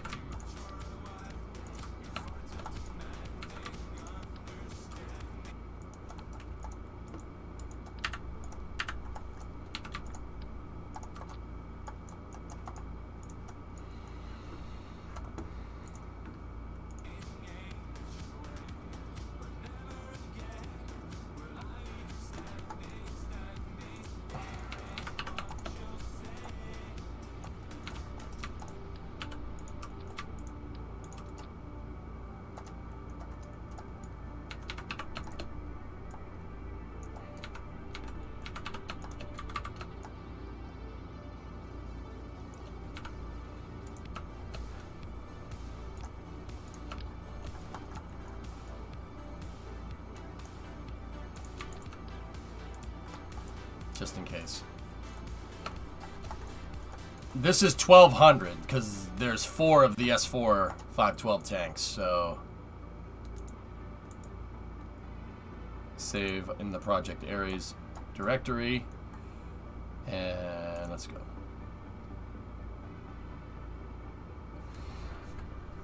Okay, 2400. Hold your horses, bud.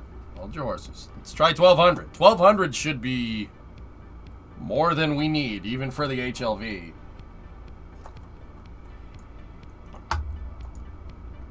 I think this thing will start freaking out past 500 tons, but... Alright, so hit 1. Now undo the struts.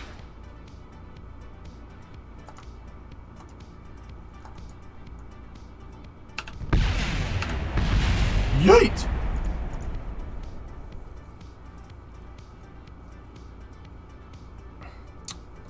The same vessel collision flag didn't work, unless I missed the action group.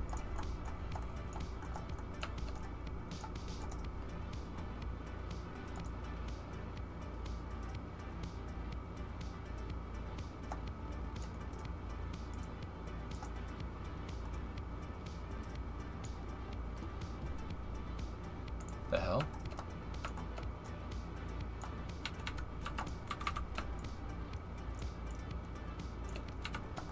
Yeah, those... Action Group 1. Yeah.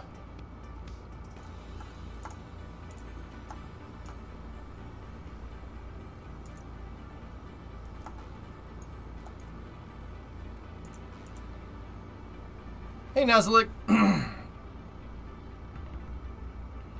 How am I today? I'm fine. How are you? A little coffee, but I'm okay.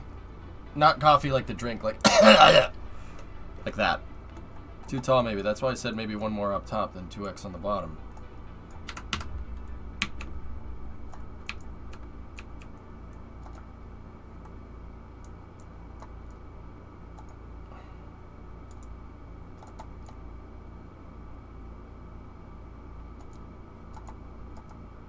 Something broke. That tank just decided it didn't want to tank no more.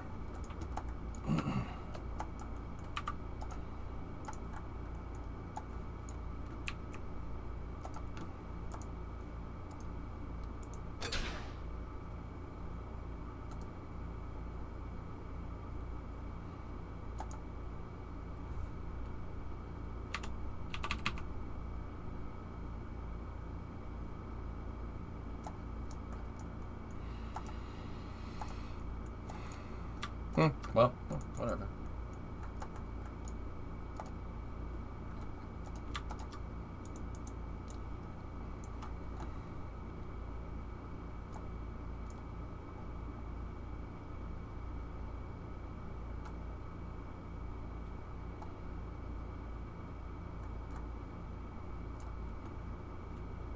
So that's 280 tons of fuel.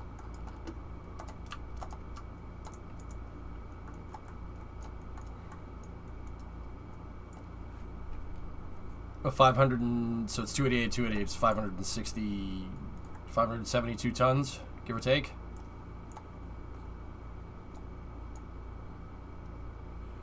Something is weird with it, Tessa, because that tank detached itself. There's something strange going on with the hierarchy. It's probably just these tanks. It just probably doesn't like those tanks doing that.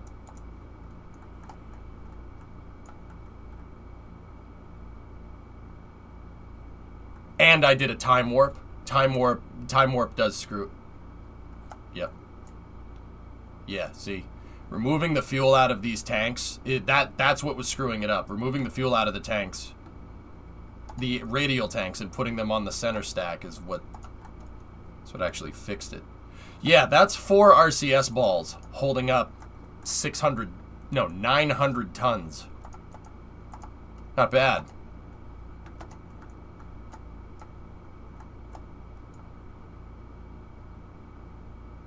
That's actually pretty damn impressive, if I do say so myself.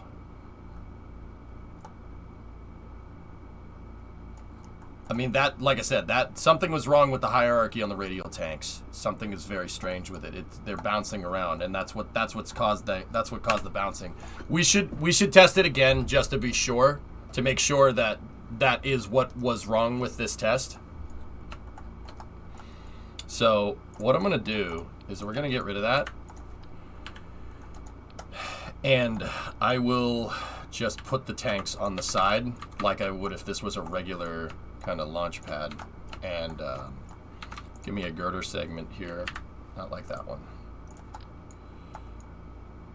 Give me a couple of girder segments.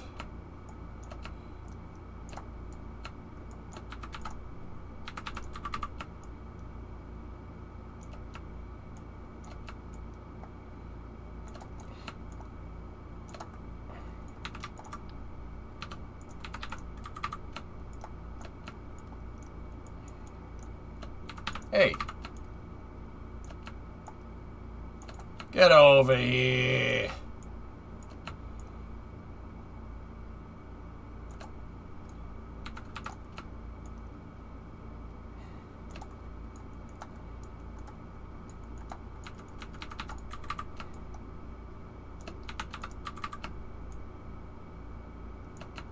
It's testing its vibration limits just to be sure. Yeah.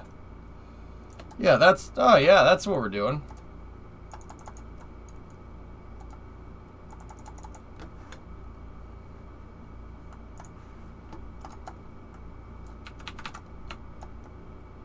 I find that just girder segments on the sides of the tank like this usually do us right.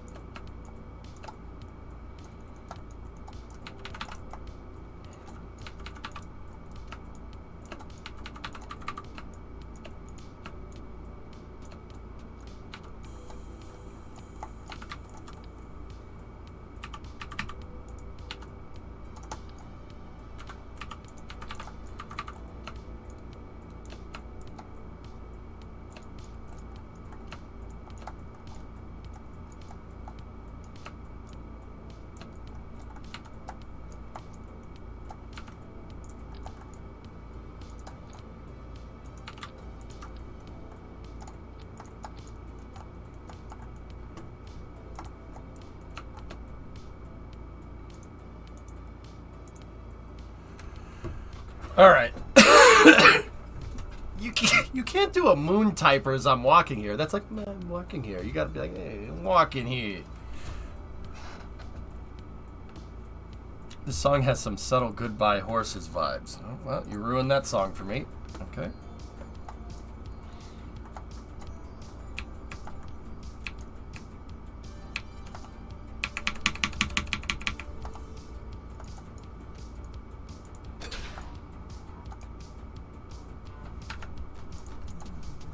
Interesting.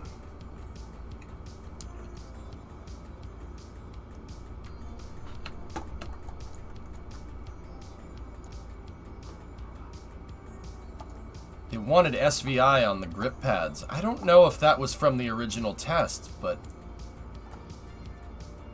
we'll see.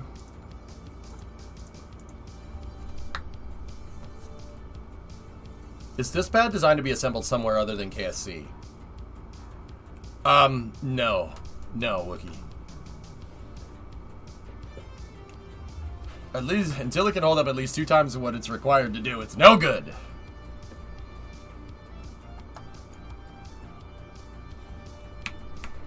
Alright, let's see if that holds. Yep, there it goes.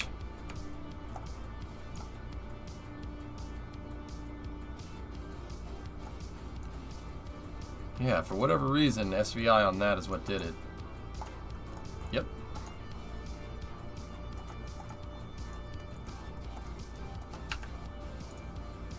And changing same vessel collision there broke off some of those tanks. Okay.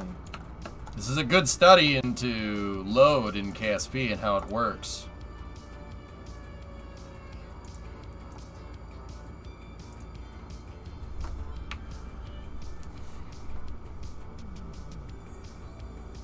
Interesting.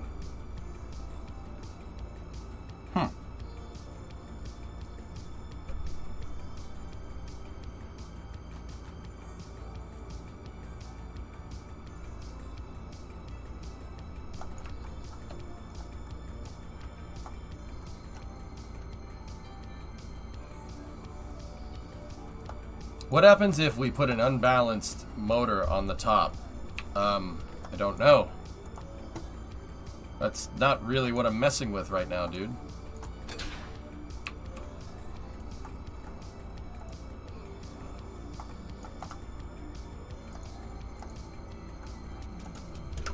Okay.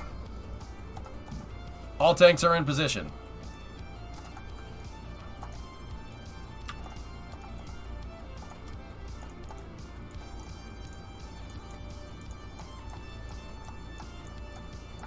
And we will start our fueling. 300 ton load here. Oh.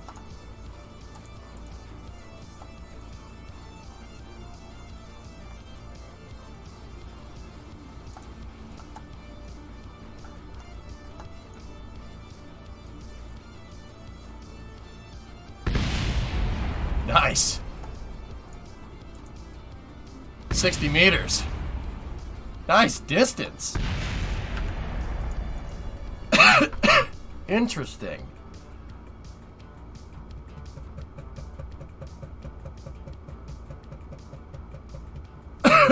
Of course, Nickid. You can have fun blowing stuff up because explosions, but also it's even more fun. Excuse me. It's even more fun because you learn stuff. Now, fellas, I'm gonna have to go into the test stand craft file because I'm very interested now. The reason why I'm interested in what's going on here is because I noticed that I needed to turn on same vessel collision on the grip pads. We needed to turn them on the grip pads for this thing to work. Now, if I go into my original test stand here. Let me just make sure we're in the right save directory.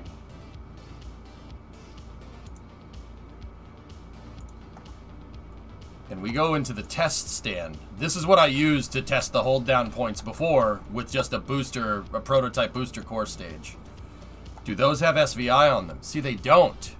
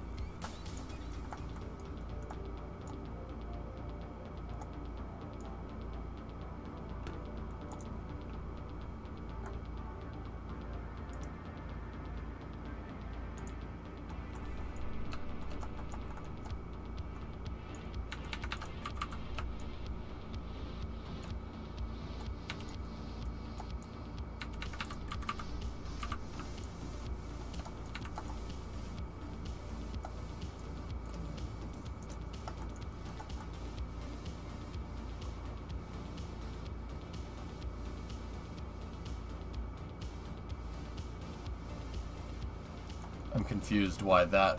It's the same thing, that those are in the same spots.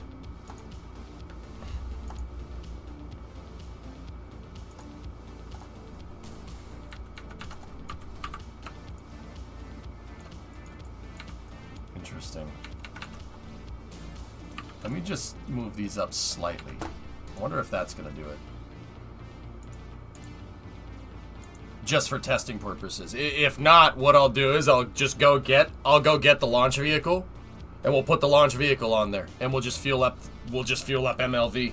I'll just put the rocket on the stupid pad and we'll go.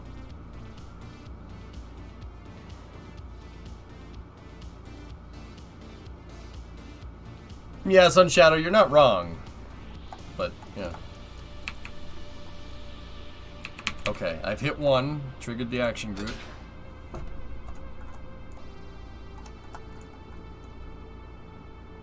And explosions.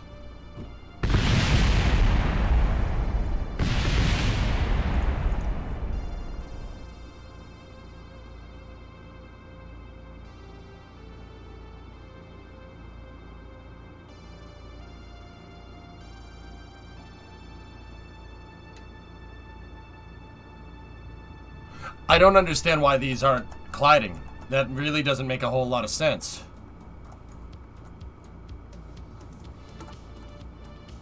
Maybe something not snapping to absolute. I mean, these weren't. I just took them out of absolute.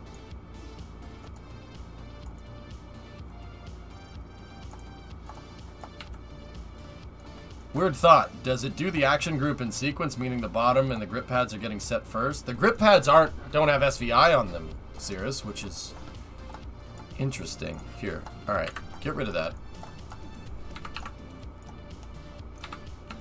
Also, just move this out of the way. So,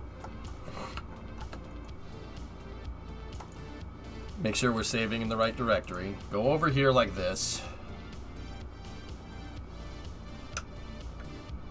You can't do it manually. It has to be triggered via action group hired. I think this thing is strong enough, but we may or may not have encountered another problem here. Yeah, of course they do, Wookie. Let's go.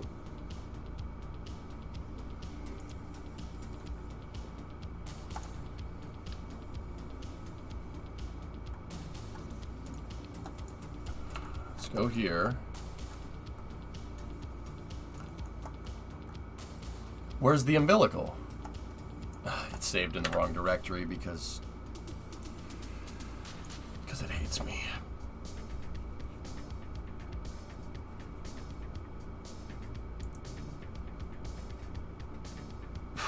Discovery, go and throttle up. Hey Jam, 88-month resub. Thank you. 88 months, what did I tell you? I gotta load up the engineering mode directory. This subdirectory stuff is really annoying because Kerbal always resets your save path to the root because it's Kerbal.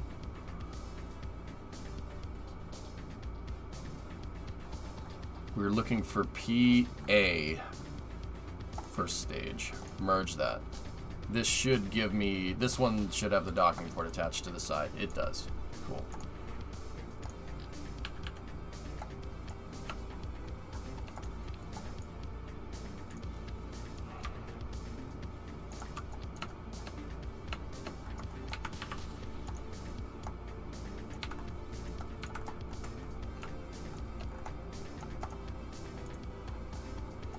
Now this is the exact CRAD file that I used to make this pedestal.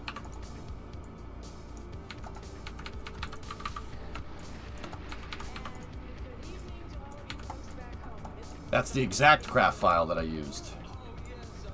We should have the action groups triggered. Yep. Okay, save that.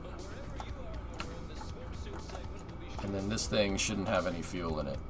Okay. Save. Make sure we're in the right directory. Project areas, right? Would it matter if you had changed route back to the probe core? No. No. I don't think. I mean, I don't think so, Hired.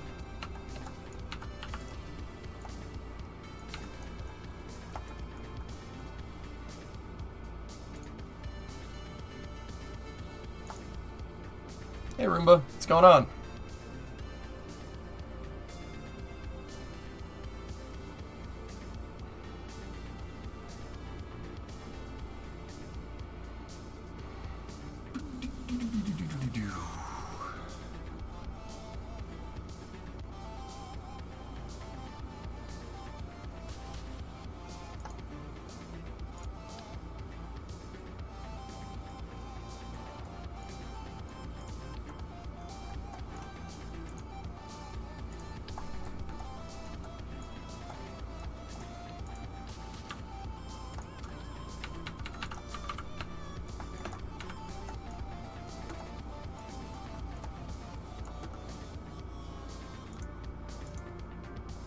It's okay, chilling on a Friday night. Hope you're well. I'm doing all right. Sure.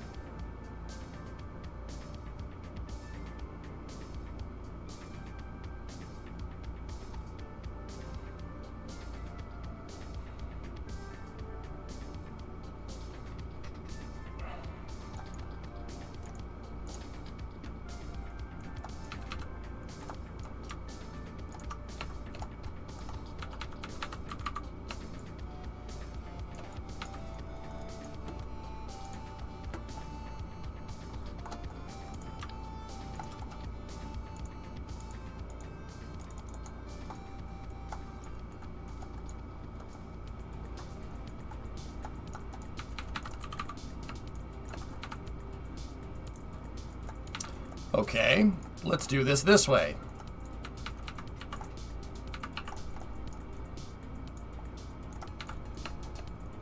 This is just with the rocket that this pad is supposed to launch. I'm wondering what's going to happen here.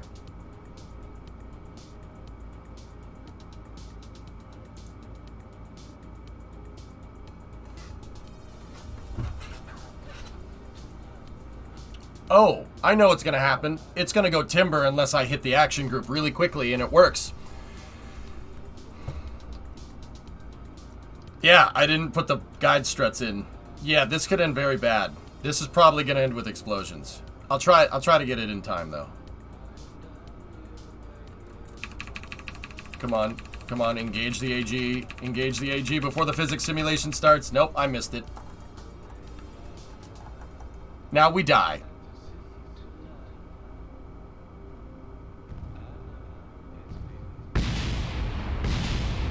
That wasn't as bad as I thought.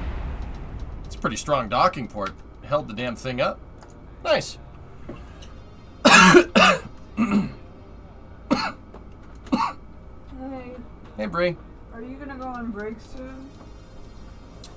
Maybe. I don't know why. I was gonna go for a walk, but I didn't want to do it while you were on break. That's all. No, it'll be a while before I'm on break. I'm in the middle of something. Have fun on your walk. Love you. Oh, you too.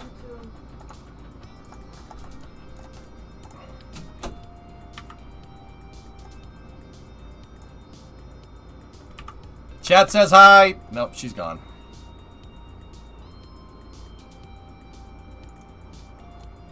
That will do us right. The action groups did trigger, though. It did work.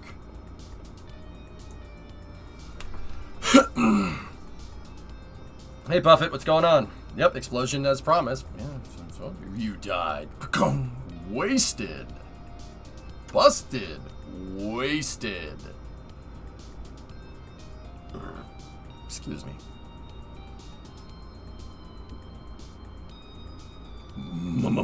Monster kill. Kill frenzy.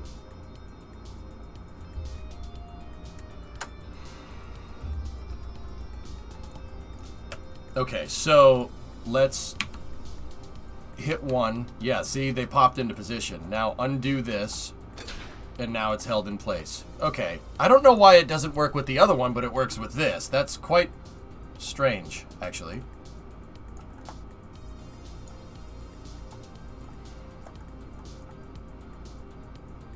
That's probably something we should figure out. Figure out why that's doing that. Anyway. Gonna be KSP all the way to racing tonight? I would like to.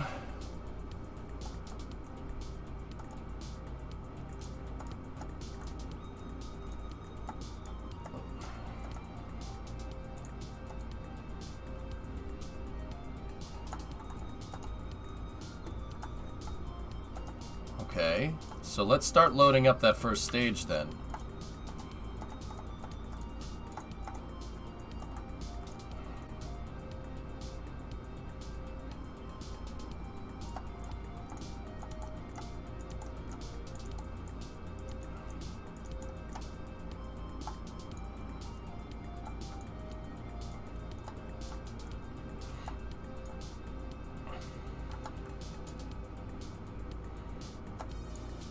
Do I look like I know what a JPEG is?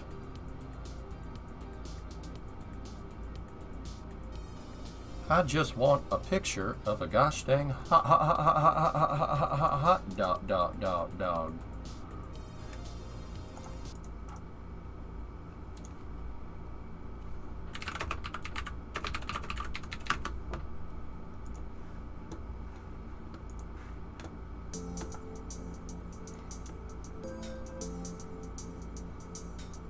Do I look like I know what a JPEG is?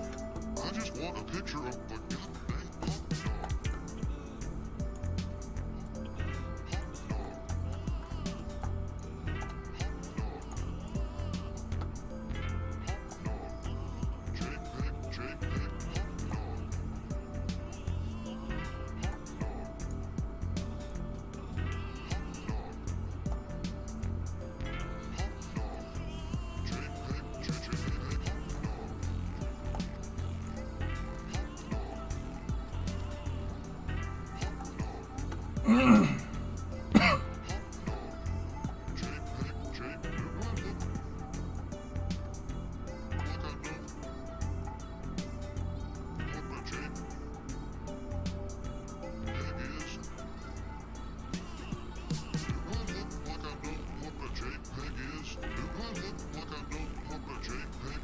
Sorry, having fun.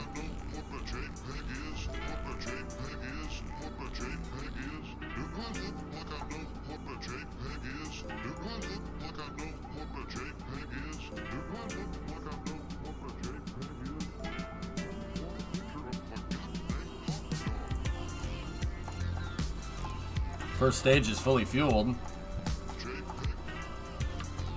Second stage.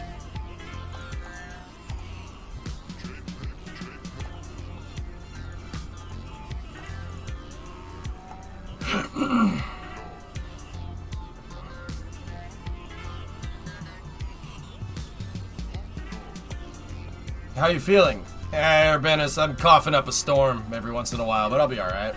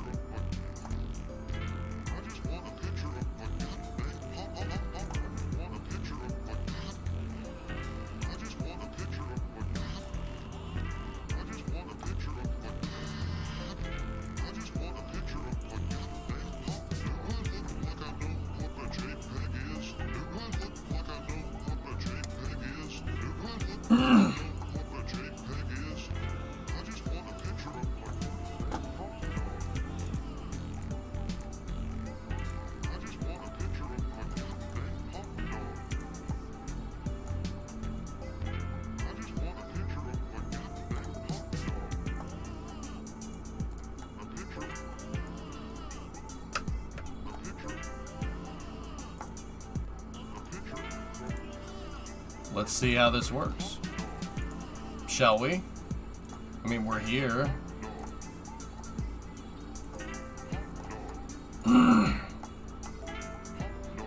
Alright, first stage gas closeout is complete. Reading a full tank of gas.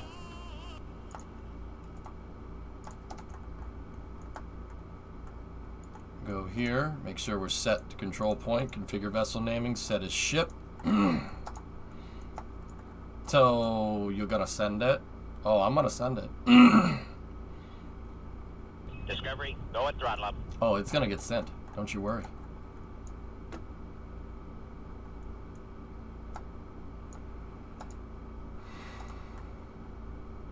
Hey, Arctic.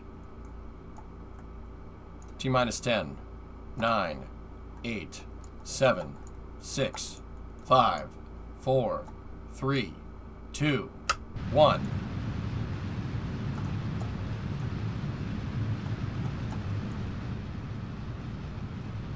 Yeah, the control point didn't really like that. I think we may have installed it upside down. Where the hell are we controlling from? Wait a minute. Where are we controlling from? Did it default to pad control point?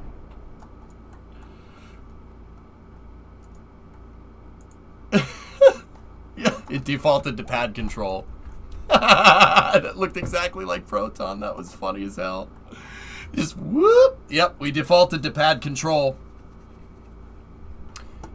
Yeah. Remember how I said vessel hierarchy is important? So you control the rocket when you separate? Yeah. Yeah, that's why that's important. You clicked control from pad. No, I right click and hit control from here on the point, did I not? Am I stupid or something? But hey, whatever. The load test was fine. It worked. The load test worked. The vessel hierarchy is another story. Oh no, it's gone Proton. Just hammer it in harder. Yeah. Fortunately, that's a problem that we don't. That's a problem that's not necessarily we don't necessarily need to solve that one right now. But the plus is that the damn thing works. The pad held up that rocket, no problem. There was no issues from this, which is good. Does the pad need a probe core? Can it just be debris? I think past pads, Pilch had probe core on them. The Freedom rockets did. It could just be debris, I suppose. But I don't want it to just be debris. It needs to be set as a lander because it needs to take its place in the vessel hierarchy. I have fuel trucks that I need attached to this, and the fuel trucks need to be marked as probes. So when I dock the fuel truck to the pad, it docks the fuel truck to the pad and not the pad to the fuel truck. So it does need a probe core. Yeah, it does need one. Your face is a probe core. You made me start coughing. Why? Why would you do this? Shadowman, good afternoon. Any thoughts on building a mobile launcher? I know at one point you said it was possible. I could make an ML, Shadow, but I think the part count might be a little bit too high. I'd say in the future, though, as a fun side project, we could build a mobile launcher. Yeah, fun side project. Make an ML. I could do it. You made the COVID worse. Why? Why, Taradra? Why? So yeah, that actually seems to work really well. That's good. And Freedom did stay together. So get rid of that. Alright, so I'd say this is good. It's not fully finished yet, but yeah, not bad, not bad. And I do like the idea of using these S4512 tanks for the pad, because it looks like we barely used one of them for the first stage, and then tapped a little bit into the second one here, which means that if we use one, so that's one launch, 2 launches, 3 launches, and then we can just use the last one here for second stage fueling. We could get 4 launches out of this without refueling the pad, which is a good idea. I like that. And then I have giant fueling trucks that I can make hook up to this thing, so I'm not too incredibly worried about that. So the pedestal design works. This pedestal is money. It's really nice. So let's just get rid of that. Get rid of that.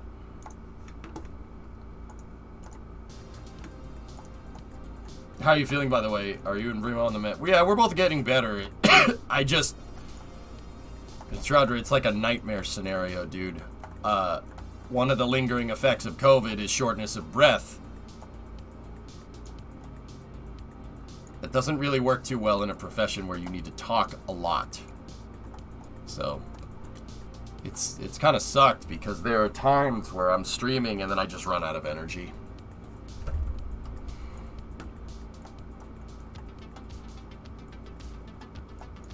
I would figure it'd be more simple since something you roll out, use it, and recover it, then you would not have any pad drift. I don't have any pad drift right now.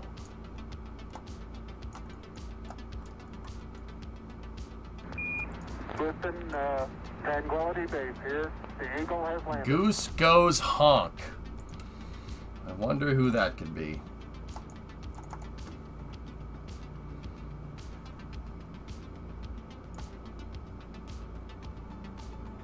If A is for apple and B is for banana, what is C4? Plastic explosives.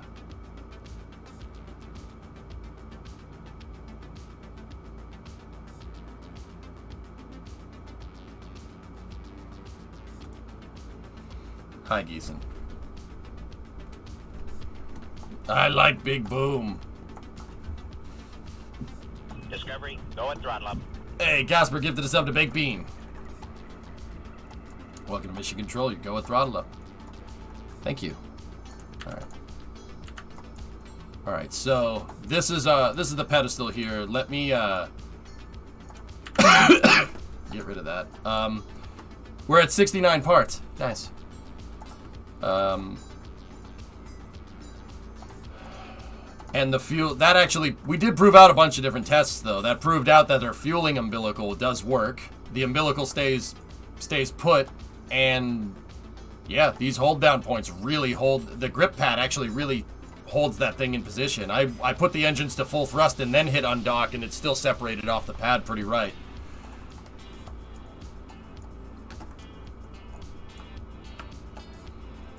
So I'm actually pretty happy with this. Now let's just not make it look like a bunch of SRBs that are all glued together. I don't want to go too crazy with the cosmetic parts, but you know, let's make it at least look respectable.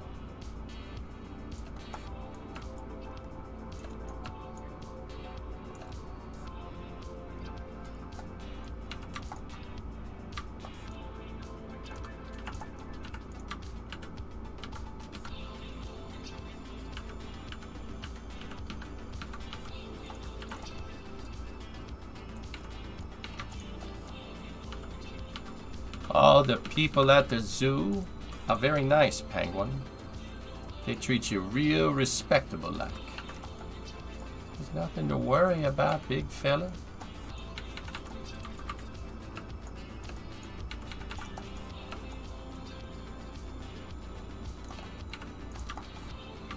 I am not amused.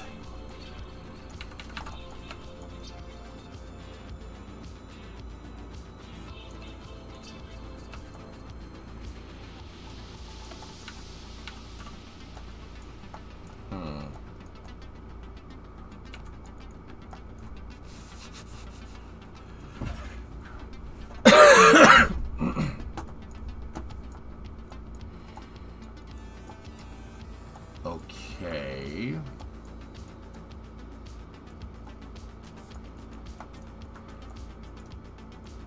We can almost fit 9. So we're basically 3 by 3, right? Yeah. With these panels, that's actually not too bad because, yeah, that means that we're like that right there. But there is some slight overlap Jesus. Okay. I'm putting the launch deck in right now. He said deck. I'm putting the launch deck in right now, and I'm trying to figure out the least amount of panels that we can use to make the launch deck. We can't really have any parts clip inside of this ring. The reason why is because the nozzles from the engine will hit them.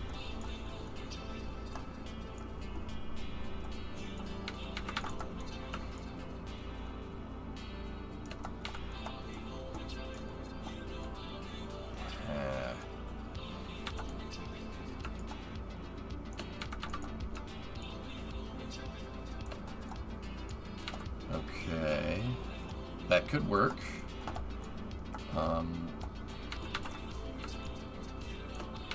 Discovery, go and throttle up.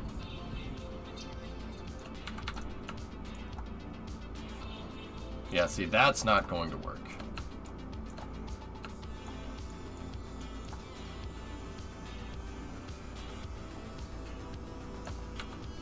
That's where those need to be. But that has a pretty bad overlap, doesn't it? Yeah. Hey, Hinks, 28-month resub. Just for clarity, could you explain this in a New Zealand accent? No. No, I cannot do that.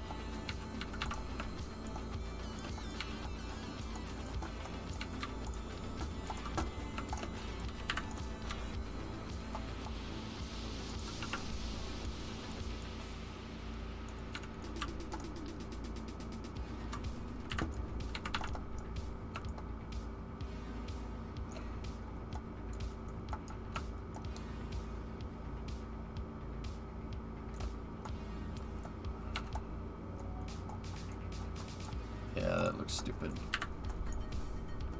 Fair. No, I'm good, thank you. Could some kind of fairing work? Not really, Shadow. Yeah.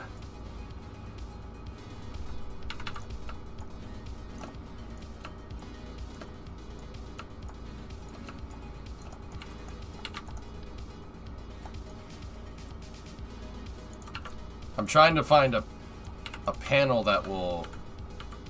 a panel configuration that'll fit a lot so we don't need to use as many parts. Like that. See what I'm talking about? Now we're talking.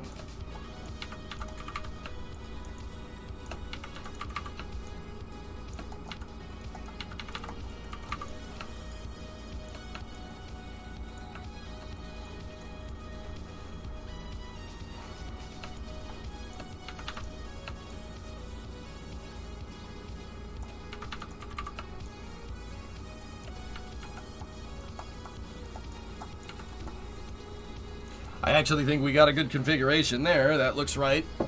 That looks right to me. Hey, Hooded. I'm doing okay. Still kind of don't feel good, but I'm telling you, this lingering COVID effects, man. Just lingering. Just damn lingerer.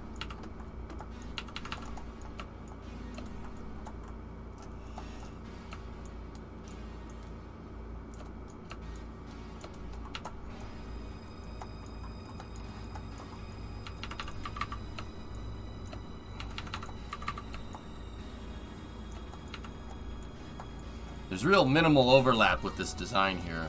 I'm actually pretty on board with it. I wonder if we can use one of the smaller triangles in here.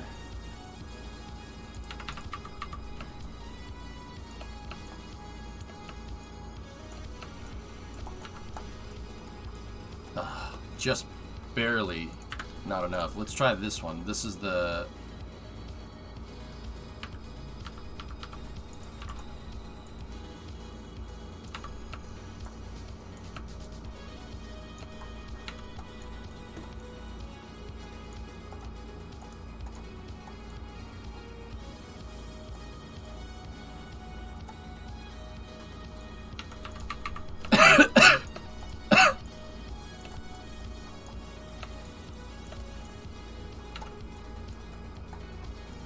Okay, that design works, with the exception of the obnoxious Z fighting.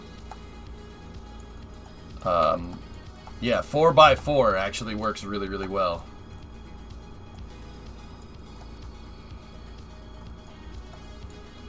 With those triangles, that's enough, and it's only 12, 13, 14, 15, 16 parts. We just got to figure out a way to put this thing together that doesn't... got to figure out a way to put this thing together that doesn't... that's the strongest, so we can utilize the most amount of auto strutting. Alright, so those pieces are attached directly to the plate, which is good. Cool. Now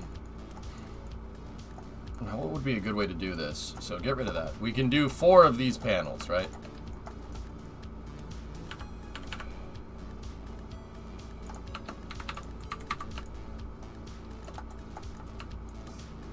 Heck, just... honestly, just doing it this way. Oh, they don't tell me they don't snap to absolute, right? Yeah. Now there's overlap. That's annoying. It is time humanity built a true interplanetary ship and called it Enterprise. Well, okay. I mean, I'm not gonna say no to that. I'm not saying no to that. I think that's a great idea. We should do that. I'm going to attach this panel to the tube segment here. I want to see, hierarchically speaking, where does that get us? Let me turn on, revisualize the auto struts. Ooh. Very strong. Yeah, I like that. That's good.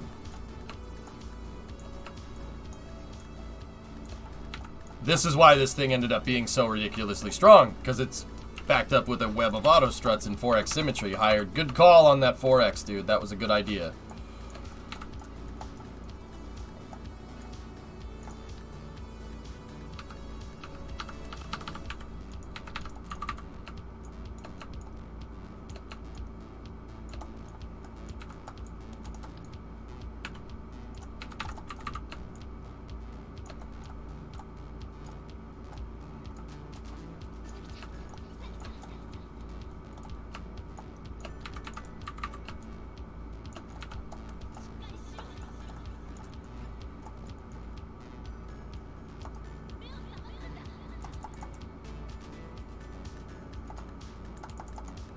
It's a freaking kaleidoscope.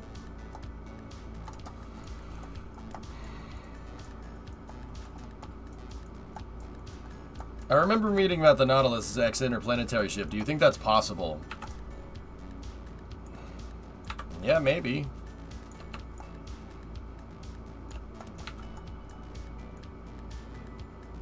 I mean, Alcubierre drives could theoretically work. DARPA actually inadvertently proved the math on like how an Alcubierre drive works the other day. It's a phenomenon called negative mass density. Basically, we found a way to make a...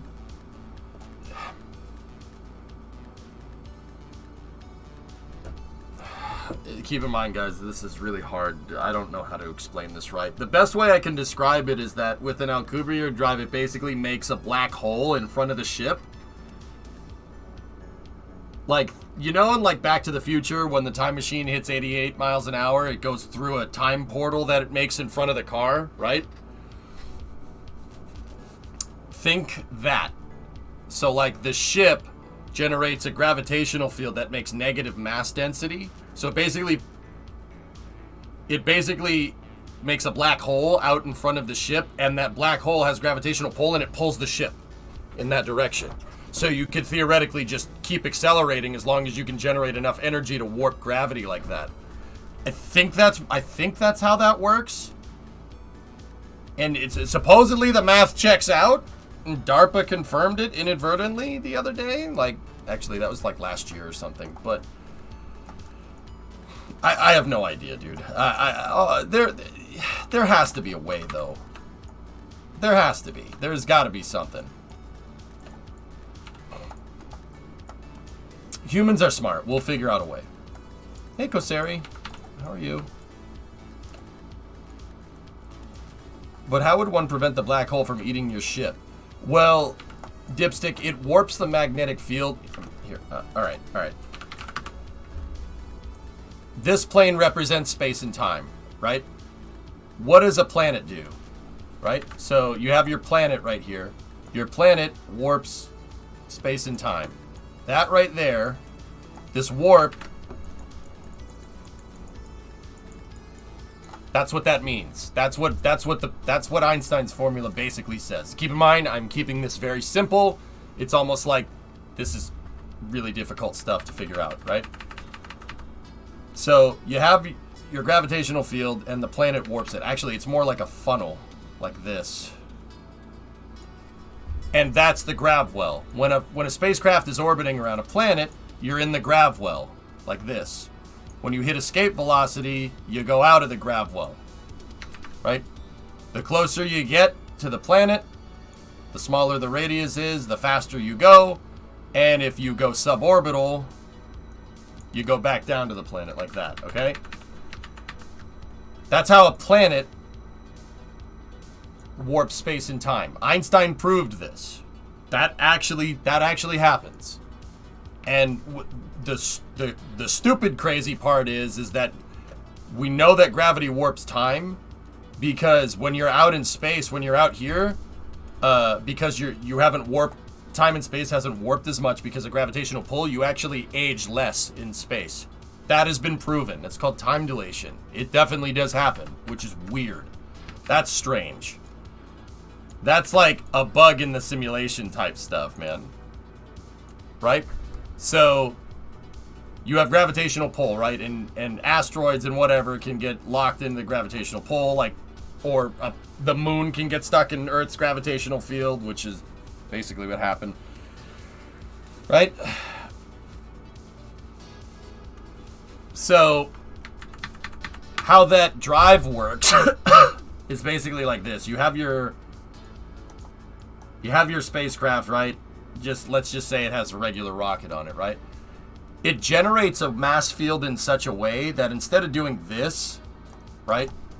Or like putting the black hole, right? Like if this is space and time, right? You know, it's on a plane and then the black hole is out in front, right? And then it pulls the ship in. What it does is it generates negative mass density out front and positive mass density in the back. So it warps gravity like this. Yeah, you're riding on like a ring. A bubble like that, which is why that Nautilus has that like ring around it, because it's designed to do that with space and time. It's weird, dude. This is stuff that I really just generally don't understand. But that's what it's supposed to do right there. It warps gravity on a sine wave. So this is constantly pulling you forward, but constant pull back, right? Constantly pulling you back keeps you from falling into the grav well. It's weird. Like, once again, I don't understand this fully. It really doesn't make sense. That violates a couple of Newtonian laws of physics right there. I don't generally understand, to be 100% honest with you, but that's the idea. Like, it doesn't make any sense to me. How can you pull forward and pull back at the same time? If you pull forward and pull back at the same time, don't you just stay still? So you'd have to make it so that the positive mass density behind you is slightly less than the negative mass density in front of you. But if that was the case, wouldn't you just fall in? You'd have to find ways to warp space and time in a very specific shape. Which is yes. That's yeah. I guess not, someone. It's like riding a wave. Pretty much, yeah. A gravity wave. That's why, Denny, a little while ago, they discovered gravity waves, right? And why that was such a big deal. Like, the whole Higgs boson thing, you remember that? That was a big deal because of this. Like, that proves that gravity has ripples in space and time, which is At least I think that's how that works, guys. I'm not a theoretical physicist, you know, like, I'm just EJ, you know what I mean? So I don't know the most about this stuff, like, but I think that's what's going on. Nods head like the guy on the screen can see me. RCS mini black holes. I have a theoretical degree in physics. My guy. I just want a picture of a goddamn hot dog. So stupid. Alright, so now in order for the launch deck to be reinforced, we just gotta put some struts there, mate.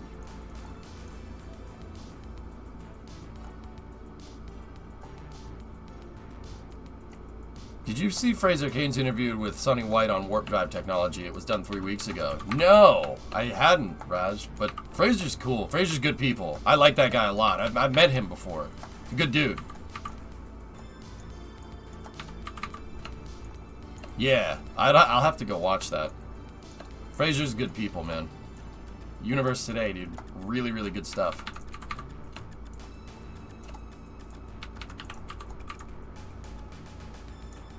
I haven't actually talked to Fraser in a long time, dude. Probably reach out and say, "What's up, man? Did I see your picture?" No, I didn't see your picture, Doom. It's because I don't like you. Hey, that's cool, man. You got a garage. Excellent. And yeah, River looks pretty happy, dude. That's cool. Awesome, man. I was actually wondering what you had been up to. You know what? I'm gonna attach this triangle to here. We're gonna attach that to that panel.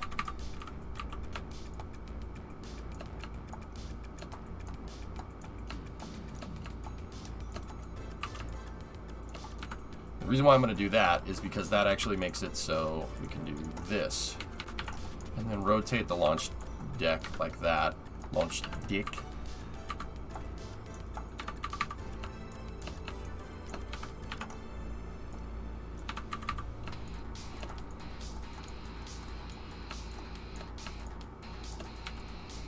There. Hey Katsuru, it's been a while since I tuned into the stream. Oh, well hey, thanks for popping in. How you been? Yeah, this will make it so the launch deck doesn't move.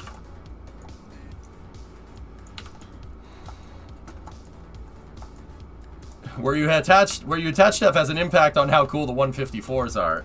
I mean, that is a way to say that, Jim. Yeah, you're not wrong. You're not wrong, man.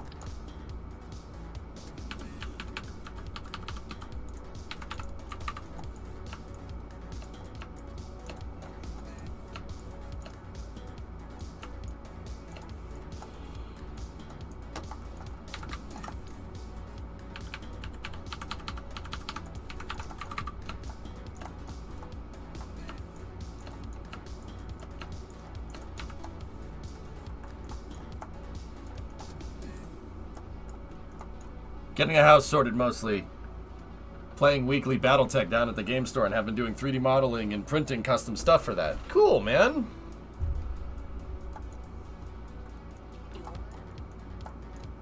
I'm good, Kosari. How are you?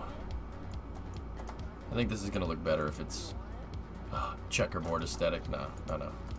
Gray. Gray will look better. Yeah. You consider watching Tinker with this for days? Thanks, Gas. I appreciate it. I appreciate your patience, guys. I'm just trying to design this pad to be as strong as possible. I don't want the SRBs clipping in at all. I'm trying to get it to be super strong. Because this pad, with MLV, this pad should see a lot of use. A lot.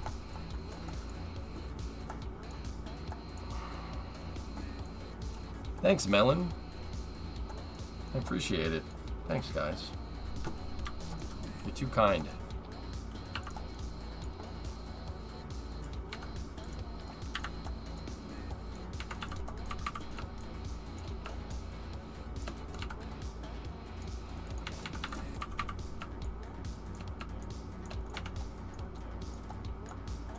That's gonna get me enough slack on the outside, but we just made a gap right there. Can we...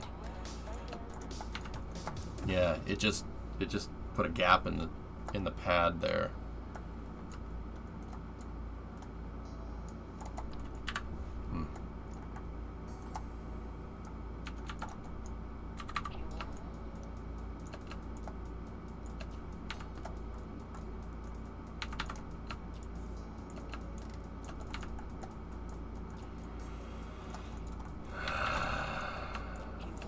I hate the way these panels go together. It's so annoying because they leave little gaps like that. Oh, that's infuriating.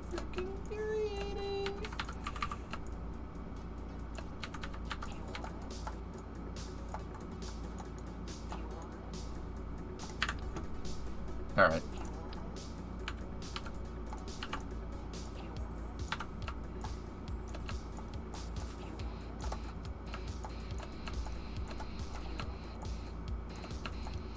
Sorry that this is hard on the eyes, I know.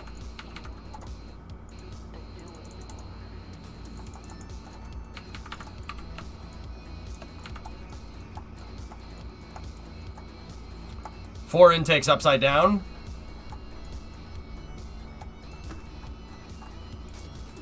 Actually...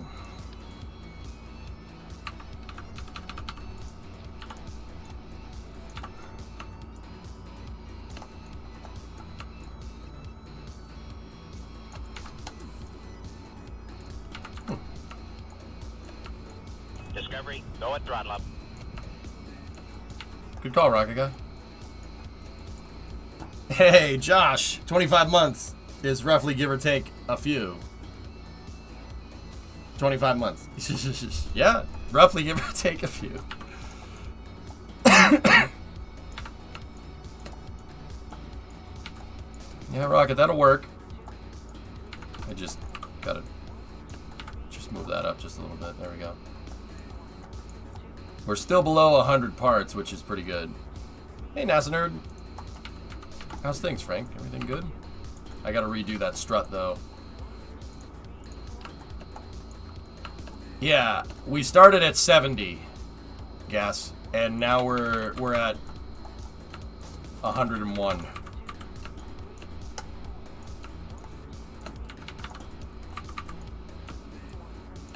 I really don't want this pad.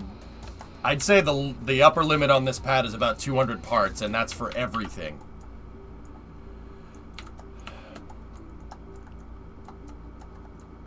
I mean, it's always gonna be more parts, dude. It's gonna be more parts because, just because it's a bigger launch pad. There's really not much we can do about that, you know?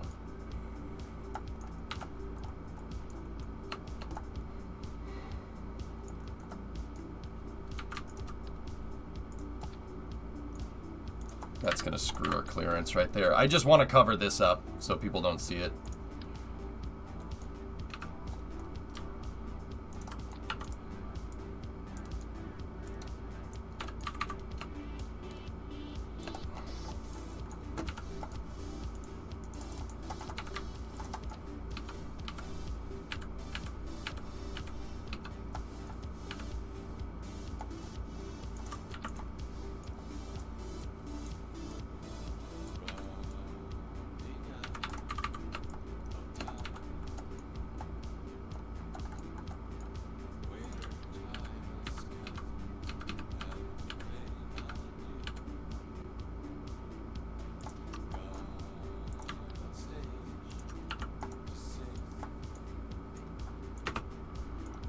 I actually think this looks a little bit nicer when it's not absolute snapped into position.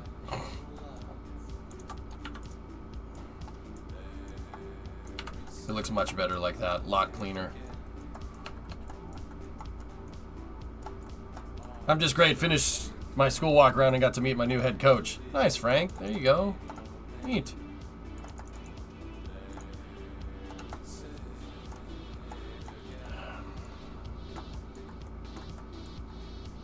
Rocket Guy, I'm thinking the long grip pads might be better here. Let's check the long grip pads.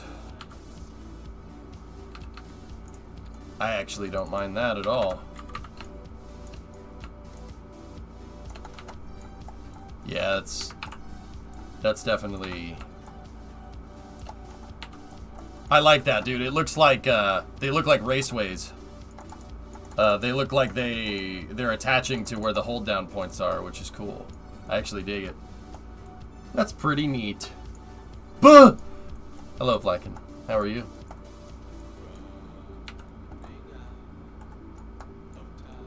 $109 parts, huh?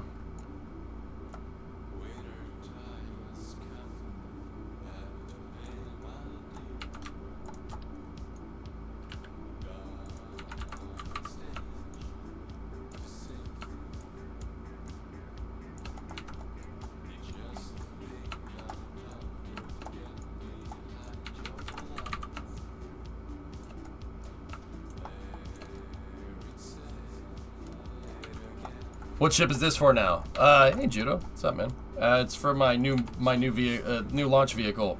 It doesn't really have a name. It's just called MLV right now, but it's like a better version of Condor, man. Remember that? Remember Condor, that sucker back in the day?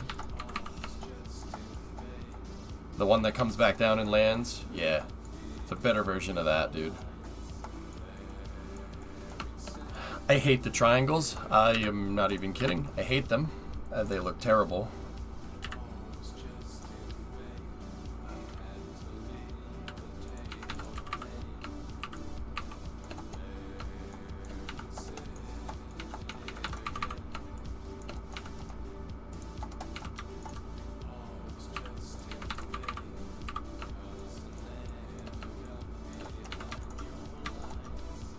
Gonna end up being a freaking lot of parts.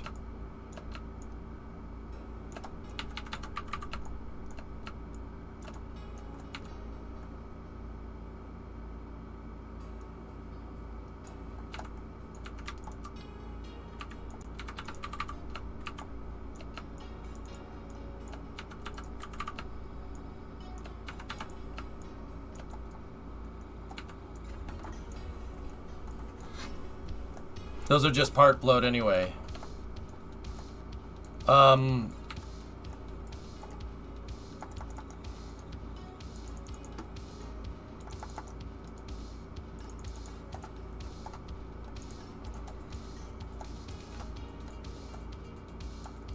It's not really, but all right.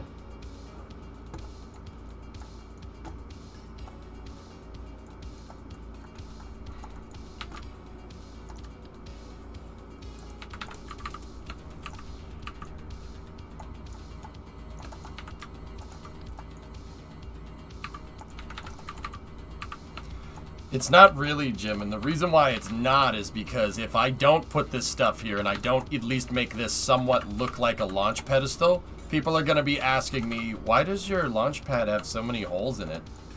It'll get asked all the time. Don't sit here and pretend like it's not. This is, I might take a hit on part count here, a small hit on part count, but a small hit on part count. But also at the same time, this helps me save my breath. See, Flykin's already doing it. Why? Why? Why you do this?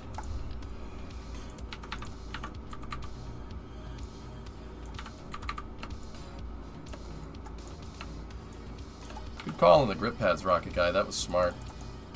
You're smart.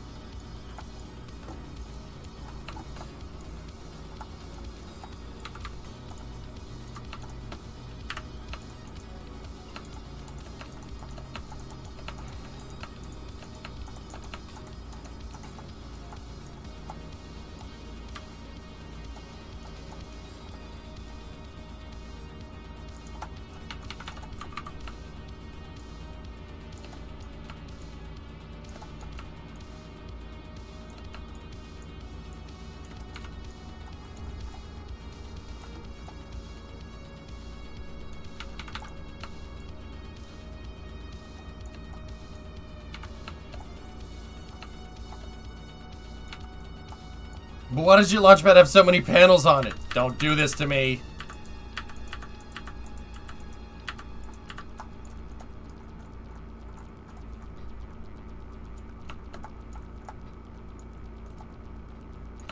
Nah, I don't want to use part welder. Part welder will screw with the hierarchy big time because you're dealing with parts that one-off custom parts, dude. It's just, yeah, I don't want to do that.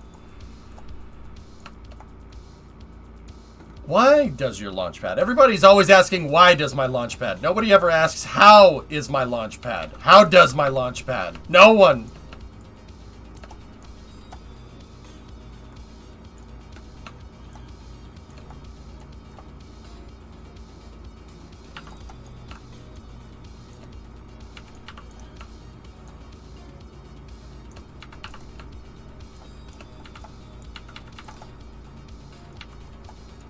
How does your launch pad do what it do is... Yep. Yeah, see the bottom ones? I'm just not going to use those. Yeah. We don't need that. This is 140 parts for just the damn pedestal. Discovery, It's too going much. throttle up. It's too much, dudes. Alright, we don't absolutely need that part.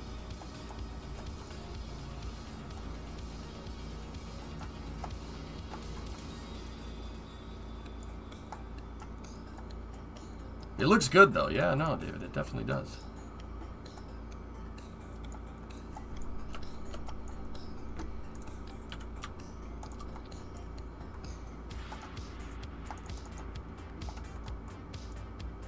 I wanted to put that down there. Okay.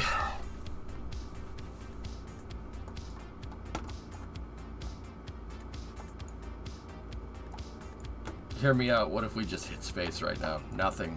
You'll hear a noise and that's about it.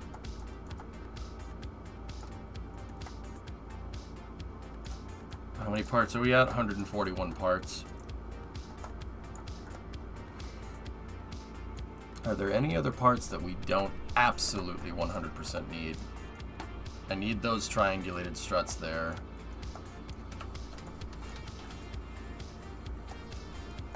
Yeah. Alright, cool. We'll add parts back in if we have surplus parts in other places. This, in the meantime, though, this is great. This thing is really good.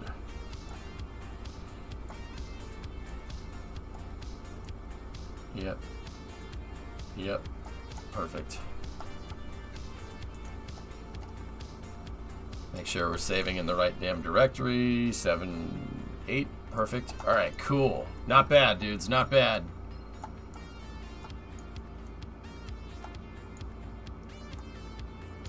Okay, the next thing we need is the crane.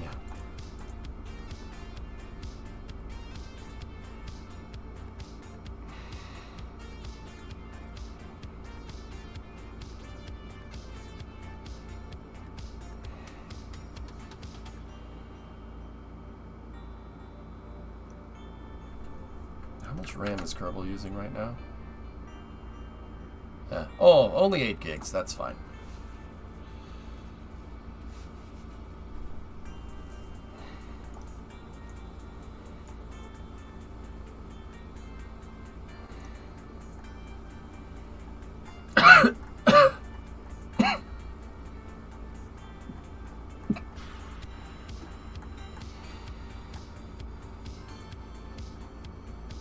Alright, so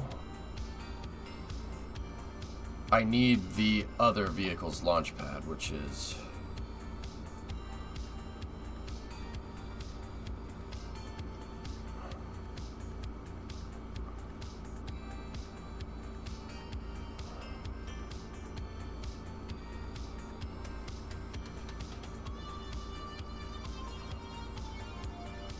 it's in the main root directory, which is annoying, but that's where it ended up. Actually, is it?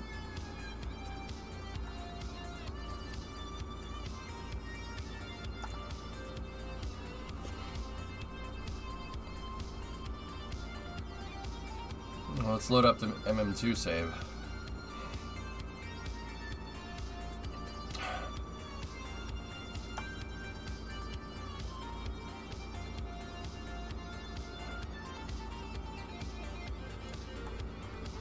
Where's the crane? Crane? Ah, bingo. There it is.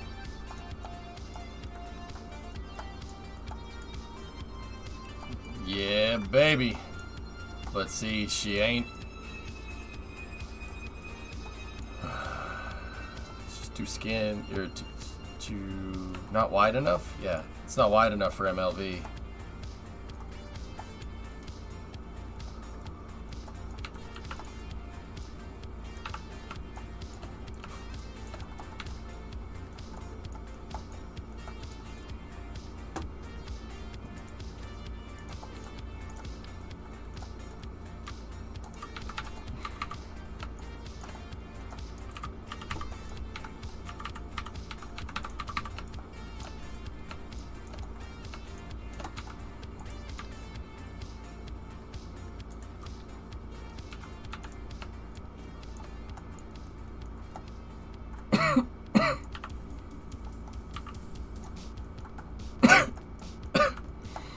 Now, don't worry about... I was going to say don't worry about the struts, but it seems like some of the struts ran in the wrong spot, so let me remerge the damn crane.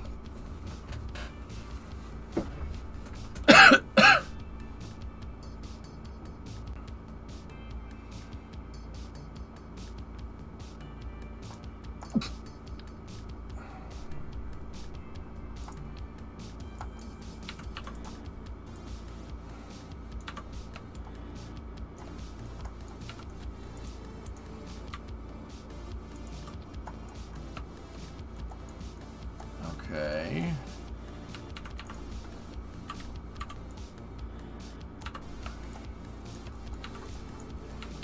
So this is just a placeholder piece right there. And then the crane.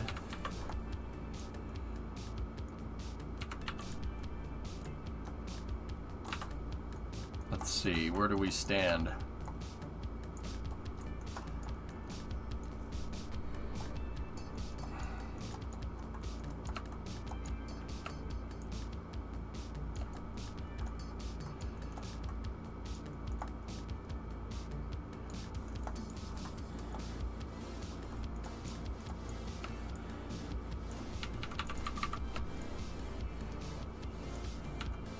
Okay.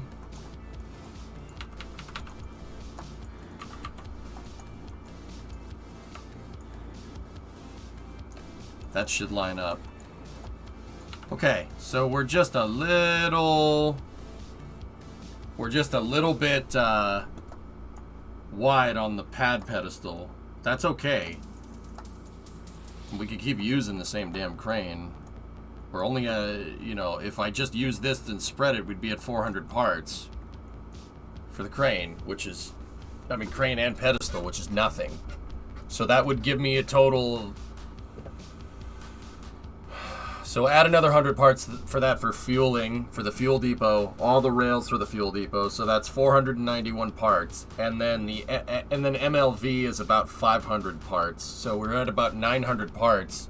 And then 100 part payload puts us right at 1,000.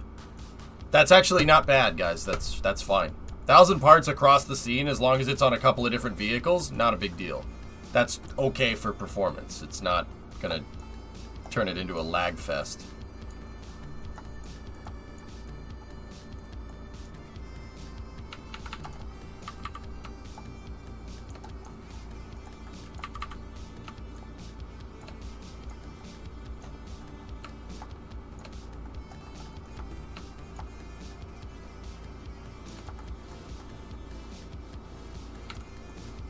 Okay, that's where that needs to be. Save this.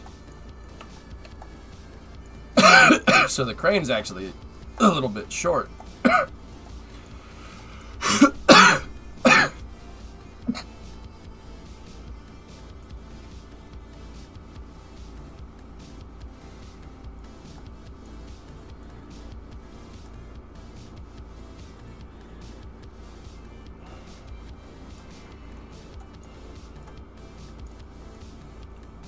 Okay. I mean, I'm honestly kind of thinking, what happens if we just...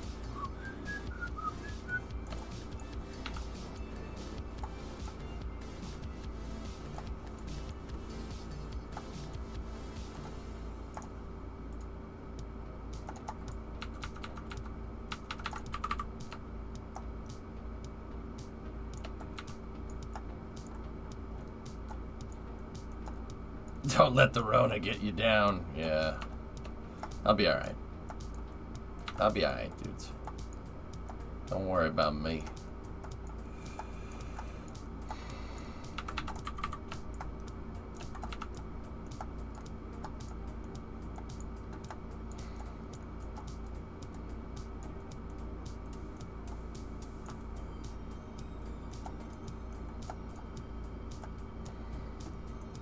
Okay. I mean, this will work. It's a little weird.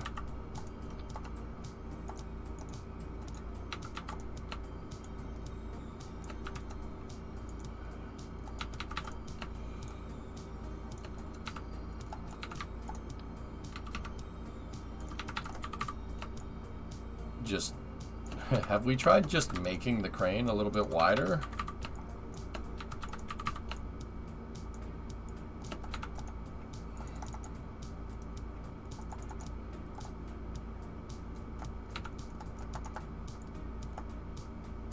There it is. Wide crane. Now, honestly, what I'm wondering here is with this, is this,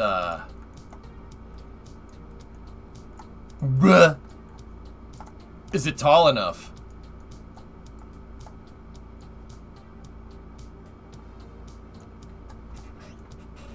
I don't know if this can fit the whole vehicle in there.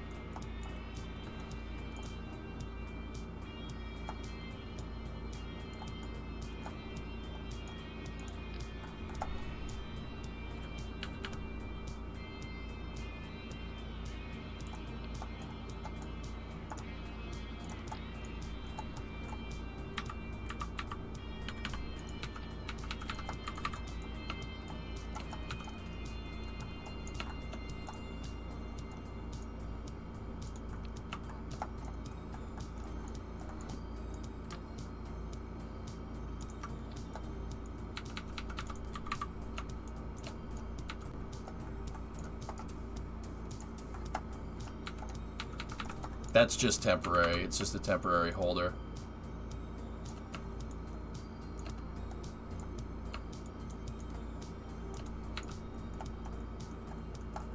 Ah, frick. Frick. It ain't tall enough. We aren't tall enough. Oh, well, that complicates things a little bit. So how tall does this the crane need to be? It needs... Oh. Duh.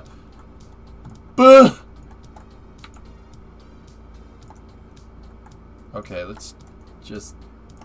Buh! Out of gizmo range. Yeah.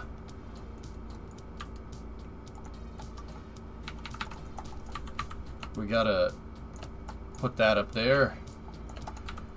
And then go ahead and reattach that. Oh, man.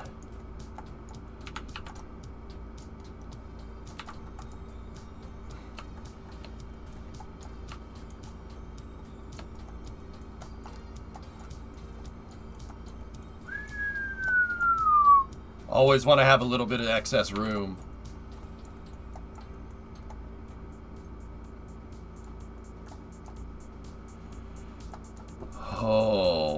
man.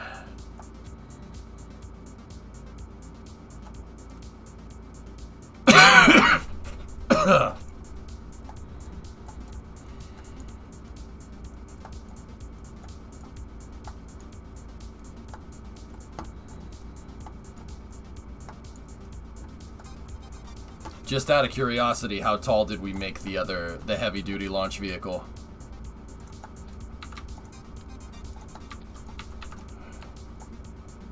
Let's just say that it goes right there, just an overestimate. It was 4 tanks. 4 tanks. And then I left some space for engines, right? And then there was a gigantic payload fairing that could hold... Wow.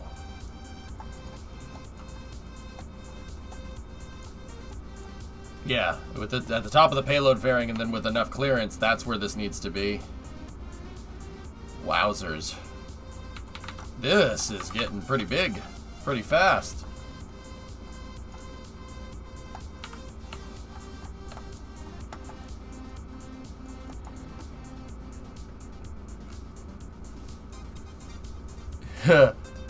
Maybe, you know what, guys? I'm not going to lie to you. I can see the reason why, you know, with Saturn 1, they made the buildings move.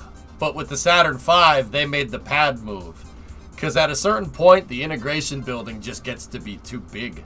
Why the frick would you... Why would you want to even try to move it?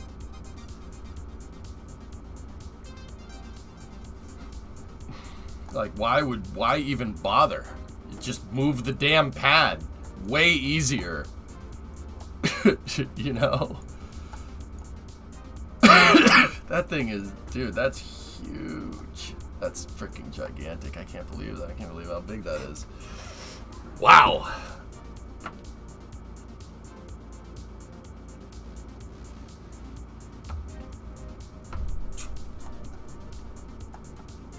Add another 2 booter segments. Does the freaking crane even reach anywhere near the ground? Nope. Nope. Not even close.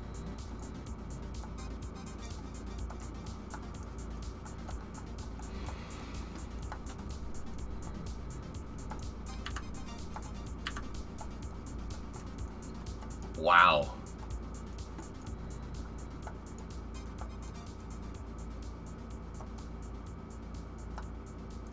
Okay.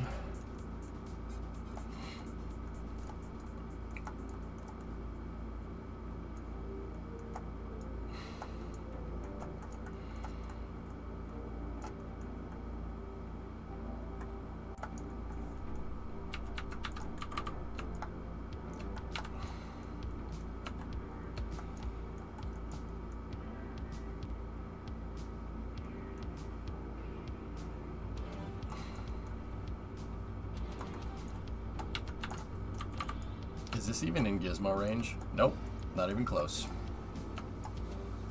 Damn. Okay.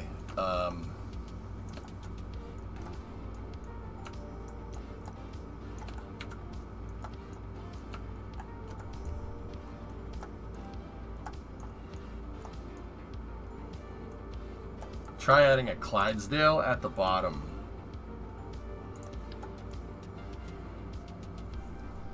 How big are the Clydesdales? They are bigger than a kickback, aren't they? Kickback is what we're using for support right now.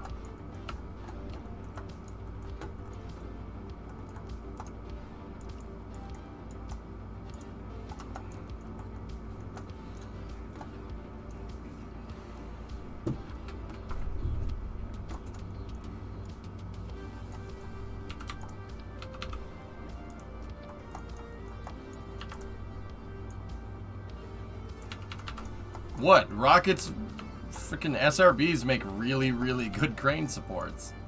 Stop judging.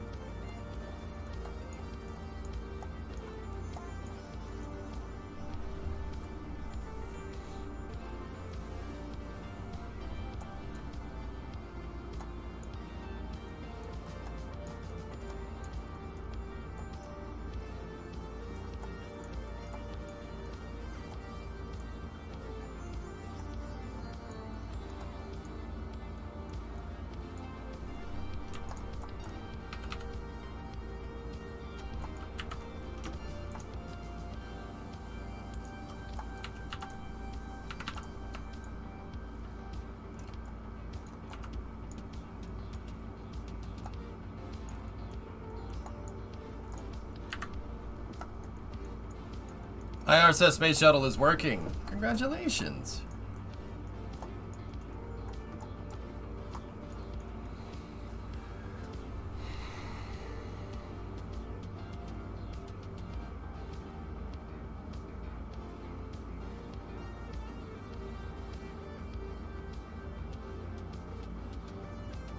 So how many kickbacks would we need? 1, 2, 3, and then 4 and 5. We would need 5. 5 kickbacks, 4 of these.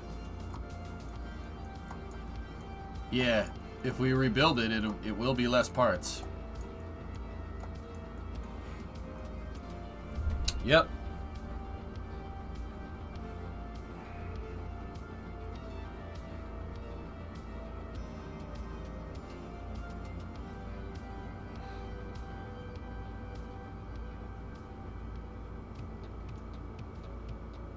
You would only need 3.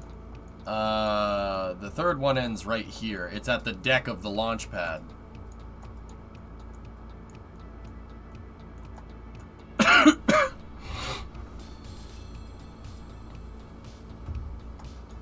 You doing vertical integration for this rocket? Yeah, Wiser. Yeah, I am. Yeah. I mean, yeah, if we gizmoed parts around, then yeah, it'd be okay. I'm gonna need to rebuild the gantry crane though a little bit, but probably a wider and a longer base too for stability. Yeah, I would probably make it in line with the pad, Talon. Yeah.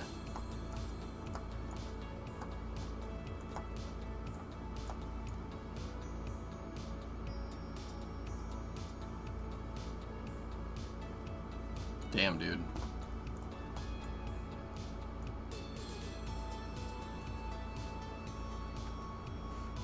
This is gonna be chunky, that's for sure.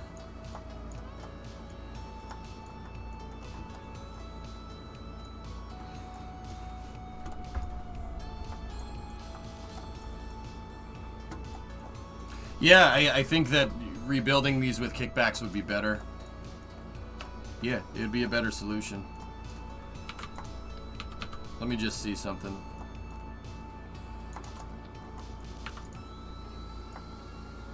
Yeah, okay, that's not gonna work. That's too wide. Okay. Is it wide enough to bridge the entire gap? Oh, it almost is.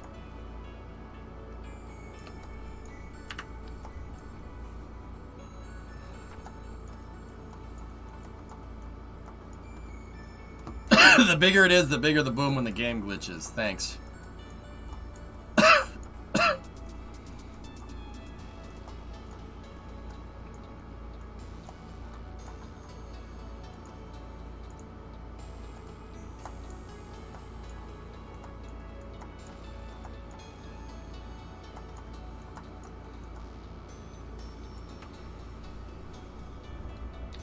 Guys, honestly, the only question that I'm thinking right now is do we just make it 4 Clydesdales tall? But I think it's closer to being 3 than anything. So, hey, Dr. Death, what's up, dude? Yeah. Now I just gotta rebuild the gantry.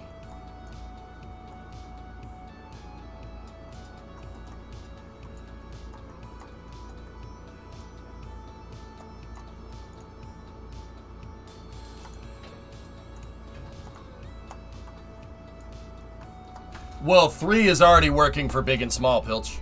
Yeah, and then I can gizmo the rest of this into positions. Yeah. 3 gives me the height for what I need, guys. Look at MLV inside of there. 3 gives me more than enough height. This is a gross overestimation of the height for the heavy launch vehicle. This would give me more than enough. Yeah. Yeah, this would be not too bad at all.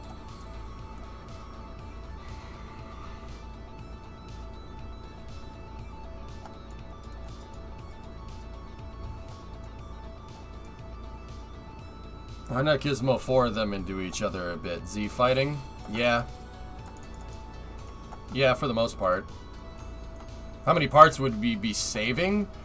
Well, if I just straight replaced all my supports with the gantry crane, pilch with Clydesdales and then rebuilt these sections, the vertical segments for the crane, right, which would be horizontal on your screen, we would need 5 Clydesdales to get down to the bottom. We need 2 more of these things, like this. Of course, I picked the one that has the thing attached to it.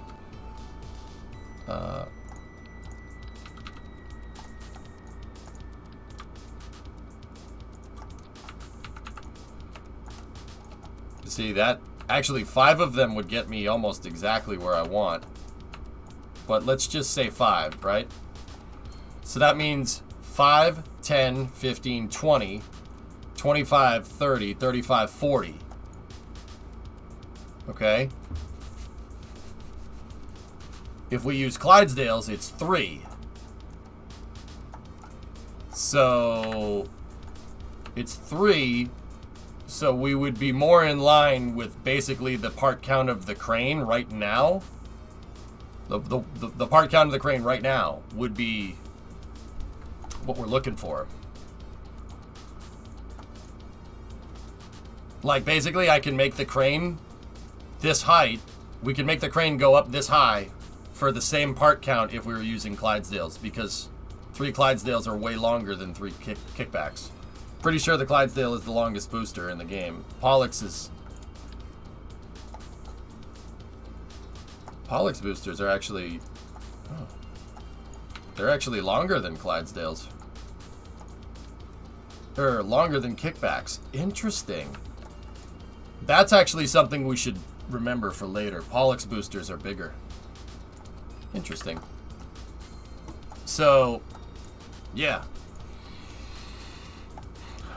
I say we have to remake a crane. We have to remake a crane to work with this damn pedestal, don't we?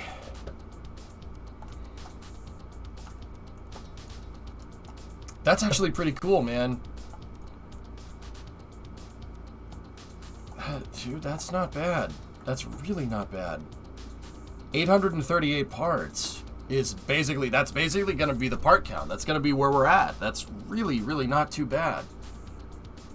They're so large, would you even need 4 pillars like you have now? I'm not even entirely sure, Gold Falcon. I keep using those 4 pillars on each side because I know that's what works. That's why I kept the design. That gantry crane was never, ever that big.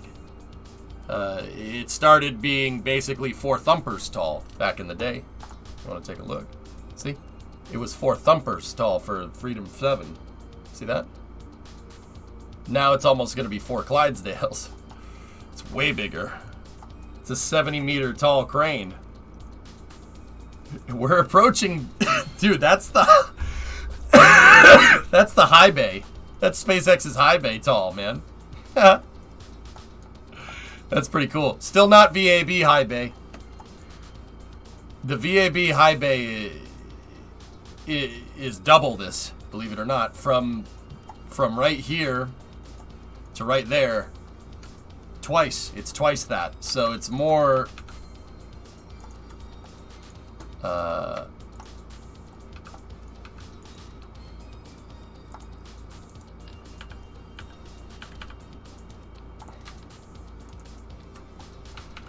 That's the high bay in the VAB.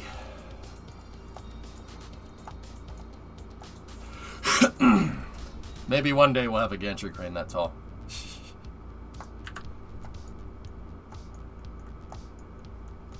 If you can get it to work with these 2 pillars, yeah, this gives you a lot more structural support, Creeper, because yeah, you have you're triangulating the mesh.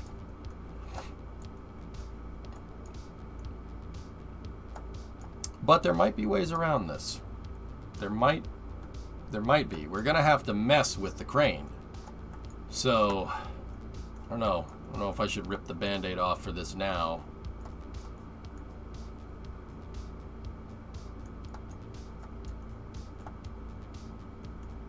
Yep. Alright, let's do it. Let's do it. Let's do it.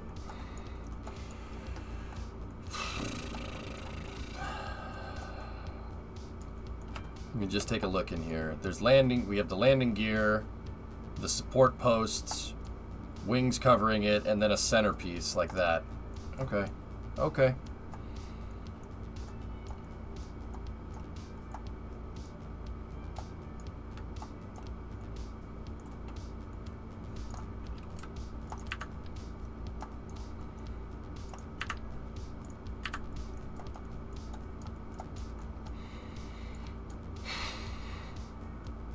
I didn't like doing that.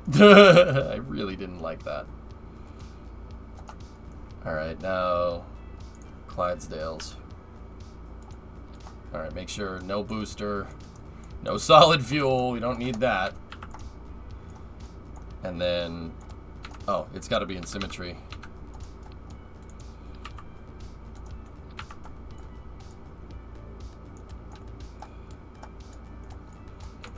And now the gantry crane, I really didn't ever want any like weird coverings or anything. We don't need anything like that, just there.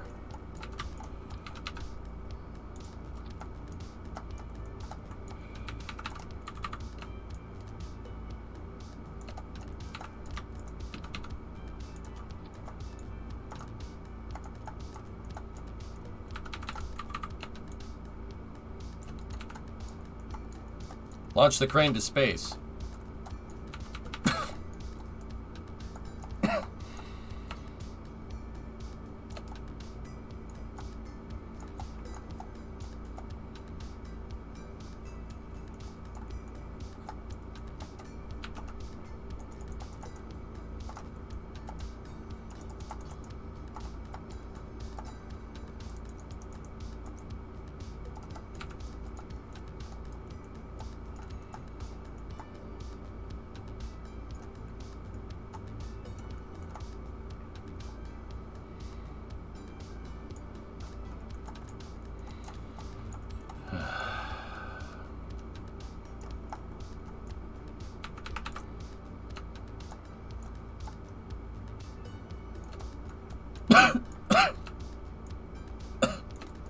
Come on.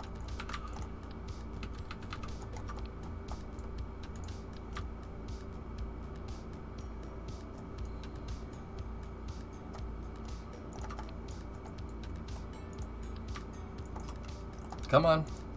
Come on. Let's go. Come on, Big Bang. Let's go. No, wait, no. Don't want that. Not Big Bang. Not yet.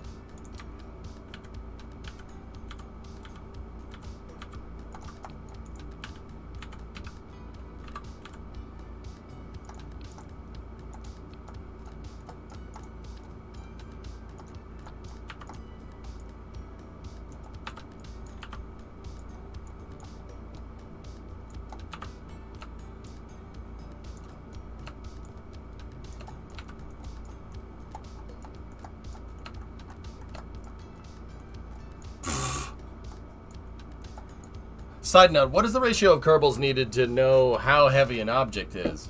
And is that affected by changes in gravity? What is the ratio of Kerbals needed to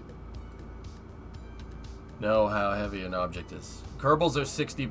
most parts of Kerbals are 60% scale.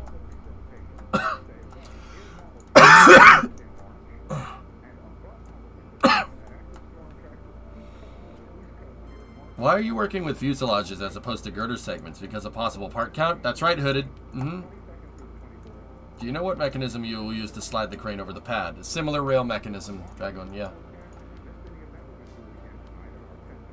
He's asking how many Kerbals per how much weight. What? Basically, I'm wondering, can you craft a ship in space using Kerbal construction?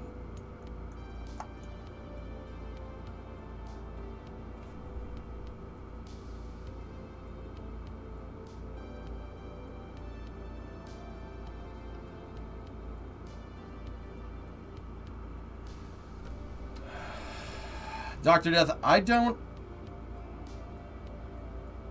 have experience with using Kerbal construction on orbit. It's very limited. I have a very limited experience with that. My experience with building anything on orbit is not good. It's not a good experience.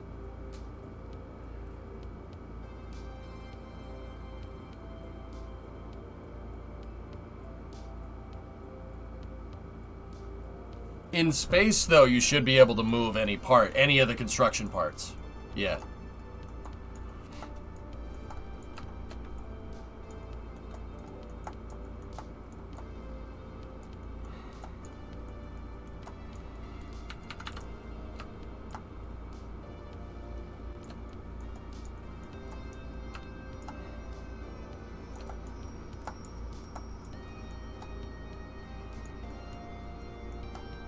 Gotcha. Was wondering if a space VAB is feasible. It's possible, yeah. I'm calling Bull, EJ, Grissom Station, MMU, and a Yarg welder. We're talking about Kerbal construction though, like, huh? Like, I'm confused. Dr. Death, you're talking about this, right? Like putting parts in here and then bringing the parts to the spaceship up and then assembling in space, right? Like that's what you're talking about. You're not talking about like putting modules in a space shuttle and then bringing them up and docking them together, right? Okay, yeah, Element, yeah, you know, you're right. You're absolutely right. But I think Death is talking about something different.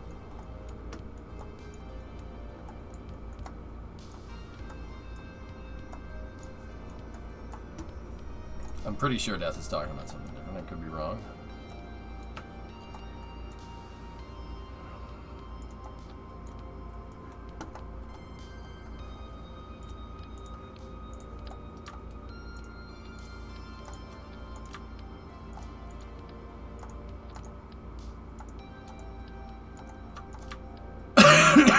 Oh, come on, man. Jeez, that's enough.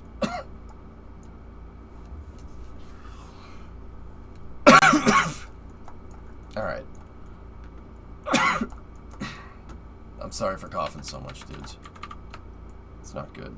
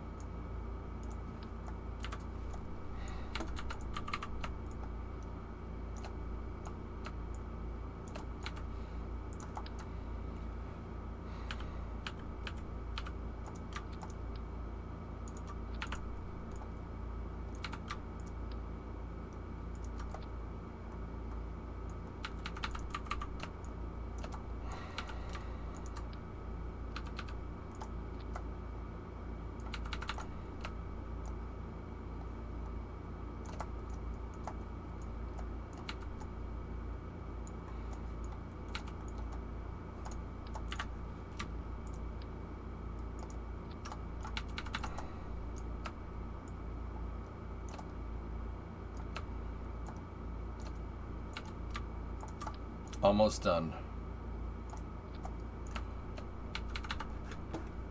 Where's my music?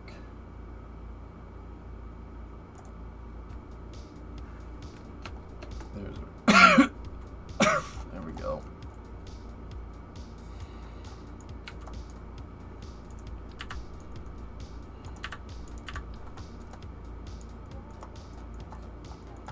Yeah, guys, we could probably get away with 4 supports here.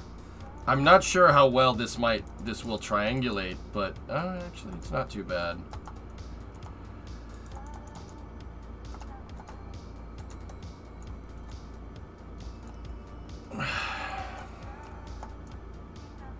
Elon Musk is no longer buying Twitter. Shame. How do you know, Linus? What did he...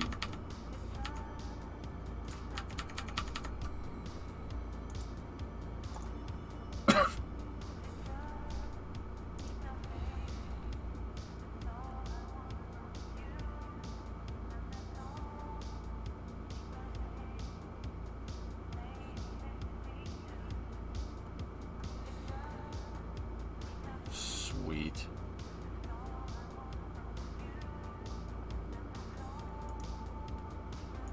How do you know, Linus? Where'd you get this from?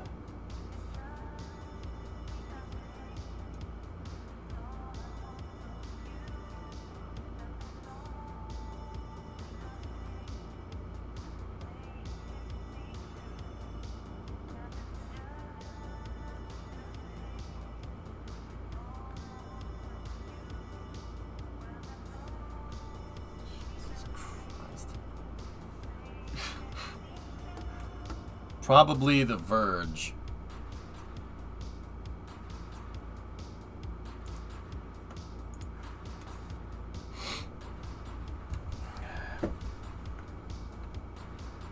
I like that you just hid Tara's tweet. No.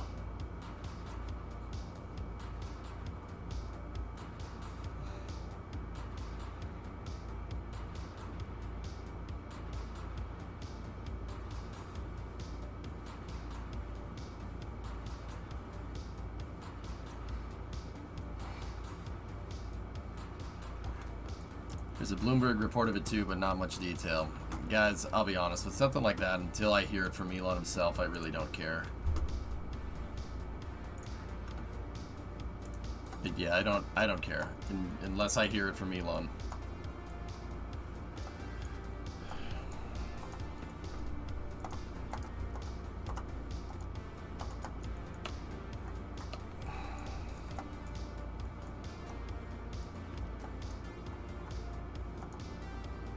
Go right to the source, all the time.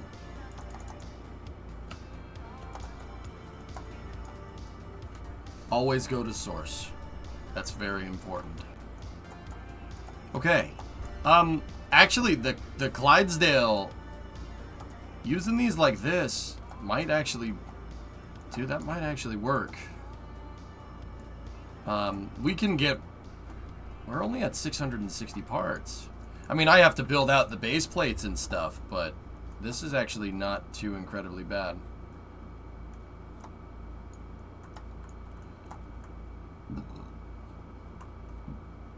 Let's see how much this is by itself. Let me get rid of the launch vehicle. 223 parts. That's it? Okay. Will the pad move or the crane? Crane. Yeah, crane. I just got to give this thing a nice big base plate, and then we'll, I'll give it the rail. We'll give it a same railing system, the same rail system that we've been messing with, the one that we know works with the Freedom rockets and everything, and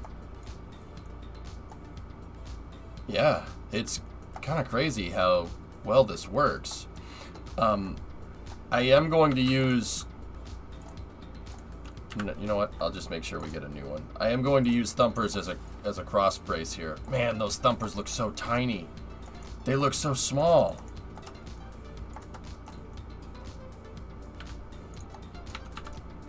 They're so small.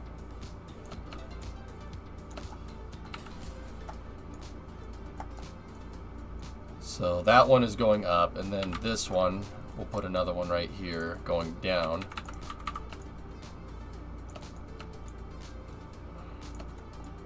Man, it's just so small. This is small.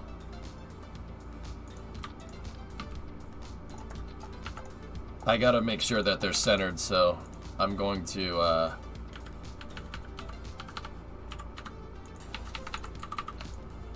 I'm just gonna put some I-beams in place to make sure that they center line. That's what I'm trying to say. Sorry. Brain do good more.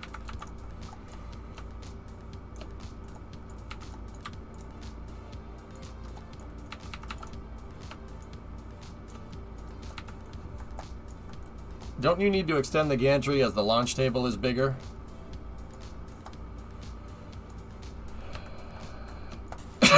Yes, 62, yeah, we should probably go out with it a little bit more, huh?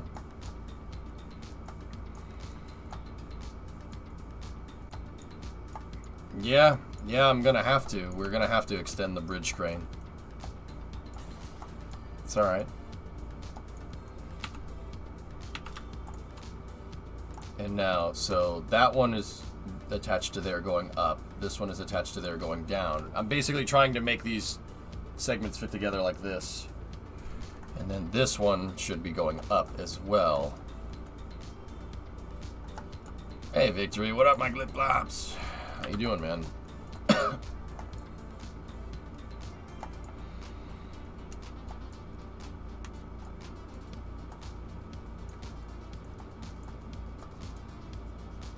Do I have Clydesdales unlocked in mission mode?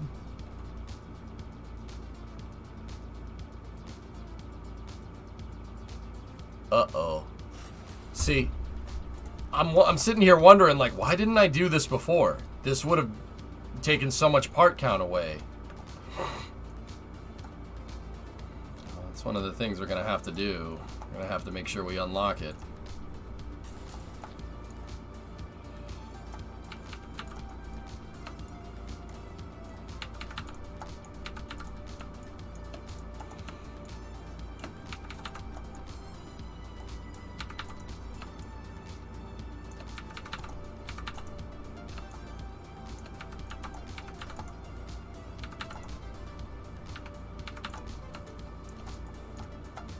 Helping Tiny Victory enjoy a rousing game of Hop on Pop.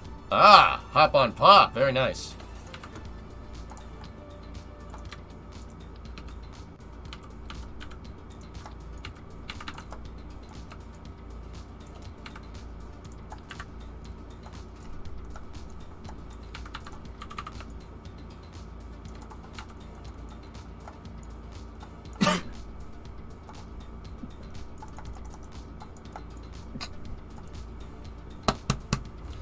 I need another cough drop, guys. I'll be right back.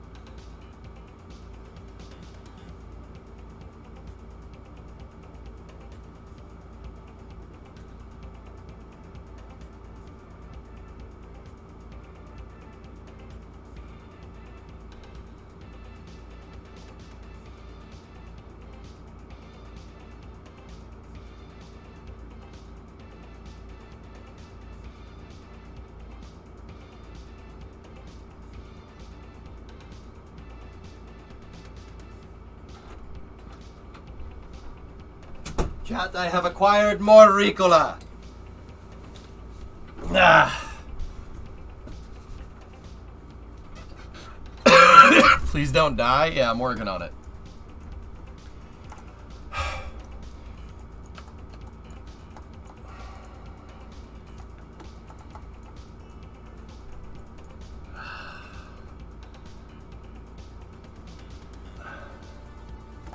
Coughed so freaking hard I got a headache. I'm sure that's totally good. Okay, let's keep going. Dude, look at this freaking beefy thing.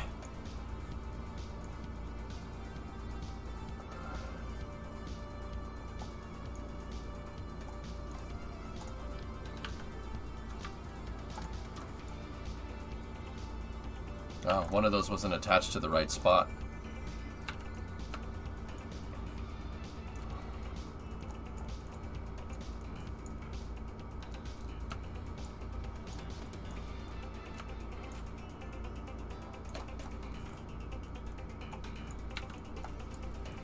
Does a cough drop actually help? Yes.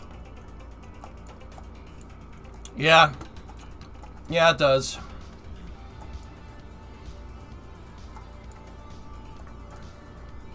Dude, I coughed so hard I got a headache now.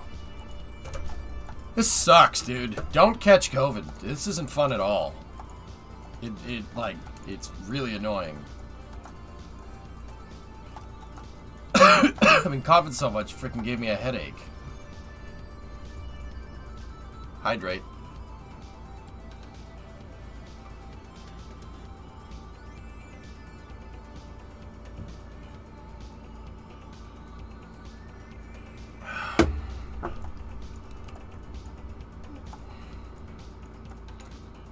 How much can I take per day? Cough drops? Cough drops are just a throat lozenge. You can take as many as you want, as far as I know. Am I wrong, chat? Or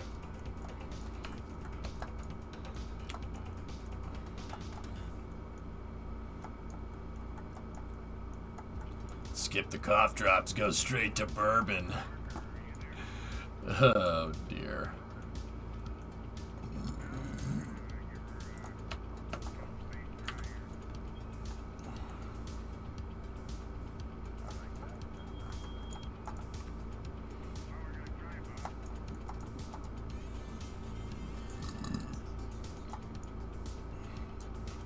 BBC has said that Elon is ending the contract. Shame.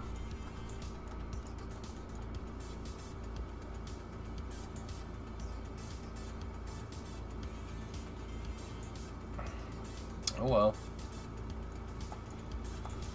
It's probably for the better, dude. You don't want to buy that. It's a freaking cesspool. But then again, you know, like, guys, it might it may have been his point not to actually buy Twitter, but to drum up enough, like, not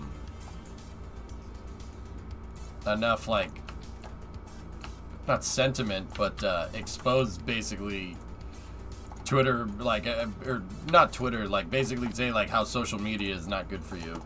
Maybe that was the point. Maybe he knew he was never gonna get it, and but if he did get it, whatever. Who knows? Doesn't he have to pay like $1 billion now? I don't know, Josh. I'm not schooled enough in economics to really understand the intricacies of that, dude.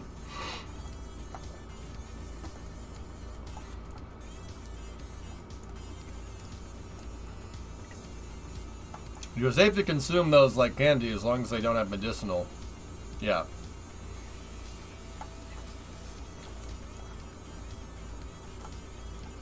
My guess is that an acquisition like that is probably contractual, Josh, but I don't know for sure, man. I've noticed that anytime you purchase something that is very expensive, like a house, it usually ends up being contractual due to the nature of it. Now, what does that mean?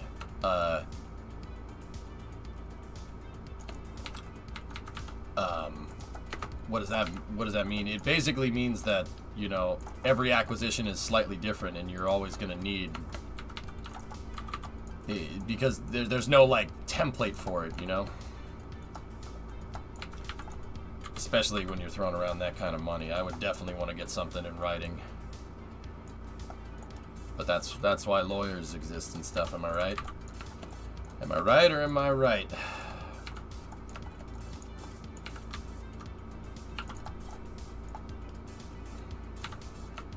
I wish I knew more. Like, I wish I could help Discovery, go at throttle explain that better, but nah, man. I could teach people to be fiscally responsible, but that's like with like everyday stuff. Like, I could teach that. I could teach fiscal responsibility and stuff, but this is a little beyond fiscally responsible, don't you think? We're a little outside of that. I think we've passed. Oh, we're way past that, Jerry. You closed on the house. Yeah, man. Yeah, Dish, I closed. Look at me, Dr. Zoidberg, homeowner. Rip edit button. Hey, alleviate 31 months. Depends on if you can use something like the claim contract. I think that's what, dude, like I said, it's very possible, and I know Elon is smart, but I mean, I'm not going to sit here and say that, you know, it's a very real possibility that he got burned on this Twitter deal, but also at the same time, he may have done it just to show that, you know, Twitter is full of crap and how they're artificially inflating numbers and how social media is a problem. That seems like something he'd be calculated about, but I don't, as much as I love Elon, I really don't think that that's what's going on here. I think they poison-pilled Twitter, if you really want to know.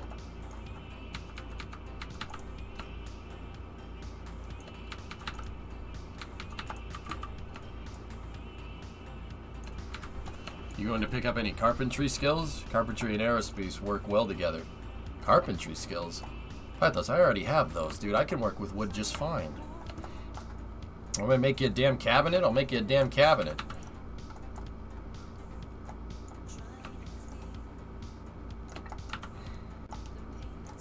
Bro, your boy can make furniture. I took freaking way too much wood shop in high school to not know how to do that. Dude, I can even do framing. I can do framework, so the heck with furniture, dude. I could build the house as long as I'd have to go read the building codes and stuff, but I know how to do all that. Your boy. Your boy.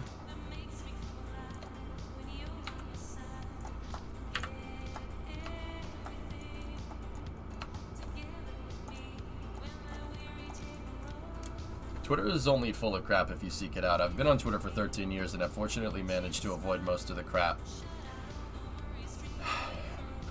Yeah.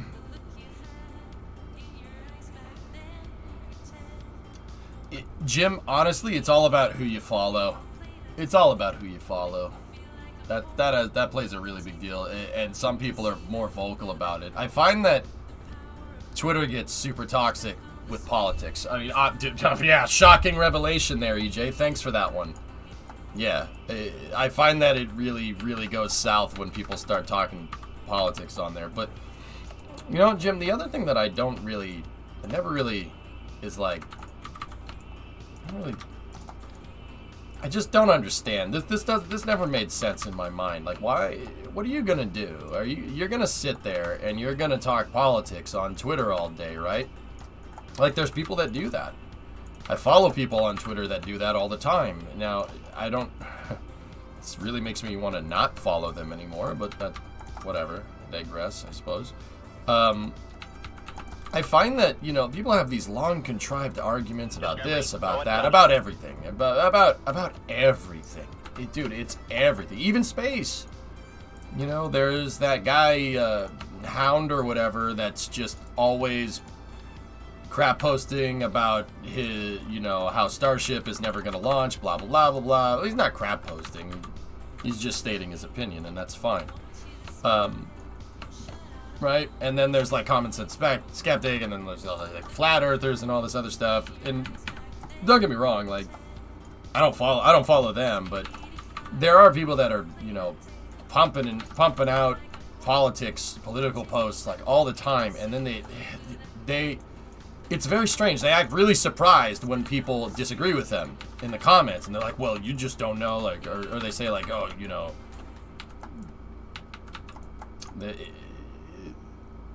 they're like, oh, you know, you just don't understand, you're too stupid to understand this, blah, blah, blah, blah, blah, blah, blah. It's very interesting to me because it's like, you know, they sit there and they argue, like, there are people that argue about this forever and ever and ever and ever and ever and ever and ever and ever.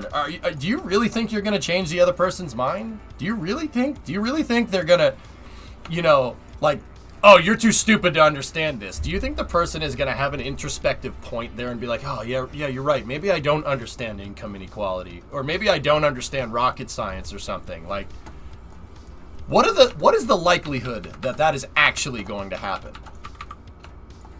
That someone's going to actually have an introspective moment on social media and be like, oh yeah, you know what, you're probably right. That will not happen. You are literally wasting your time. Dude, nobody ever changed their mind in the court of public opinion like that.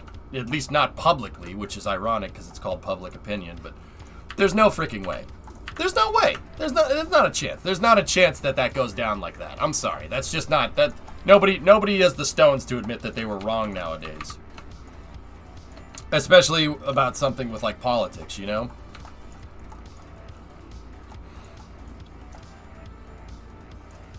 Darth Vader did. Yeah. Debating politics on social media is like running a race. Yeah, Dish. Yeah, good older saying, but it checks out. But like, there's people on there that genuinely think like, you know, talking about like guns or whatever. Like, just pick your hot button issue, right? They honestly think they're gonna sit there and they're gonna change somebody's mind. Like, that's very funny to me. Like, out of all the avenues for you wanting to, like, you know, like, talk to people about this and have a dialogue about it, you chose freaking Twitter. Okay. That's how it's gonna be. I don't know. I just always thought it to be a futile effort. It's not about changing people's mind. It's about the visceral thrill of attacking somebody who disagrees with you and therefore is evil. Yeah.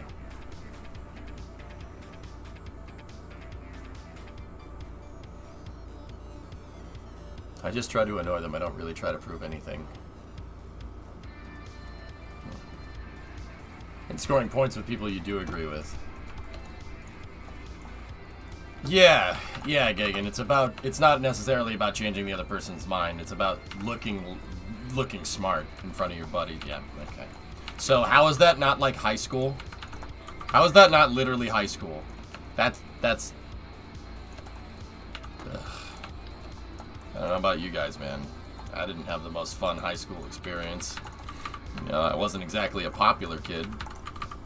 You know what I'm saying?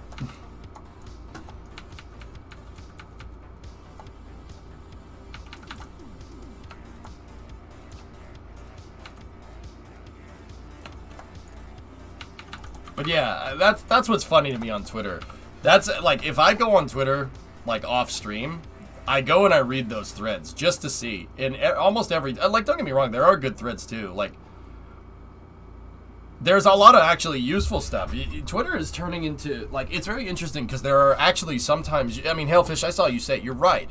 Sometimes there are really, really long, interesting threads. And I find that the long, interesting threads are about, like, military hardware most of the time. Like, talking about what's going on with Ukraine and Russia and stuff. Like, there's super, super interesting threads and interesting insight into, like, you can see a war going on in firsthand, which is that's very strange to me, still, to this day, but it's very interesting. And I find that those threads are actually super helpful. You can learn a lot of stuff from there. But, yeah, for every good thread like that, there's like 1,000 bad ones. It's just posturing to their followers.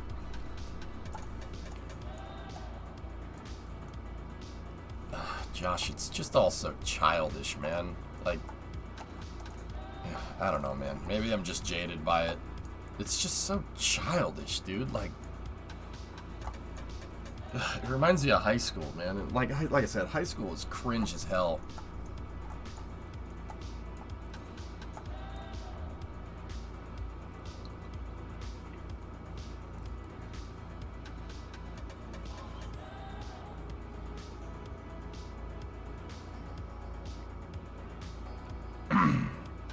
It's just, yeah, it's just something interesting. I don't know. Like, I don't go on Twitter. I go on Twitter for some news, but not a lot. Like, actually, Twitter is great for space news, to be honest with you. It's really good because you can get one-on-one conversations with CEOs of rocket companies. It's actually really good for that, to be honest with you. But, yeah. Alright, so we got the struts figured out for the gantry crane. Twitter's great for astronomy stuff, too. Yeah. Like I said, it's all who you follow, Jim. It's all who you follow. That's a really big deal. Like, if you follow the president, if you follow the presidential Twitter account, your feed is probably going to be spammed with a lot of political things. Just putting it out there.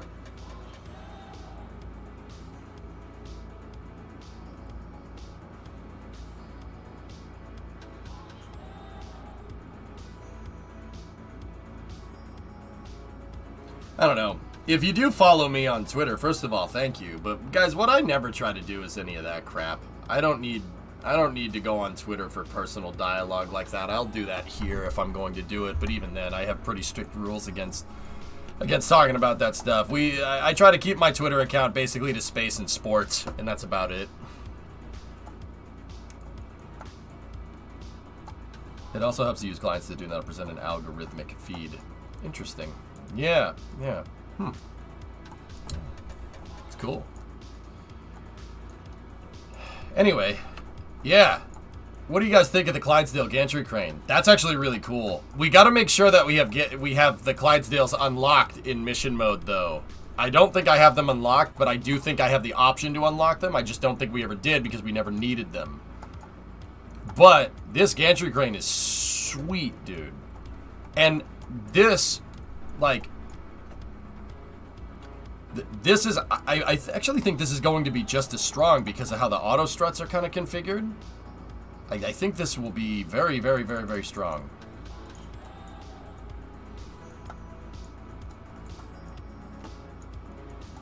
So, and look at this. There are 249 parts.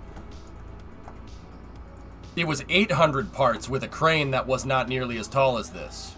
And well, I mean, don't get me wrong, we had the launch vehicle in there too. We're at like 600 parts right now. I probably need about 100 more parts to shore up everything with the gantry crane. So that means our launch pedestal and crane are going to be about 350, pushing 400 parts. It's actually not bad, dude. That's not bad at all. Yeah. Yeah, this is good, man. This is a huge optimization right here. We're really going to have to put the crane through some tests, though. I have to make sure that this thing is just as strong as the original crane. But I am pretty happy with that. Hey, JT, what's up, man? 62-month resub. Thank you.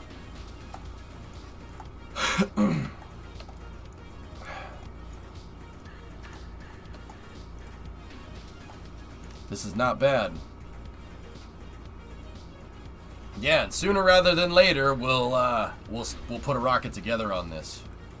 If you want to make extra sure it's solid, maybe add some kickbacks diagonally in between them. I don't need to worry about that. Auto strut's already doing that for me. The auto struts go left to right, Creeper. See them? They're triangulating for me. That's why I only have sideways ones here, because that's all we need.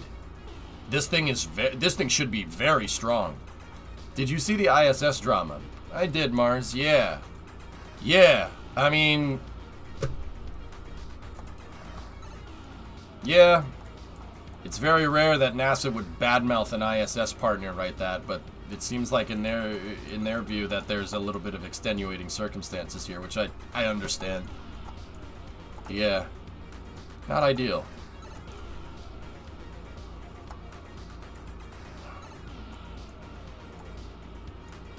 All right, let's keep going.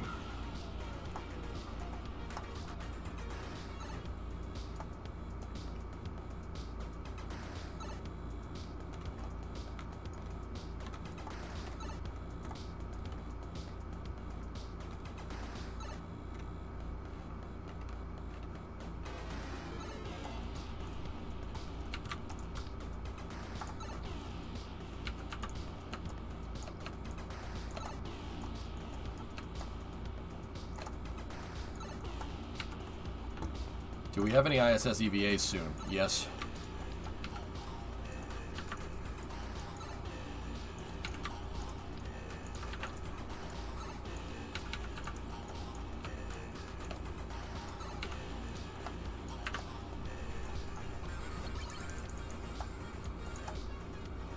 All right, and now I want to tie in this support here. I want to try to see if we can tie the bicoupler in. Like that. Perfect. Oh, that's going to be sick. Yeah, that'll really hold this thing together. Yeah, there's just enough space to do it. Is there enough space down here on this side, though?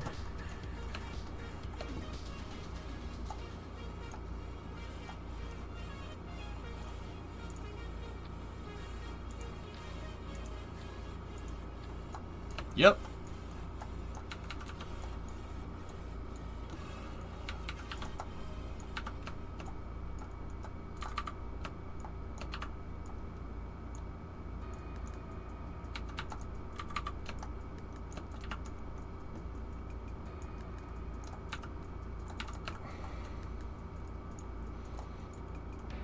I don't know, dudes. It seems like social media is just about seeking others' approval and not necessarily changing people's minds. Like, that's what you guys are saying. Now that I'm thinking about it, it's still kind of in the back of my mind. Like, if it's just about seeking other people's approval, that's... Yeah. There's nothing wrong with wanting to seek other people's approval, right? But...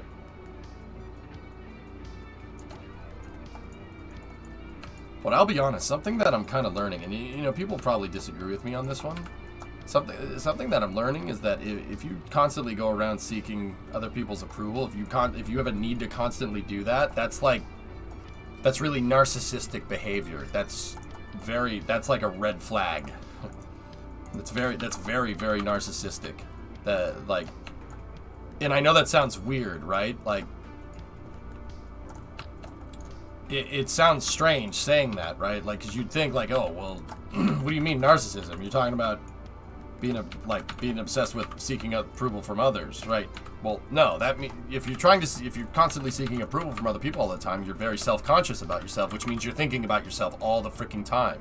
That's not a good way to go through life. Believe me. I freaking shook that routine a long time ago.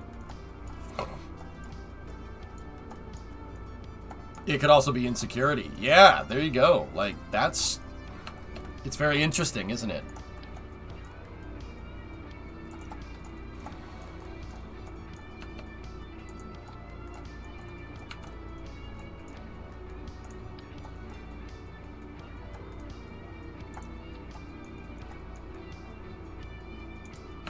There we go. I need some struts that go from here to here, and we need that to tie that all together.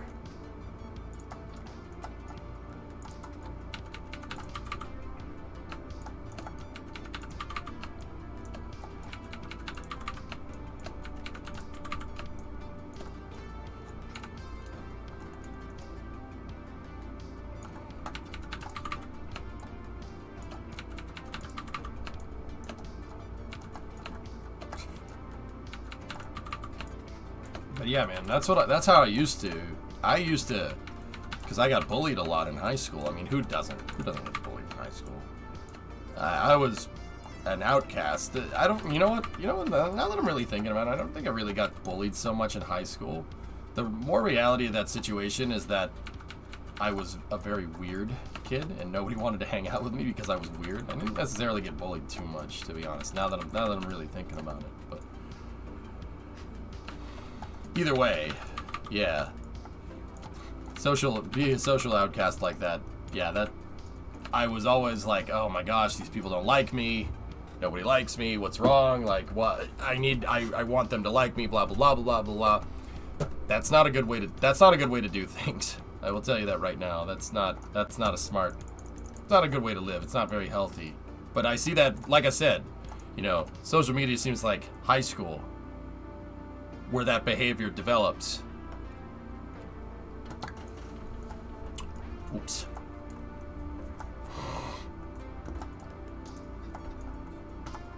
I think me playing sports was the reason why I wasn't bullied too much. I was just weird. I would describe 18-year-old EJ as a huge dork.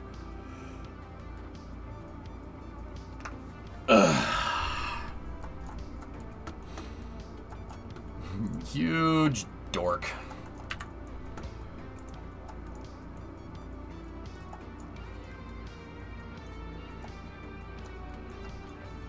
All right, 263 parts. Not bad, dude. Not bad. This is a pretty good day's work here. We should probably run some struts up here to reinforce all this.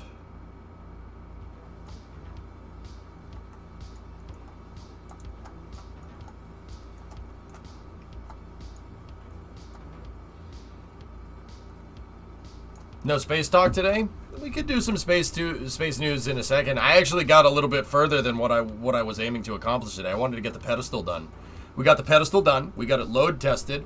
Now we're getting the gantry crane figured out. Once we get the gantry crane figured out, that means we can start working on the fixed service structure for the rocket.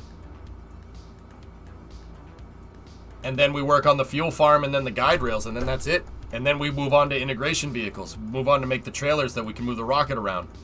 Then once we do that, that's pretty much all the GSE we need. There's just the fuel truck, and that's about it. People don't like 18-year-old and younger Sevy because he told people what he thought of them, but I was respected by most. Sevy, you're like 22 or something. You don't have any introspection, man. Wait till you're 35 and then think about it.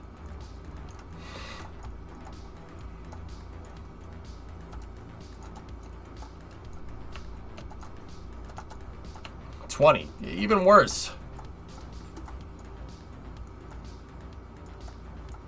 Not better. Not better, dude. Not better. Mission mode is coming together. Yep.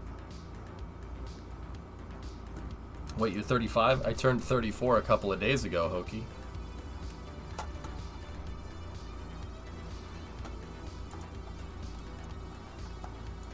Oh, split the difference.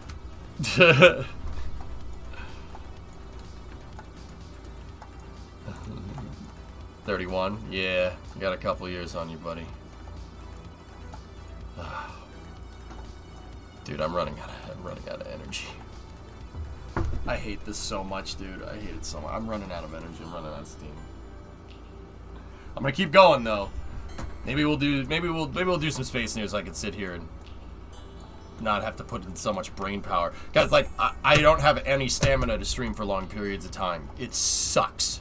Like I just run out of steam. It feels like my blood sugar is low. Like, you know that feeling like after you have something really sugary, you're like, oh. I feel, dude, like I get in like 5-6 hours into a stream and I'm just like, you know, like, yeah, Burke, I'm getting there. I'm getting there, dude. I'm getting there. I'm slowly getting it back, but the cough drop ran out.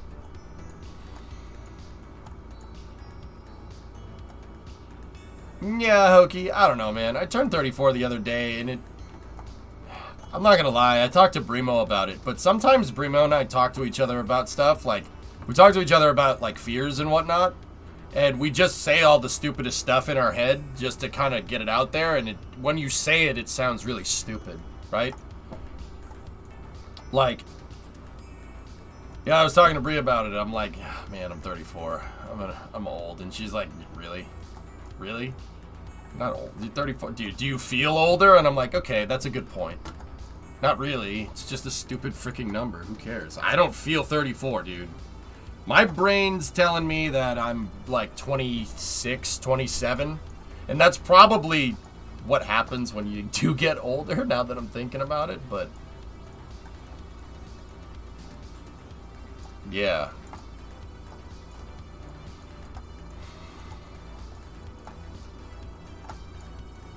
Man, look at this thing. This thing's beast. It's the copium kicking in. No, dude, I don't, except for the freaking COVID, I don't feel older. I feel fine. I don't feel old. Joints don't hurt. Nothing like that. You know?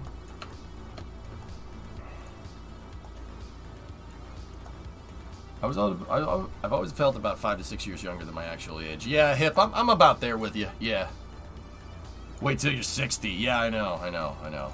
That's what I mean, Darkside. Like, I don't need a cane to walk around, if that's what you're saying, dude. I could still sprint. I could run. Like, I can lift weights. Like, I can do all that. I can move stuff around. I'm still good. Like, still good. You know, I don't feel that much older.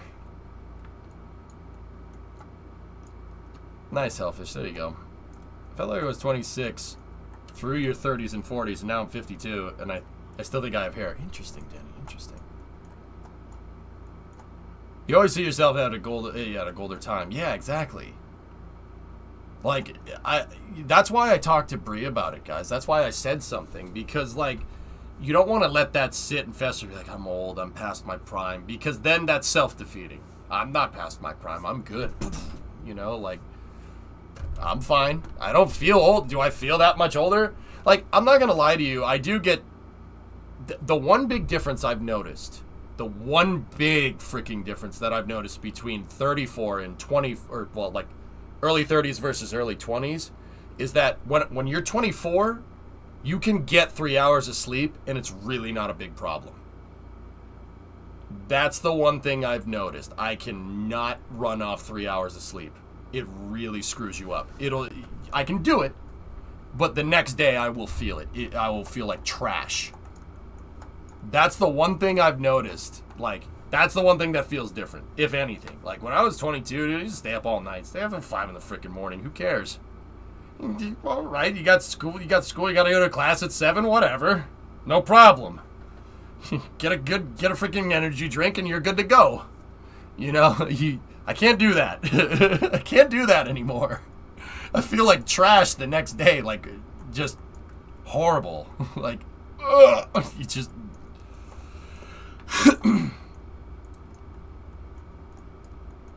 Yeah, Ellen, yeah, right on. Yeah, that's the one thing I've noticed. Like, I can't get 3 hours of sleep. It has to be minimum 6 now. I can do 6 hours of sleep. That's fine. I got 6 hours of sleep last night. So, yeah, I mean, take that for what it's worth. I thought getting older would make hangovers easier. It doesn't. Yeah. Yeah,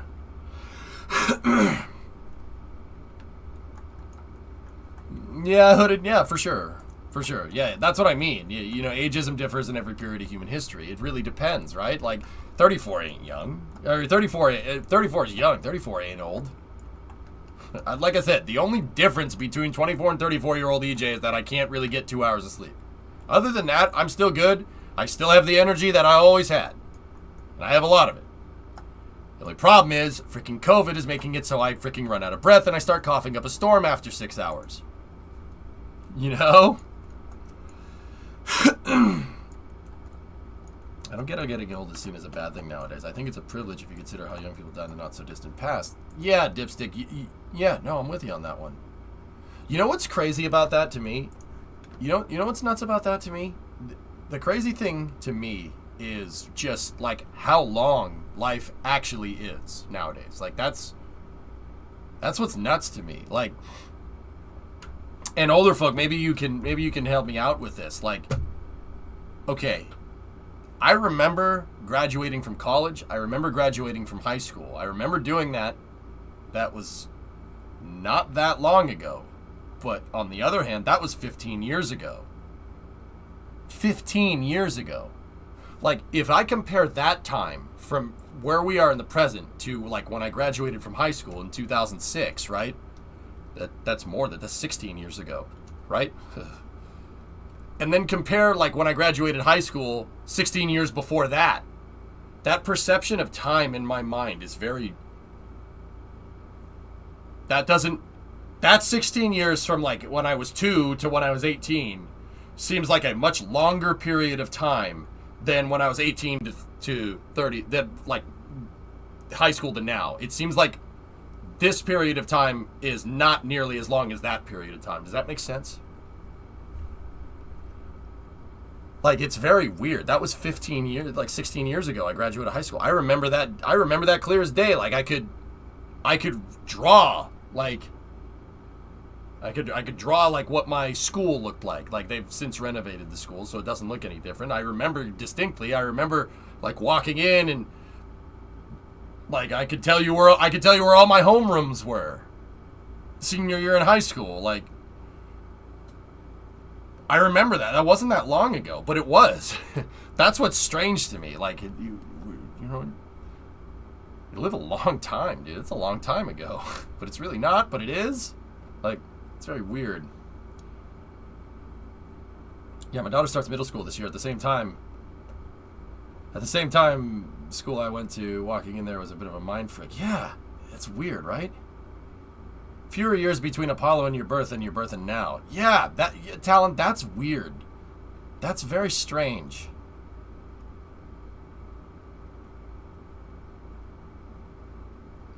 When you're 10, a year was a tenth of your life. When you're 30, it's 1/30. Yeah. I caught COVID, Hokey. Yeah, coming back from New Mexico. Yeah, I caught it. First time ever getting it, dude. I've been super careful, and then the one time, you know, like, I was like, yeah, it's fine. No, narrator. It wasn't. I got it, and when I got off the plane, I didn't feel too good, right? Coming back from New Mexico 2 weeks ago, I didn't feel very good, and then the next day, or that night, basically, I woke up in the middle of the night and I was sweating like crazy, and I'm like, oh man. Sometimes that happens. Sometimes, you know, I wake up and I'm sweating all over the place. That's what I do. Freaking guy, sweat everywhere.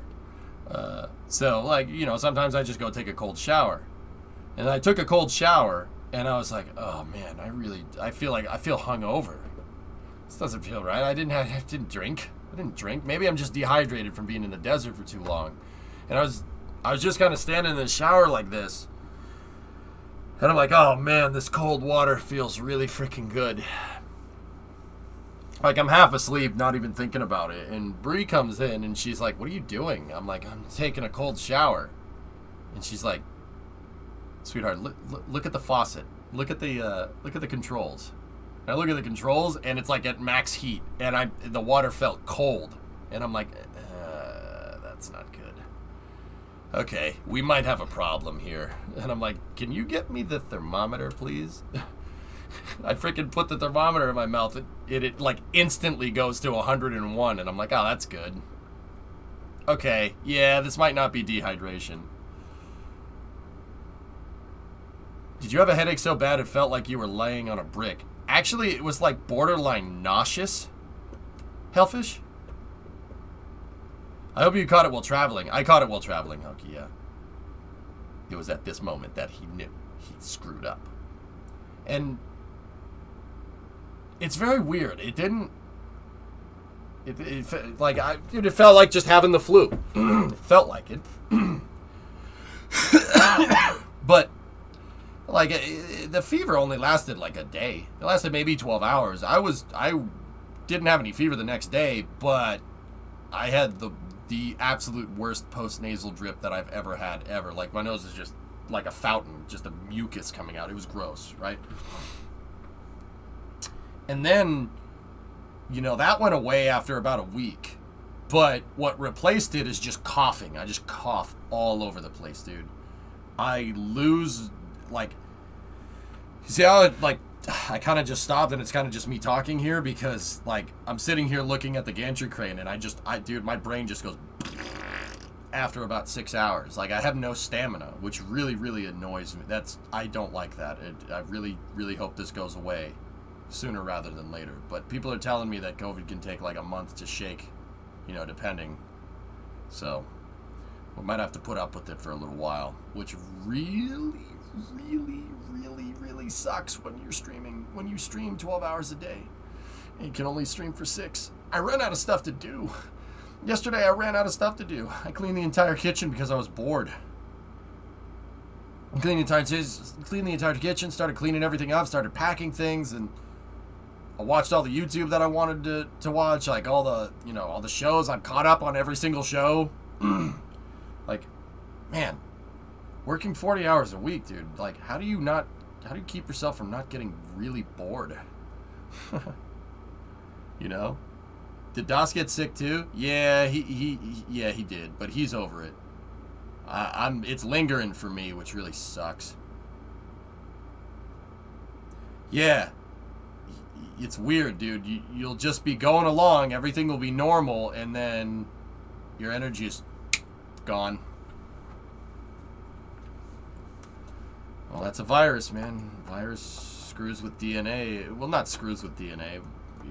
It reacts differently with everybody's genetic code, right?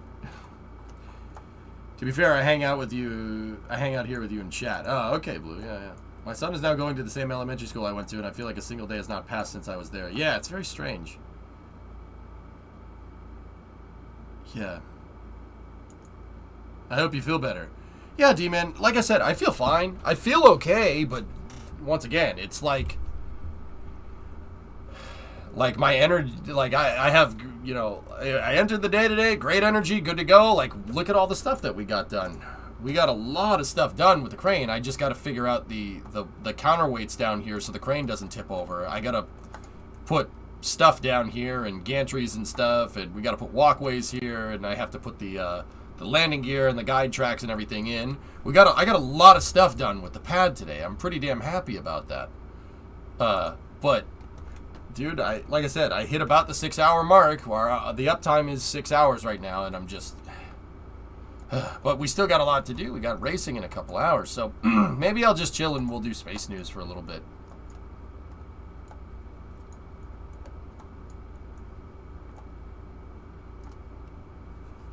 Yeah, Linprod, I don't know.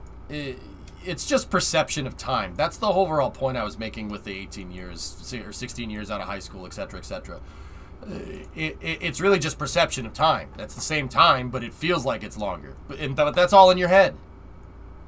I'm 34, dude. I don't feel 34. 26, 27 at best. Like I said, the only real thing that I've noticed is that I really can't get like 1 or 2 hours of sleep a night. I have to get a good night's sleep to be good in the morning and not be completely incompetent. I could get away with that when I started streaming. Dude, there was a time where I worked 16-hour days. I worked 8 hours at Best Buy, came home, 8 hours of stream, got 2 hours of sleep in between. And I did that for like 6 months straight. That was the grind to freaking stream professionally. I don't know if I could do that now. Maybe, if the circumstances were right. But yeah, I don't feel that much older. I really don't. Dude, Snibbles, I hit 30 and it didn't really bother me too much. As I get older, though, that it does kind of, it's like a mind worm. It gets into your head like, man, you're old. You know? Man, you're old. It's like, no.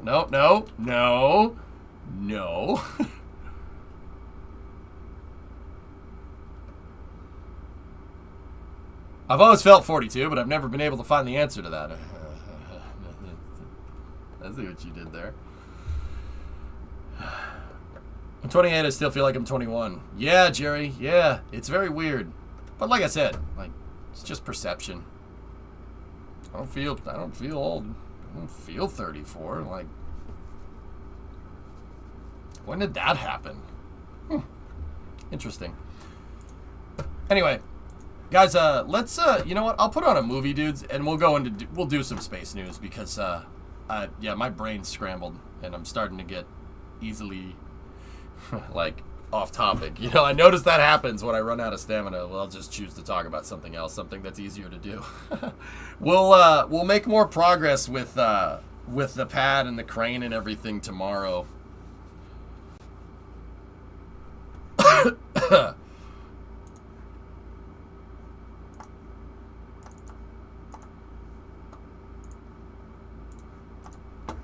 What's strange is that sometimes a year feels like a couple months, like the Udvar Center got their F-18 a year ago. What's that, Alleviate? Twitter says it's going